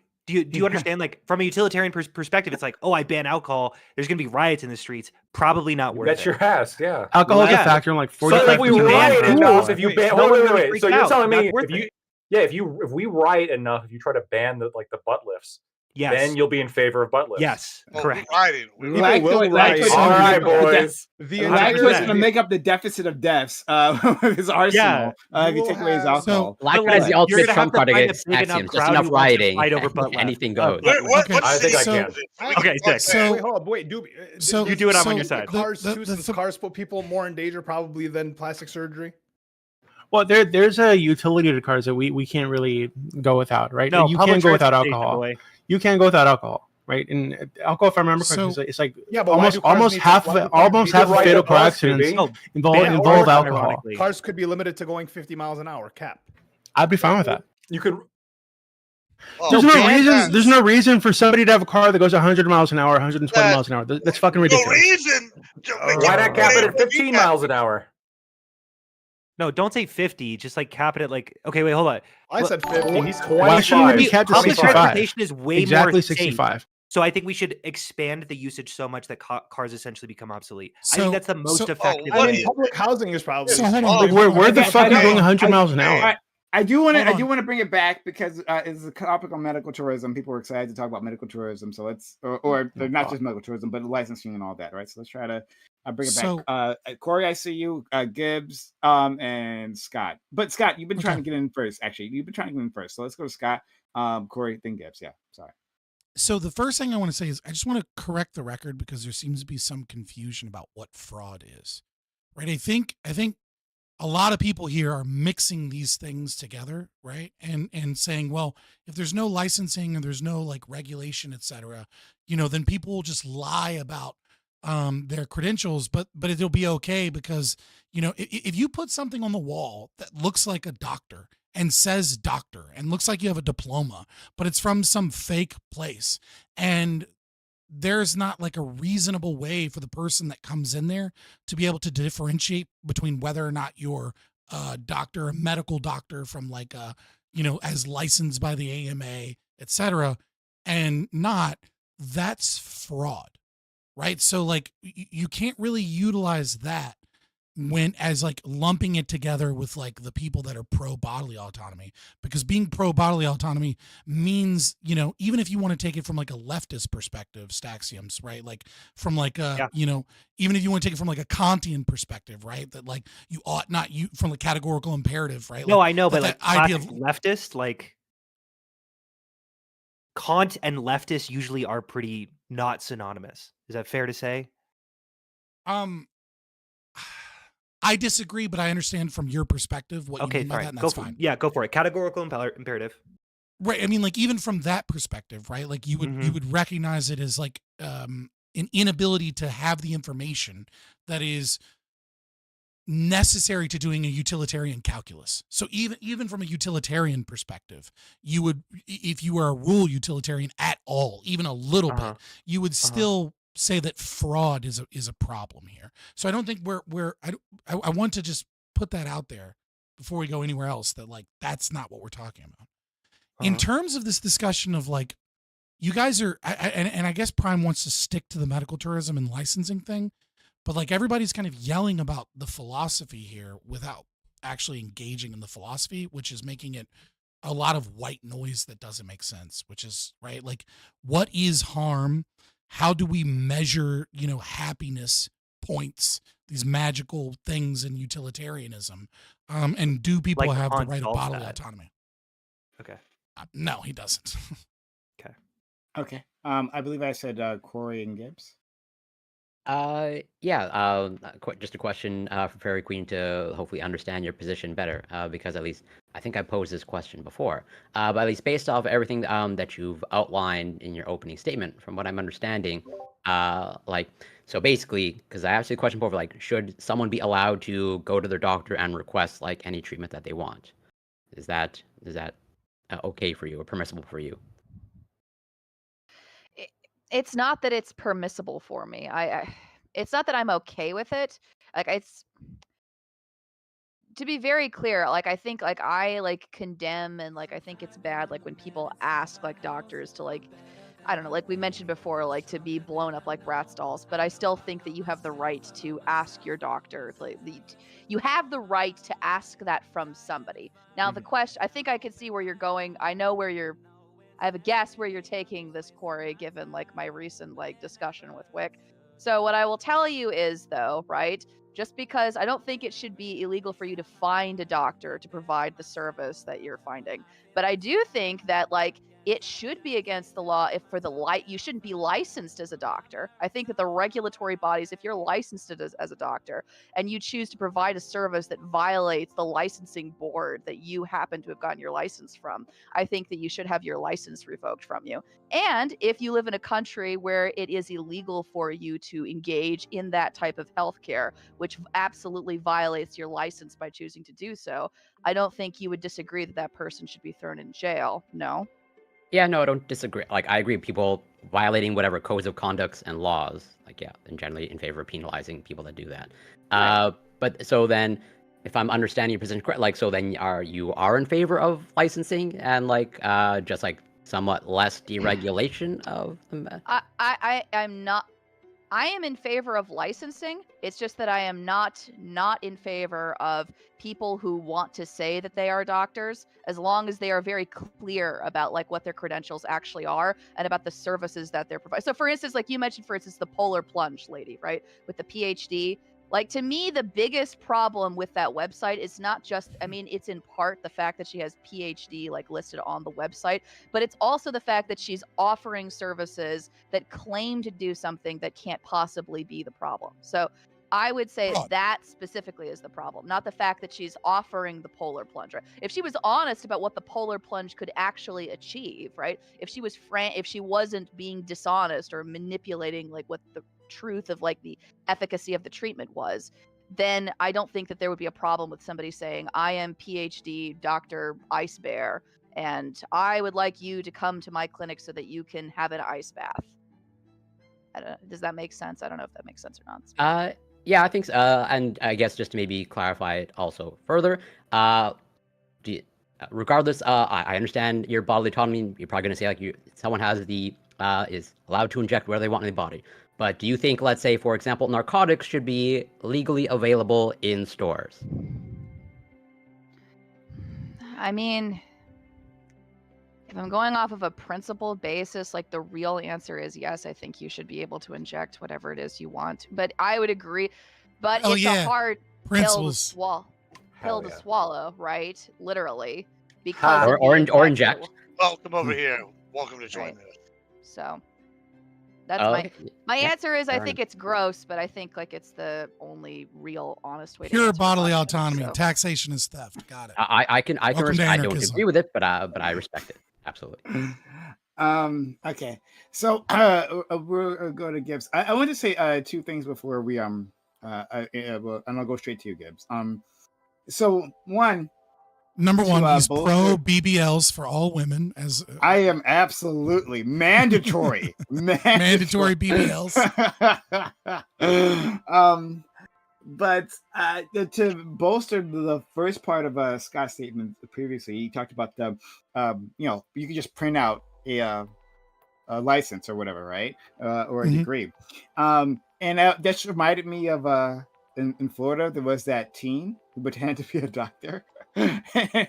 He was doing it for a while until the coffee sent him to jail. Oh yeah, I remember, and he was like really good at it. Apparently, like he was like successfully performing surgeries. Yeah, it was crazy. But yeah, he's off the jail. Did you hear about the doctor who convinced women that I'll have to look up the exact disease that they had, but he convinced women that the only way to cure them of like a rare type of cancer they had was to have unprotected sex with them. And he convinced like multiple women to do this. He actually did get arrested for that. Yeah, again, fraud. So your thoughts is you're pro that on the fraud, but like, wait, Lactoid, are you pro that? Yeah. So I'm generally because against I would fraud. say that's like low key rape. No, yeah, he was prosecuted for rape. Low but, like, key, there's I feel like that's high key rape, bro. No, fair. Well, It's yeah, high-key yeah, rape. it's pretty direct. But there's also like an element Like of Harvey Weinstein, except for that one, was low key rape. Like, oh, quid pro quo, I'll get you in a movie. You know what I mean? Come on, sugar tits, wear this dress. sure. But But like, is it? But is it? I'll cure I your don't know about cancer. prosecute him on It's rape, basically the because- same as like he was you either prosecuted on rape. die That's for sure. or Yeah, I you don't know take the if seed. And I don't think that makes sense though, because Why you're coercing someone, or you're not giving coercing. you're giving them false information in order to. What if you mean it? What if Yeah. you mean that Wait. That's a Wait, long Staxium. conversation. I don't. No. I want to have this because you can argue makeup. Women who wear makeup then are also providing false information and therefore raping everybody they have sex with. No, because I think it's well known what the makeup looks like. It is not. Are you No, kidding? it's People put on not. makeup and then do like a total fucking face change. It's Completely crazy. different person. That What if you convince the girl that Put- unless she has sex with you, the world will end, and she believes it? Yeah, I would say that. But they literally do that in cults. Hold on, sorry. That's a different subject, and I think it's there. But I actually do want to have that conversation because I think it's interesting. But okay, there's that. Corey, I see your hand. So after the games, I guess I'll get bounce back to you. Beth, you want after that? Okay. And then the second thing I was going to bring up, I'm not sure if you guys actually watched the video that I sent you, but it was 10 minutes long. Oh, you did. Thank you, Corey. I can always rely on you. I did not watch it at 2 times speed. I'm not sure you caught it, but there was a doctor there. So like I sent this to the audience. There was a video from CNBC, I believe it was, or one of those, right? That talked about unlicensed doctors, practitioners within Thailand, and halfway through the video, near the end, there is a doctor that comes on, right? And they do this to like compare this individual to these unlicensed people, right? This doctor's wearing a yellow shirt, right? And he talks about like how bad it is for these unlicensed practitioners. Thing is, I've actually done a bit of a deep dive into this topic, and I've seen that doctor multiple times, right? Like at least in 2 other documentaries. And in those other documentaries, he was being referenced because like he's licensed, sure, but he does it out of this like strip mall joint, and like he does like basically invasive surgeries in like a store's like storeroom, right? Like that's where it is, like their closet. And you literally you get a peek at this when you look at the video, but there are other videos you show up like he's actually doing the surgeries there, right? And those other documentaries were talking about like, yeah, you shouldn't go to Thailand because even if they're licensed, like you might have this level of service. Right? I mean, like there's no way this would fly in the States because we have regulations about that kind of stuff. But it's interesting. He's like apparently like realized that a great advertising strategy is just to do these documentaries over and over again. But like three times I've seen this guy at least. We say it won't happen in the States, but I've heard a bunch of like shit doctors. Like there was a doctor that was injecting people with water instead of, I think it was either a cancer treatment or fucking flu shots. I can't remember which one's probably flu shots, but he was injecting them with water instead. He was a licensed, certified, doctor. Well, yeah. But I mean, regardless of where you are, this shit kind of happens. If you're gonna have a quack doctor, you're gonna have a shitty doctor anywhere. Yeah, but the doctor who convinced the girls to have sex with him. He was a licensed doctor, by the way. The dude who convinced women to have sex with him to cure their cancer. He was. Don't you think that there would be fewer of these if we maintain it? Yes, there are for sure problems with people who are licensed and do shitty things. 100%. Anyone who is arguing otherwise is stupid. But there will be fewer under this current system. I think people would be more transparent about it. Here's I don't my even problem, understand. You give them the ability to lie and they'll make sure they tell the truth. No, hold on. I'll answer real quick, right? Okay. The most regulated industries in the world are going to be in China. And there's a wonderful series that you can look up right now, after the panel or whatever. And it's like on TikTok, but it's also on YouTube Shorts. Just look up China fakes everything. And what you will see is that the most regulated industries in the world have the most fraud in the world. Wait, hold on. That is what happens when not true. Not true, because you can look at sorry, you can finish. Sorry, yeah. Right. So there is a kind of a Loeffner's curve situation here, right? Where there's kind of a presumed sweet spot of state Do you mean Laffer's taxation. curve? Yeah, You sorry. mean Laffer's curve? Yeah. Yes, I just said yes. Sorry. Sorry, you're good. Okay, buddy. So there's a situation here where if you're going to presume that there must be regulation, there might be a sweet spot of regulation. But every regulation that you put in is just like taxation is going to price things out of the market, is going to slow down economic growth and economic activity. And so there's going to be a sweet spot where presumably you have, a decent amount of economic activity that is able to absorb these regulations. But if you keep piling on regulations, what you're eventually going to have is first you're going to have what we currently have, the status quo, which is where we have too many regulations and we've created medical tourism. We've made it so expensive that people are now wanting to go out of the market because Where are it's they going for that overregulated. fraud? To What do you mean, underregulated where places, did they correct? go? That doesn't. Where do they go? Where I want to get cancer treatment. I can't really get it in the U.S. Where do they go? Right? Well, it Do depends they go on to China or do they go to like Mexico? Right. Largely speaking, Mexico. What's your right? argument? Which is underregulated, right? I wouldn't say there's no such thing as underregulated by the government. Right. Sorry. No regulation is my the bad. perfect amount of regulation by the It's the classic Laffer curve argument where it's like, hey, there's a bell curve. Actually, it's only just here. It's like I don't even know how to argue with that. So before we do, let's talk go about to Gibbs. Let's go to Gibbs because Gibbs has been waiting, and I said I was supposed to go to next. Then we'll go to Ali. So I less worry about like people dying due to like botched things from unlicensed people, and more about the opposite of what like regulation overregulation does. Like look at what overregulation did with the vaccine mandates. I think those are a pretty like epitome of like a failure overall. I think Operation as Warp far as- Speed was the exact opposite. But I mean, as much as I hate the lefties and I hate government regulation, it was literally deregulation. Yeah. Anyway, so like I said, wait, what? No, I'm talking about the mandate. Operation of the, Warp vaccine Speed was mandate. deregulation of the creation of the vaccine. If you have problems with the I'm not talking creation about of the that. I'm not mRNA talking about vaccine, the creation of it. I'm not talking about the creation of the vaccine. What do they I'm- deregulate?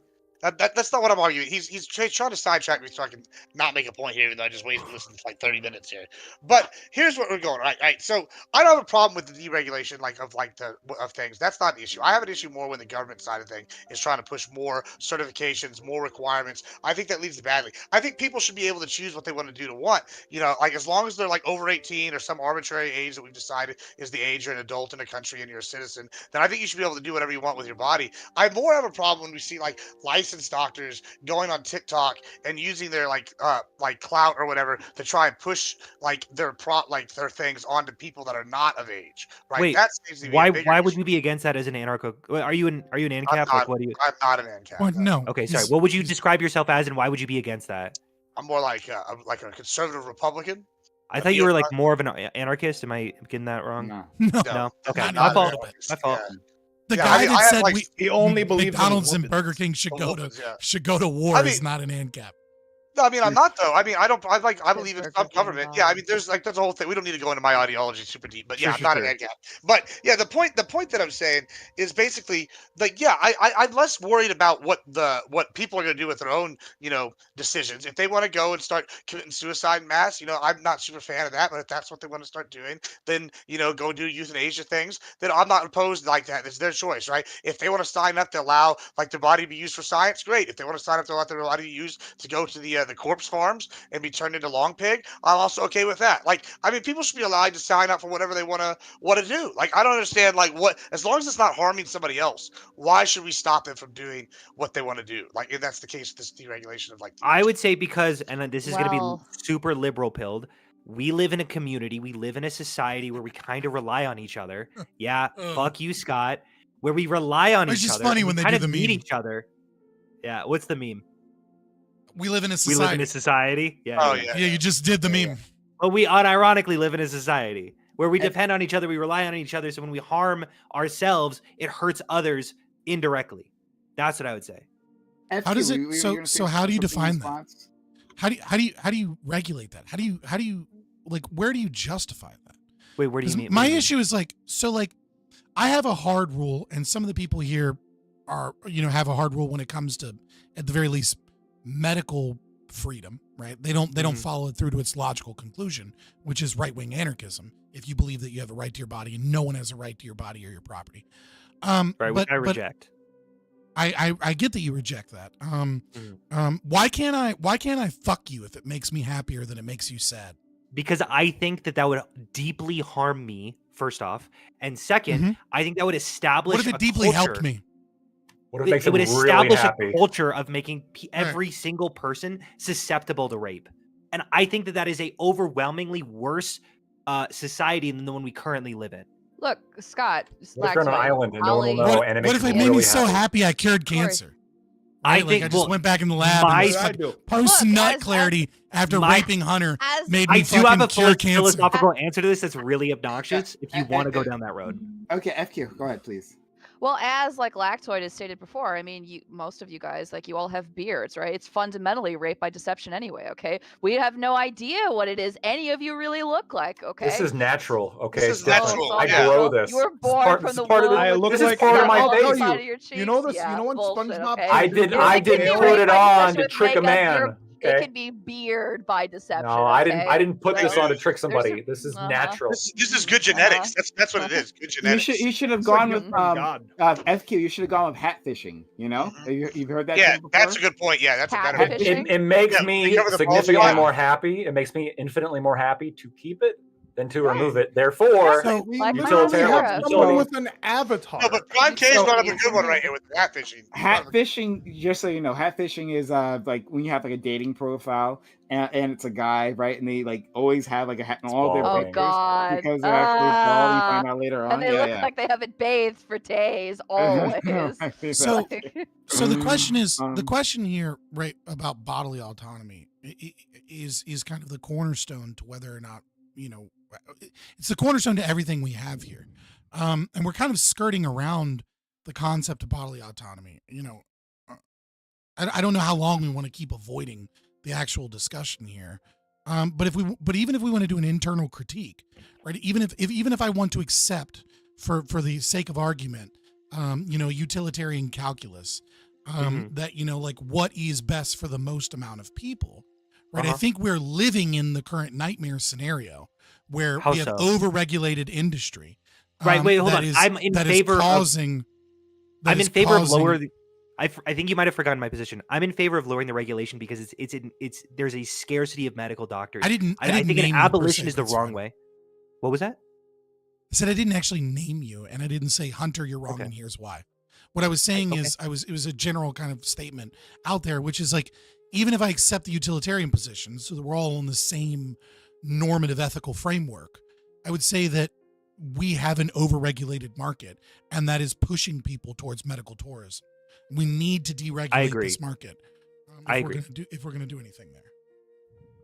So one of the things that Hunter said earlier, because I think that right now we're thinking about healthcare like only as like an independent, fully bodied, of sound mind agent, an adult, able-bodied person making this individual decision for their own healthcare about what will happen to them in their own bodies. But if we're being honest, there are many examples in healthcare which don't follow this model.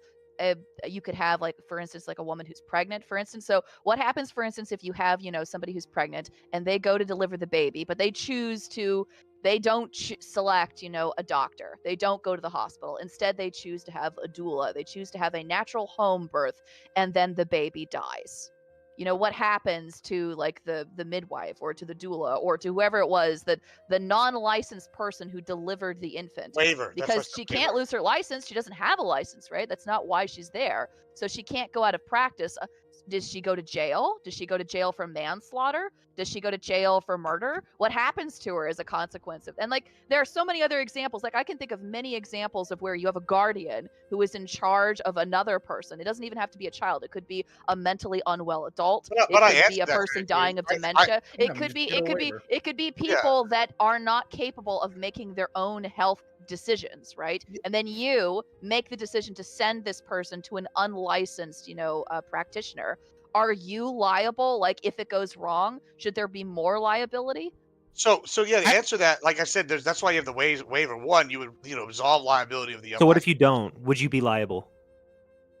I mean, if you don't have a waiver, then you're all. Like, what do we do when bad things happen to people I who think a are doula- not moral agents?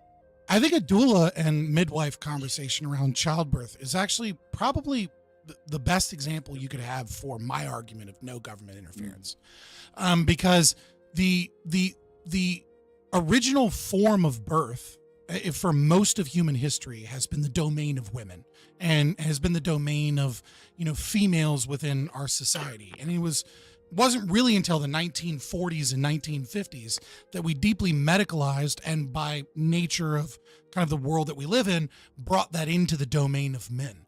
And the skyrocketed women maternity rates. What's it called when you survive during childhood? Lowered so- maternal mortality Right. rates. Yeah. Right. Yeah, I absolutely agree that technological innovation over time has increased many a great deal of things, but it has come with all kinds of other bad things.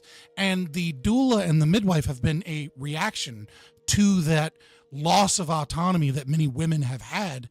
I mean, like we still to this day have doctors that are performing the husband stitch, right, where we're adding an additional stitch to sew up women's vaginal canal so that they can be a little bit tighter in the opening for the husband's penis, despite the fact that this is causing serious pain and medical issues for most women, and that there is absolutely zero medical evidence whatsoever that this is appropriate or beneficial to them. And so I think this is a perfect example of how an overdependence on licensure and like this concept of authority has been corrected by individuals going outside of licensing, outside of that market. And if you talk to any midwife, because I think I'm the only parent here that's actually spoken to midwives. I had a doula for both of my children's birth. If you talk to any midwife, they will immediately tell you, oh, you're over the age of 35. That's a geriatric pregnancy. We don't do those here. We want you in the hospital. We'll have the doula there with you in the hospital. They know what they're doing. They've done tons of research. And more often than not, at the first hint of any issues, they do indeed go to the hospital. And those pregnancies are often much safer, and they're much less painful, and they're much less they have a lot less issues. Now, yeah, there are some crunchy mom type shit there, but I think it's a great example of why licensure and overemphasis on government is an issue, and works for me, I think. I'll wait for Ali to go, and then I can, and then I want to respond to that. Could I throw Okay, so because it's going to take a while, because we have a few I mean, it was people. right to So fair I want to green. respond to that real quick. Respond. Yeah, quickly. Then we'll go to Ali, Lactoid, and Corey. Yeah, Scott, listen, I have heard many stories from many women, and I've read many stories that like what actually happens in many clinics across the country, that like what happens in childbirth is actually a lot more terrifying than like what the average person realizes. I've heard stories of women being like Birthing forced- plans go out the window all the time. Yeah. being held down and being forced to stay in one position. They can't move, they can't squat, they're not allowed to like leave, they're not allowed to. There are cases of women who have been sexually assaulted in the middle of childbirth, and then it's excused as simply the person being examined. Like I hear all of that, right, and I'm sympathetic to that. At the same time though, it leaves us in kind of a weird spot where when shit goes wrong, because everything you're saying right now, I sympathize with, and I know a lot of women who sympathize with it, but they still wind up going to the hospital because of the what if. What if something goes wrong? What if something bad happens? What if my infant son is born and is going to die and they immediately need to be sent to the ER? But oh wait, we have to drive 15 minutes down the road to go to the hospital when we could have simply wheeled him 5 minutes down the aisle instead. That like real quick, birthing centers are almost always within like, I don't want to say walking distance, but it's almost imperative that very often birthing centers are very, very close to hospitals for that reason, number one. And midwives almost always, the moment there's fetal distress, the moment your pulse ox is off, the moment there are any signs of fetal distress, basically, they're very quick to go to the hospital. I think this is an issue that just doesn't really exist practically Well, speaking. hang on though. Like it does exist though, because even if that's true, even if it's true that most birthing centers are close to the hospital anyway, and even if it's true that most midwives, the minute something bad happens, they pick up the phone and they immediately call. Like even if it's the most ideal, like midwife, the most experienced position you could be in, you're still in a worse position because I still have to pick up my shit, get to the car, and drive down the road anyway, regardless of how close it is. And it still would have been much quicker, and time is of the essence. Like if something bad happens, like What's the alternative? Is that you might be in a worse position by being in a hospital.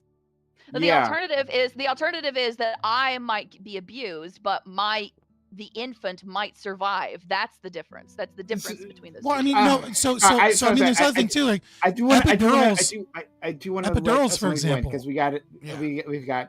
But I really want this conversation. Like, I actually really want to engage with you on this, Fairy Queen, and I'd like to hear what Scott has to say too, because like I'm actually close to the Scott side on this part. I think FQ, if we talk about it, we can actually move you closer to Scott's side, or to my side, not Scott. Fuck him. To move closer to my side. On this one too. But I have to let other people in. We have limited time. So Ali, Lactoid, and Corey. So Hunter, and then a little bit to FQ's point about like what happens if a practitioner fucks up with something. So like with massage, with you get insurance, right? I have insurance. If I fuck up, the insurance handles the fuck up, whatever it may be, whether it may be legal or if it's medical. If I injure someone, I have insurance that covers that. I have legal insurance as well.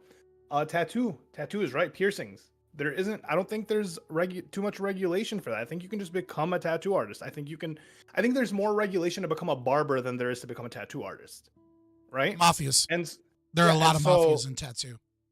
Yeah, and so like Hunter, to your point, with like there isn't much regulation in tattoos, right? Anyone can get a fucking gun on Amazon and just start tattooing up people, right? The way you like.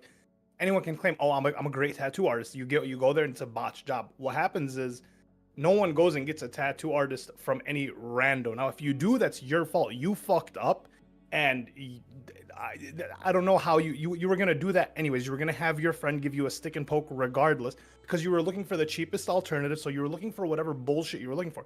The way we defeat frauds or people that are bad at their job is through reviews. Unfortunately, right now, no one is doing anything without a review. You want a restaurant, you're going to sit 35 minutes, sit there, look at the menu, look at the reviews, look at the photos, and then decide if you're going to go to the restaurant before you've even been there. So, like, that's Yelp be the is same way thing. better than the health department. Yeah, Agreed. if we have a bunch of BBL doctors, what's going to happen is they're going to be on Instagram because they're going to try to advertise themselves. You're going to go through the comments. This guy's a hack. This guy's great. This guy's good. Which is like, Gibbs, against your point, all these doctors, I like that they're online. I like that they're on TikTok. I like that there's a competitive like edge to being a doctor or a pharmacist now or a fucking dentist. If you're a dentist with a 1.3 million following on TikTok, that's amazing for your. I don't have a problem with that. I don't have a problem. Can I respond to that? That's not what I was talking about. So I'm just saying, like, if we the having the regulation, if we remove the regulations, we leave it to reviews because now we can literally access every single individual's business. There we go. Solve the problem solves itself. So let's go. So I gotta get the other people in because they've been waiting and we have no time. Lactoid. So I'm fine with duels and doulas. And I'm also okay with the husband stitch as long as it's consensual. The woman agrees to it. She'll be able to have whatever plastic surgery you want. This is actually a question for you, Staxium. So you can answer and then you can. Most women can't consent during that period, just for the record. Well, I'm saying beforehand. In the hospital, like, yeah. Because It's like, part of your in birthing plan. You're an idiot, but go ahead. Yeah. Well, whatever you want. Hey, it is what it is. I think there could be women who are interested in doing that. There's no problem with that. I think it's selfless. I've never heard of this before until now, and this is the wildest thing. Thank you for educating me. I mean, think about it, right? Like It's vaginal rough. tightening, but vaginal tightening makes like a lot of sense when you think about how many guys would get dick enlargement surgeries too, right? It seems logical. Same kind of concept. Share the right? burden, yeah. Rod, hole, friction. Anyway, Staxiums. Share the load. I wanna. I know you said it would lead to something obnoxious, but I actually do want to result at least kind of understand where you're coming from. So yeah, let's imagine. Okay, Imagine a scenario. I can give you a scenario where perhaps like most of society would be okay with this, and an individual would be okay with this, even though we think it's abhorrent. Let's say there was a society in which 13% of the population were slaves, and the rest of the population were free men. And the rules in the society were established that the 13% had a characteristic about them that would never be shared with the other percentage, and that's what made them eligible to be slaves. And so the main population had no reason to fear eligible. Mandated, sure. And the rest of the population had no. Then the rest of the population had no fear whatsoever about becoming slaves. And let's say they got a tremendous amount of pleasure. Let's say they were like all kinks. Yeah. BDSM shit. They loved the concept of enslaving the 13%. Why is it wrong if overall utility is maximized? Why is it? Do you think it's wrong to? So have that I would say that slavery? in that example, overall utility is not maximized, and that's because in my personal calculus, I treat negative utility much stronger than positive. Okay, you much stronger, but this is like you don't understand how much they're cooming. It's bad. Wait, you don't understand how much they're cooming. Like they are infinitely pleasured by the Okay, concept. I would say if you took an ideology to an extreme, it always looks absurd. Well, I want you to answer this. Maybe if it looks. Wait, absurd, no, but- hold on. I'm answering your question. I will engage with the hypothetical in which Okay, thank I you. would say it is literally impossible for a human being to do this. In that hypothetical, yes, yeah, that's fine. Okay, Have you ever read King Cotton's speech? The No, I don't know what justification that for is. so you should. King Cotton is a very famous speech that was done on the Senate floor just before the Civil War. That is a justification for slavery, and in it is the famous line. I can't remember the senator's name off the top of my head just now, but he says, "How dare you tax King Cotton?" Right, the cotton industry and how England is. But there's a really interesting section because he makes the utilitarian argument very strongly that slavery is better than freedom for the blacks. And the way that he does this is he compares the treatment and the health care and the education and the likelihood of being taken care of as they're elderly versus the industrial North, where someone gets an accident and there's nothing they can do, that there's no social services. We know that. How do we know that's bullshit? Like because fucking black people were raped and murdered and bred like cattle and taken advantage of. They were raped and murdered in the say- North. Yes. But that would be not even okay. close Hold on, to the same. but you'd be okay with that if the white people got enough pleasure out of it. I would say it has to be essentially infinite to overwhelm the massive amounts of If they negative really utility. liked it. No, Yeah. you're not Negative engaging in the utility argument. that would. The argument is this. No, He the is argument is engaging, this. By King Cotton, right? By James Hammond. Thank you, chat. James Hammond, Senator Even Hammond. if you're let me engage. The argument is this. The argument is this: is that in the North there is no welfare program to take care of elderly blacks. In the North, families do not have any protections.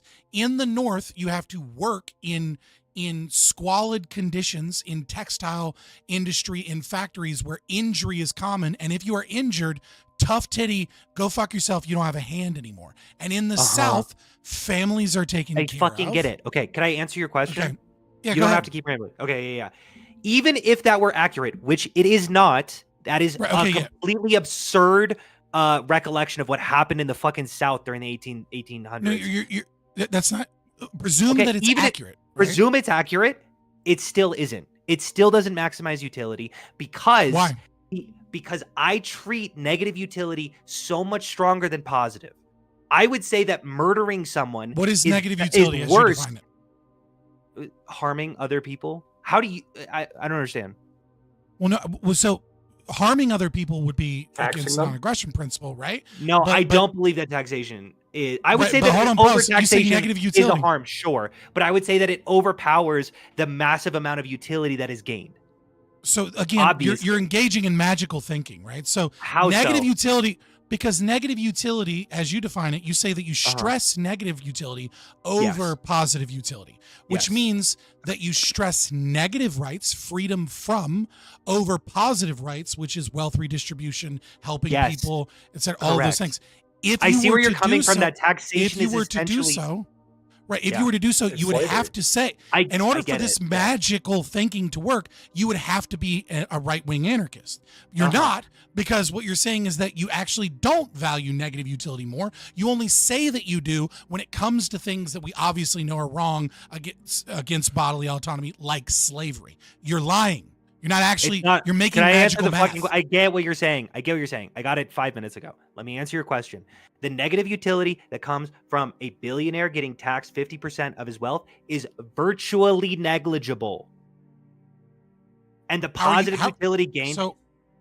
And the positive utility, because I don't think his lifestyle is changing all that much. If you take half of everything that he creates, you don't think his lifestyle changes that much? I think insane. that there definitely comes a point where your wealth is so exorbitant that any addition to it doesn't affect your lifestyle. Yes, 100%. That's the easiest argument I can make.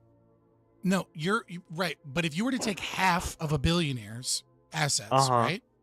You're not just changing his lifestyle. You're changing what it is that he can invest in. You're taking the most productive member in society. That is doing the greatest good in society, stealing half of everything that they own, and then giving it to the least productive members of society. God, I need and like you're a fucking saying Marxist that you here, value because negative utility. Holy shit! The idea that is set like that, improving the material benefits of every person below a certain threshold to a maximum would completely that would jumpstart the economy so much fucking more than this trickle down economic bullshit. Or check this out. Fuck those people. Why do they deserve any of that? Like, I mean, you're coming at it from an ethical standpoint. That's just like ridiculous. Right. You say that you're saying that you're doing you would agree utilitarian taxes don't work this way calculus right now, though. What was that? Well, you would agree that taxes don't work this way now, right? If you're making $100,000, you're like what, paying 30 to 40%? 30%, sure. Yeah, this is like a massive. This dramatically affects your life, and because you value negative utility so much greater than positive utility, surely the amount of impact 30% of your income can have. Like, we shouldn't be taxing people who make six figures at all. I would say that anyone who's making under six figures is seeing massive benefits from the taxation that you're getting. Trying to understand your definition of negative utility. What you mean by? Sorry, I got because we have. So I just want to call it this Marxist bullshit and defeat. I'm not Marxist. I'm not a Marxist. You're engaging in absolutely Marxist. We found a new socialist here. He's a crypto Marxist. We've got it. So, but like, say they're all your fucking statement. socialists. This is very quick. Yeah, I'll be very quick. Right, when the way that you're defining as of right now, at least through the conversation, negative utility is the material conditions of more individuals over the material conditions of one individual. And so what you're doing is you're okay. Well, then how are you not saying that? I think you're full of shit right now. But I would say that someone who's making $80,000 and pays 30% in taxes gets more than a however much 30% of $80,000 benefit from the government is. Does that make sense? Yeah, well, you're saying exactly what I'm saying, which is that you're valuing no. the negative. Yes, you are. Reason... No, you're gonna let me make this argument after you clarify. On an individual basis, I already see what you're saying. From an individual perspective, right?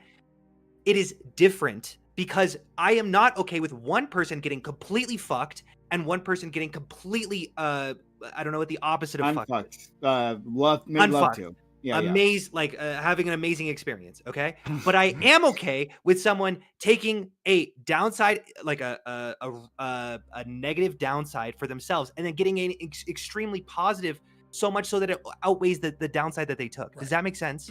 Okay, it makes sense. First of all, that's not how the economy works, anyways. And like billionaires make up such a minuscule part of the economy, it doesn't really matter, anyways. But that's my point. Right. So like you're literally taking half of their wealth and giving like $1 to everybody in America. Like, but nevertheless, setting that aside. Okay. What when you say negative utility, right? Yeah. You have no objective metric for this. And not only do you not have an objective. Welcome to meta ethics. I don't know what to tell you. Yeah. Well, I'm showcasing why you're full of shit, and you keep interrupting me because I keep making you look bad because you're a fucking lefty, right? So pipe down for just a second. Wait. Let me get Every time someone interrupts somebody, that's because you keep saying negative. You keep saying you value negative utility more than you do positive utility. Yes. Will you shut the fuck up, Hunter, for just a second? Let me explain to you why you're fucking retarded. Stop talking. All right, you need to listen. Use your ears. He doesn't like Okay, being so here's the interrupted. thing: you keep saying that there is negative utility, hates it. and that you value the negative utility higher than you do the positive utility. You are then framing the negative utility as this, as reference to the income that they have and what effects you think that will have in their life, psychological and material conditions. And then you're comparing and saying that there is more positive utility when you take from those that have a bunch, because relative to those that have nothing, there is this greater exponential positive utility. It's magical math. There's no metric that you're using there. You're taking an objective amount of money from one person and distributing that objective amount of money to others. That's objective. But what you're adding is this subjective concept that the billionaire can lose half of his wealth, and it's not that much negative utility to their psychology or to the world or to the effects in the world, and that the material conditions will be greater for all of those other people, and that's good. And it's bullshit. It's magical thinking. It is crazy. Okay, pause. I won't respond. He can say whatever he wants. Yeah, it's fine. You're not. You promise not to respond. You promise? Promise. Okay. That's if he tough. promises, then if he says that, then We'll take okay. 10 seconds. Then very quickly, Saxium. 10 seconds. Make your point, and then yeah. Okay. Every ethical framework is based off of some subjective reasoning, by definition. Okay, but I didn't promise not to respond. So no, go ahead. Let's go to Corey. I've been waiting quite patiently. We okay, and to be clear, we are over time. All right, so we've gone past 11:30 p.m. Eastern. If anyone has to go, you're not of course held here. My guards will let you leave. But stick around because I will have more conversations. I do want to engage with FQ on our previous comments because I think it's super interesting. But Corey, please. Well, rewinding, I guess a bit. So, Ollie, you brought up this just to maybe also clarify your position. Like, I'll pose the same question that I posed to Fairy Queen of like, do you think doctors should if a patient requests a treatment, should doctors refuse it if they think it's not in the patient's best interest? Like, basically, can patients just demand whatever they want? Yeah. Okay. So if you don't don't see, so if you don't see a problem with that, then to me the review system is totally at least I think there's some major problems in terms of I think doctors should in some circumstances refuse a patient request. I think they that probably is will. They likely will, and if the good okay, doctors and will, you'll hear about them. yeah, sure. And do you see how maybe if the review system it comes into play of totally it unfortunately happens where a patient who has a cold, a viral infection, they'll go to the doctor thinking, well, I'm going to get some antibiotics for this viral infection, and the doctor informs them, well, actually antibiotics don't do anything for your viral infection, and we're going to refuse you antibiotics. And the patient walks away saying that's a negative experience where they have this expectation that antibiotics treat everything because they don't know anything. There's a much stronger argument Yeah, actually in Dreamland. We kind of have that with anyways. the opioid epidemic. Yeah, there's that aspect too, but I don't really want to necessarily. We kind of have that anyways, where people will doctor shop for an Adderall prescription or a Xanax prescription, and then you find that there are doctors that you can go get these prescriptions from. Are they good doctors? No, but the same person that was getting turned down from all these other doctors was gonna find a way anyways. So I mean, at the end of the day, that's what they're doing anyways. Yeah, and that's why my solution is, well, hopefully some sort of system that I haven't perfectly fleshed it out that weeds out the bad doctors, because totally there's unfortunate incentive for doctors to prescribe things, I would say bad incentives, and to acquiesce to patient requests. Same thing with cosmetic procedures and all that stuff. Where the problem is that sure, we can say the solution would be to stop bad doctors, but sometimes it wasn't even it might not even be all the doctors, right? With the opioid epidemic, we had a bunch of doctors that were listening to pharmaceutical reps about what the pharmacists, were telling them. And so, are these bad doctors? So I would call them bad doctors. If you're a doctor that's relying on a pharmaceutical rep to make prescription choices, you're probably a bad doctor. Well, what I'm saying is then I listen to my pharmacy care manager. Yeah. So with all that that's going on, I understand that that's why we tried to enhance regulation and keep these regulations going, but it didn't seem to solve anything. right? It seems like we just have these regulations. Things are just more expensive. Barrier to entry to becoming these types of careers or jobs is just like harder. So it's like, what did the regulations solve? And so like, yeah, to like my point, like we're just basing, we're doing a review system anyways. We treat doctors like tattoo artists anyways. Well, I would say, like, I agree with you. There were regulations. I would put them as like bad regulations, as in I would. Again, I'm sort of like on the fence. Like I said in my opening statement, I'm sympathetic and I respect Lactoid's position. But I see a very grave problem in terms of like, yeah, patients requesting things from their doctors, and doctors, if there's now an incentive for them to pretty much acquiesce to the patient request, or acquiesce. Where they're going to go to Gibbs for their appendectomy. Well, there's the incentive a, now. The incentive still exists now. If a doctor sees a patient and the patient is like, well, I want Xanax, and then the doctor like so feels that like okay, well you do have a little bit of anxiety here, I'll give you some Xanax, and there we go. Like that's already happening with or without the regulations. I don't know that it's happening. Like, I agree with you. It's totally happening.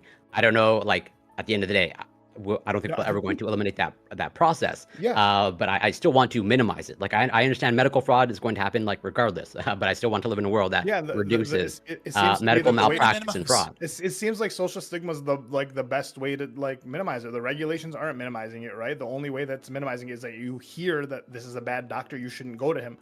Wait. This is a good doctor. Don't go here. Go So there. then we'll compare, because we have some data to back this up in terms of like there are reasons why like people go to, let's say, Mexico or other whatever developed countries for, let's say, stem cell treatments, or even other cosmetic or medical procedures. Like, do you think the complication rate is the same in, let's say, the United States and Mexico for the equivalent operation? I mean, no, there are probably more complications over there, but it's also a lot cheaper, which is why people are going.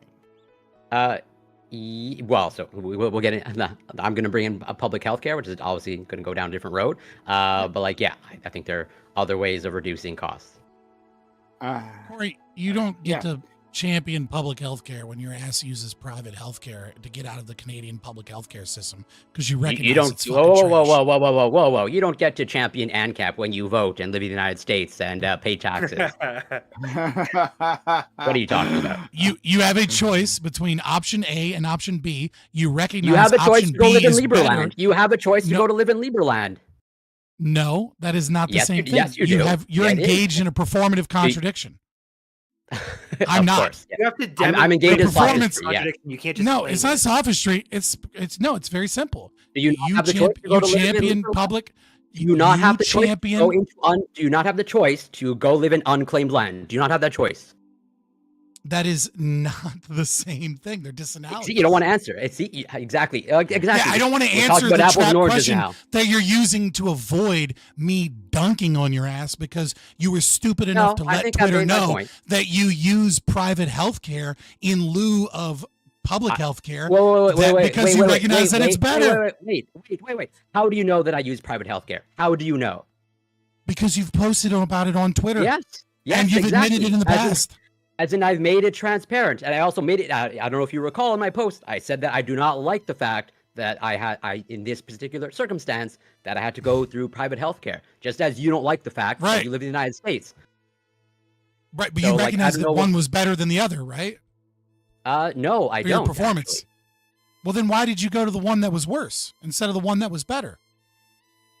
In that That doesn't make one sense. particular- Scott, can you're you acknowledge again. the contradiction? You are living in the United States, and you vote. Like, why Why do you not make the choice to go down a different lifestyle?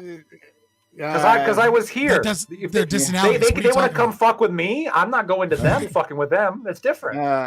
Okay. All right. So let's. I'm just minding my business. All These right, fuckers let's come and take my leave it. shit. You guys, we'll have. I love plenty the of time- fatherland. We'll have plenty of time There you to look at the hypocrisies of ANCAP life. All right. We've done it before. Do it. There's no This such is thing. not a hypocrisy, though. I just it's okay. All right. I want to give outros to people. Though I do. Hopefully, we can get a few of you to stay because I'd like to have that conversation and maybe Lactroid too, so I can yell at him as well. But thanks all first of all to my audience. We'll continue on. We'll have some more content for you afterwards. I'm just giving these people an outro. But anyway, subs to the channel if you've enjoyed this content. If you liked all the things we've talked about a lot. We had a really spirited conversation, especially in the PMCs. It didn't, it took off. So shout out to all my participants. But if you want to see more from my fantastic participants, you want me to be able to provide you with this platform, consider supporting the channel. Subs to the channel, give bits, give subs, exclamation point donate in chat. If you want to skip past Twitch or super chat and YouTube, yeah, consider helping us out so that I can keep doing this. We do need your help, guys. So help us out. And I guess I'm just saying the same thing over and over again. All right, let's move on. Let's go. Lactoid. Yeah, Lactoid. Thank you. This was a lot of fun. I am looking forward to the law class, right? That teaches counterintelligence tactics. That teaches poison techniques against your enemies. I like this idea. Lawyers taking things into their own hands. I think they already ruthless enough to assassinate their competition. Why not institute an academic regime teaching them how to do that? Makes sense. Yeah, the personality fits. Look, lawyers are mercenaries of the courtroom. PMCs are mercenaries of the violence. It be what it be. The second topic, I really want to emphasize here that I'm also in favor of dueling. Right, that should be allowed. Dueling. Always logically consistent. Always, yeah, and the main difference here of you can just leave America. Well, the reality is the difference between leaving America is you got a bunch of people coming after me, making me do shit. Right, that's not okay. That doesn't mean that I get to go make other people do shit, right? That's not how that works.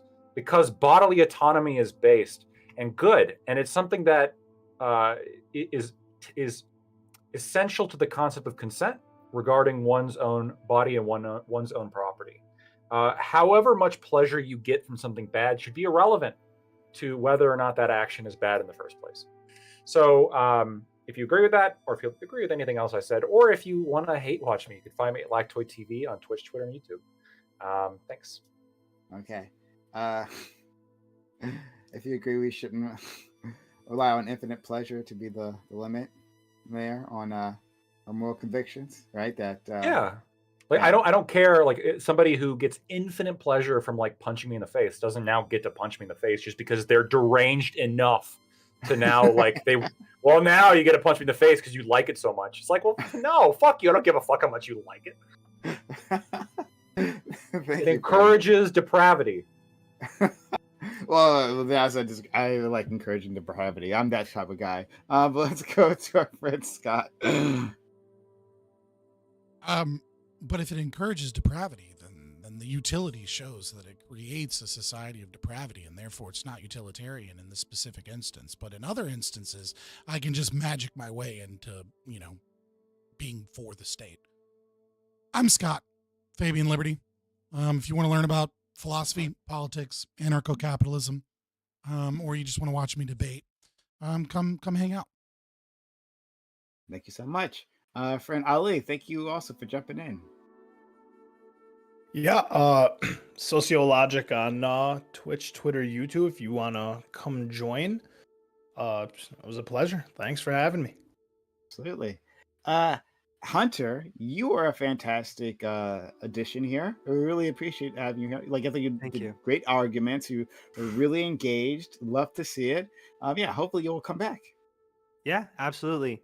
I'm Staxiums. I make videos on philosophy and politics and linguistics and mathematics and all that kind of stuff. Follow me on TikTok and YouTube. Staxiums everywhere because I know how SEO works and I didn't put 3 fucking what are they called? Underscores. I was standing you the whole time, and then you had to come at me at the end of your fucking close. Fuck you, Hunter. Okay. I'm I sorry. don't care if it is your first panel. Okay, motherfucker. Okay. But you were. You're standing the guy that would take away your doulas. How dare you? Dueling with fate. Hunter, you are fantastic. Real talk though. Everybody get a doula. Literally, get a doula. You don't have to get a midwife. You don't have to go to a birthing center. Get a fucking doula, especially if you're a dude. Get a fucking doula. You know why? Because all the shit that you know you're right about, that you want to tell your wife or your girlfriend in the hospital, but you literally can't because she will fucking murder you, you can just trust the doula to say. You can be like, oh, fucking maybe that we shouldn't. Our birthing plan said this. And then the doula goes over there and is like, yeah, well, that maybe we give it a little bit more time. Maybe we try. Yeah, get a doula. Doulas are great. And they'll stand up for you and they'll boss around doctors that try and do shit they shouldn't do. Oh man, I really do want to talk about this. Very pro doula. But thank you, Hunter. And yeah, I will send you invites in the future. Next we go to FQ, voted best rookie by all other participants. Always happy to have her here. She's fantastic. And yeah, thank you for stopping by. Absolutely. Thank you so much for having me, Prime. And you can find me at Fairy Queen's Cottage and at my very based and wonderful Twitter handle, which is at Fairy __score Queen. Okay. And yes, I am going to drop it in the chat. And yes, you are going to follow me. So there. Happy Monday. You're saying that they need a direct link in order to find that shit because no one wants to type out 3 underscores? Is what you're saying? Fuck you. I'm just Fabian Liberty. You'll find me. Not a problem. I don't need a link. Where's the ampersand? May or may not be like my 5th Twitter account, but you don't have to like deal with like the finger torture of trying to put an underscore. We can't hear you, but we can imagine what you're saying to us. So we can't. Finger torture? Okay. What finger dexterity do you people have? You're supposed to be video game nerds. You're supposed to be people. Yeah, we're starting to get carpal keyboard. You don't have the strength to hit the triple underscore. The only thing that's more difficult is like Alt Shift F4 or whatever that was, right? Like that's the only thing. That's the only thing that's more like a Prime. Do you play music? No, I don't. This is your problem. You need to learn how to play music, okay? That's if right. you could learn how to play music, a guitar or a piano, your If- problems would be If resolved. you have literally have enough three points, underscores in Prime, very quickly. That's music theory. Are you 3 saying your underscores. name is as difficult as fucking jazz chords, and you think that's like a flex for you? Like that's terrible. Exactly. Hey, you haven't put enough points into dexterity, right? That's your problem, and that's why you can't put my name in the Twitter. Okay, all right. I'm sorry. And so you don't all got deserve. baby fingers going clink, clink, clink, clink, clink on the you keyboard, don't deserve to follow me on Twitter, right? Okay. My hands. Fucking Listen, my weak-ass hand. fingers. My You hands. exercise I those have, things. What's going I on have with you? natural deformities, ma'am. Yeah. I have natural. Oh, wow. Don't you dare. Watch what you say. And what happened? I was born this way. Thank Well, you you know very what? much. Your pointer finger looks still Does pretty it help good. you with like the back differently rubs? abled. Does it help you with back rubs or something? Like, do you get like better angle? I broke my nose. Yeah, it actually does. I get a nice angle with the 2 knuckle in. It's a good time. Nice. This is. We're learning so much about everyone today. Thank you for that part. All right, now that we've appropriately dunked on Fairy Queen, we'll continue that later on. We'll move on to Gibbs. I gotta follow that. We gotta follow the Knuckles thing. Oh man. You can make yeah, Fairy Queen too if you want. Sure. I mean, I'm Admiral Gibbs. Unlike Fairy Queen, my name comes up alphabetically first almost all the time because it starts with an A and there's no underscore. If you enjoy these topics and whatnot. I also want to add one thing I really found interesting, and this was a definitive thing that we can quote Fabian on. He said it a bunch of times, and it was that we discovered if they're interrupting you, it's because you're making them sound bad. And Scott always interrupts me after I get 5 words out, so it only takes me 5 words to make him sound bad every time I talk. So that's from his own word of mouth. If it's making him sound bad, that's why they're interrupting you. So now we know. Thank you. I'm glad that was clarified. Other than that, you can find me as Admiral Gibbs everywhere. Admiral, I agree. It's like a shotgun blast with you though, because you make everything sound bad, as opposed to whatever just me. works. Listen, everybody's got a talent.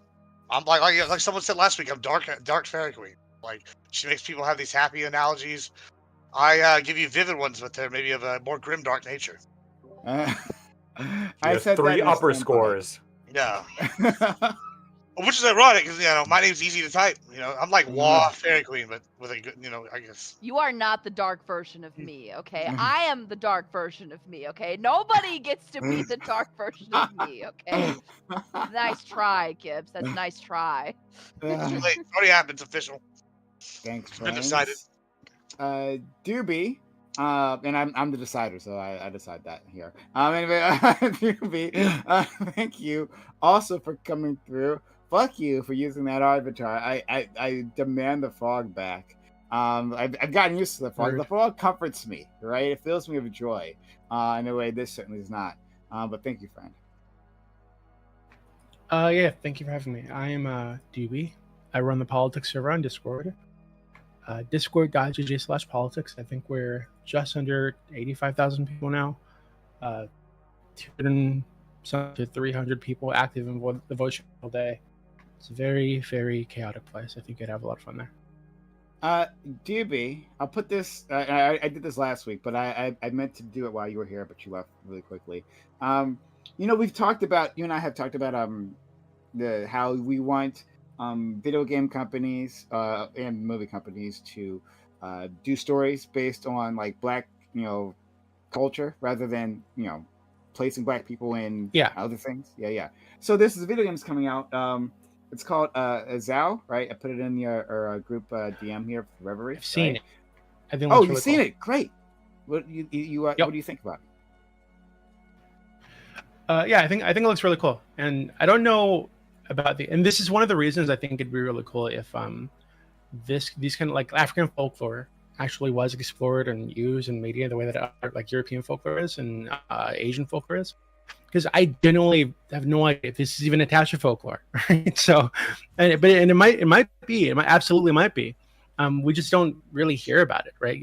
I think a lot of people might know about like a Nancy the Spider and some like really like minimal shit like this, but there are a lot of stories from African countries and African ethnic groups and cultures we just have no idea about, and most they just don't make it over here. So yeah, I think that this is a step in the right direction for sure.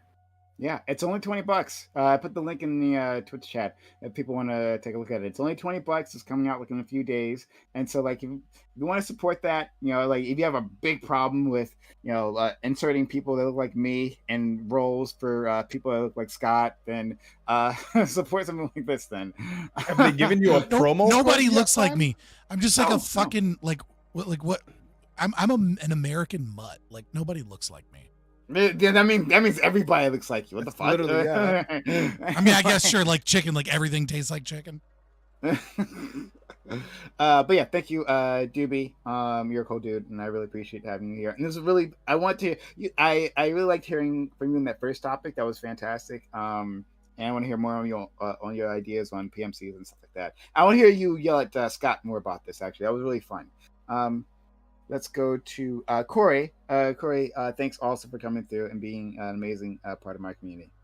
Yeah, always a pleasure. And I have to address something. So I saw Fairy Queen's link in the chat, and something seemed off to me, and I clicked it, and I'm pretty sure it's quadruple underscore Fairy Queen. Oh no!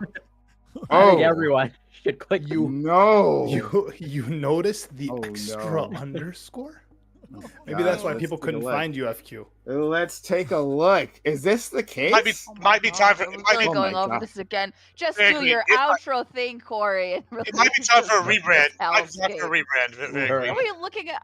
Listen, if all of you are looking at my Twitter, please just follow me, okay? 3, 4. It is 4. It is quadruple. He's absolutely right. It's quadruple. That's so funny. I think it's fine. I'll just start saying that then, okay? No. Very quadruple. If anybody wants 4x underscore it is 4. Fairy 4x underscore Queen. Yeah, it's even worse than we thought. I think it's time for a not that rebrand. funny. But that's the problem. That's the problem with underscores is you can't tell how many there are. Shut the fuck They up, could be Hunter, anywhere okay? from like You 2 to didn't even 10. know how many there You were, have Fairy no Queen. clue. You said there was 3. That's why we You do got your own name wrong. You're the one who made the name. You just put trying to- 4 we're trying to help X's you out. I don't even know Shut our the own fuck name. up, too. All of you can shut the fuck up. My name is just fine, okay? It's fine. It's big. Dealing with Joe Biden. It was fine. It's Doesn't just even got know their it own wrong. name. Hey, we're Wow. listen, It's we're an trying, we're trying to help. If you got it wrong, how do you expect everyone else to get it right? That's a Drop good that point. frickin' link. That's how, okay? And you could also find it at Fairy Queen's. I can't believe I'm shouting myself out. Oh, how many again. underscores? How many underscores with that? Very 1, 2, 3. You said 3, right? It was 3 underscores. Yeah, because we couldn't find it. With Why three. don't why don't you just hold on? Fairy Why don't you 4X just is a better name? Why don't you just make it 5, and then at least it'll be an underscore for every syllable, right? Like Fairy Queen's Cottage. Now you're just being And then we ridiculous, can- Scott. I mean, 5 instead of 4. That's even though we- ridiculous. Even though we thought it was what are you 3. thinking, Scott? That'd be dumb. I really love, Corey, how you chose to shout me out more in your closing statements, okay? Just so everybody knows, if you would like to follow me on welcome Twitter, for the you free can find brandy. me at Fairy __ Queen on Twitter. Thank you, Corey, for letting me have this moment. I honestly hope that you get like 100 followers just from this nonsense. I do Like, too. really I hope mean- that. Yeah, you absolutely should honestly. follow Fairy Queen. And like, I wanted to make, I want to promote you, and also, highlight the fact, someone else made the argument of like, you didn't keep track of your own username. That might be a testament to how Thank difficult you. it is, challenging Oh, to find your username. But thanks. either way, still humorous. But yeah, this has always been a pleasure. You can find me on twitch.tv, Corey Campbell 84, and you can find me on Twitter, X, Instagram. At at it's Corey Campbell on all platforms. And yeah, Doobie, Admiral Gibbs, Fairy Queen, and pleasure to meet you, Staxiums, and Ali, Scott, and Lactoid. Always a pleasure, and love you, Prime. Love you too, friend. And I put a link also in our YouTube chat, so if you're there, click on our link and you can find it. Because it would have been impossible otherwise. All right. So I will let anyone else who wants to head out now. That's fine. I would like to haven't see if we eaten can today, keep the conversation. so With Fairy Queen, Scott, and Lecter. But anyone else wants to be a part of it, it's fine. It's cool. I'm dipping. But yeah. So sorry. Okay. All right. Bye, whoever that was. All right. Oh my goodness. Let me go to.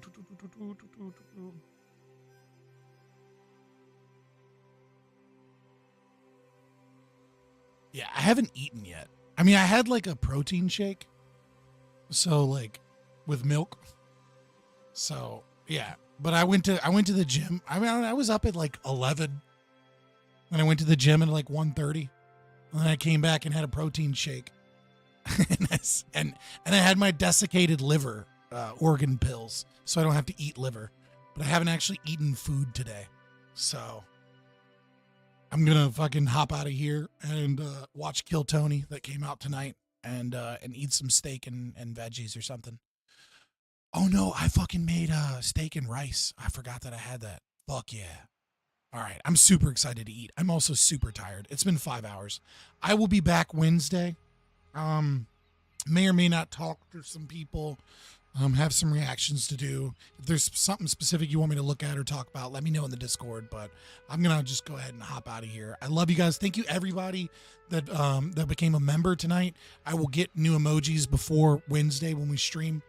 If you're a new member, please, go to the community tab and let me know if there's some stuff you want me to like what it is that you really want to work on or what you want to see on the channel more than anything, because I'm gonna have a ton of time to write scripts when I have my kids the second half of next month, because their mom is, my baby mama is getting married, they're gonna have a stepdad or whatever, so they'll be in Europe on their honeymoon and shit, and so I have the kids for like 2 weeks and I won't be streaming at all. So if you want me to work on something specific, you want me to write a script about something, that's the time to do it. Get on Discord? No, I'm not getting on Discord. I'm going to eat. I mean, yes, if you guys should hop on Discord, I'm going to get some food cooked and then fucking do my own thing. But I appreciate you guys. I will see you around. Thank you so much. Deuces.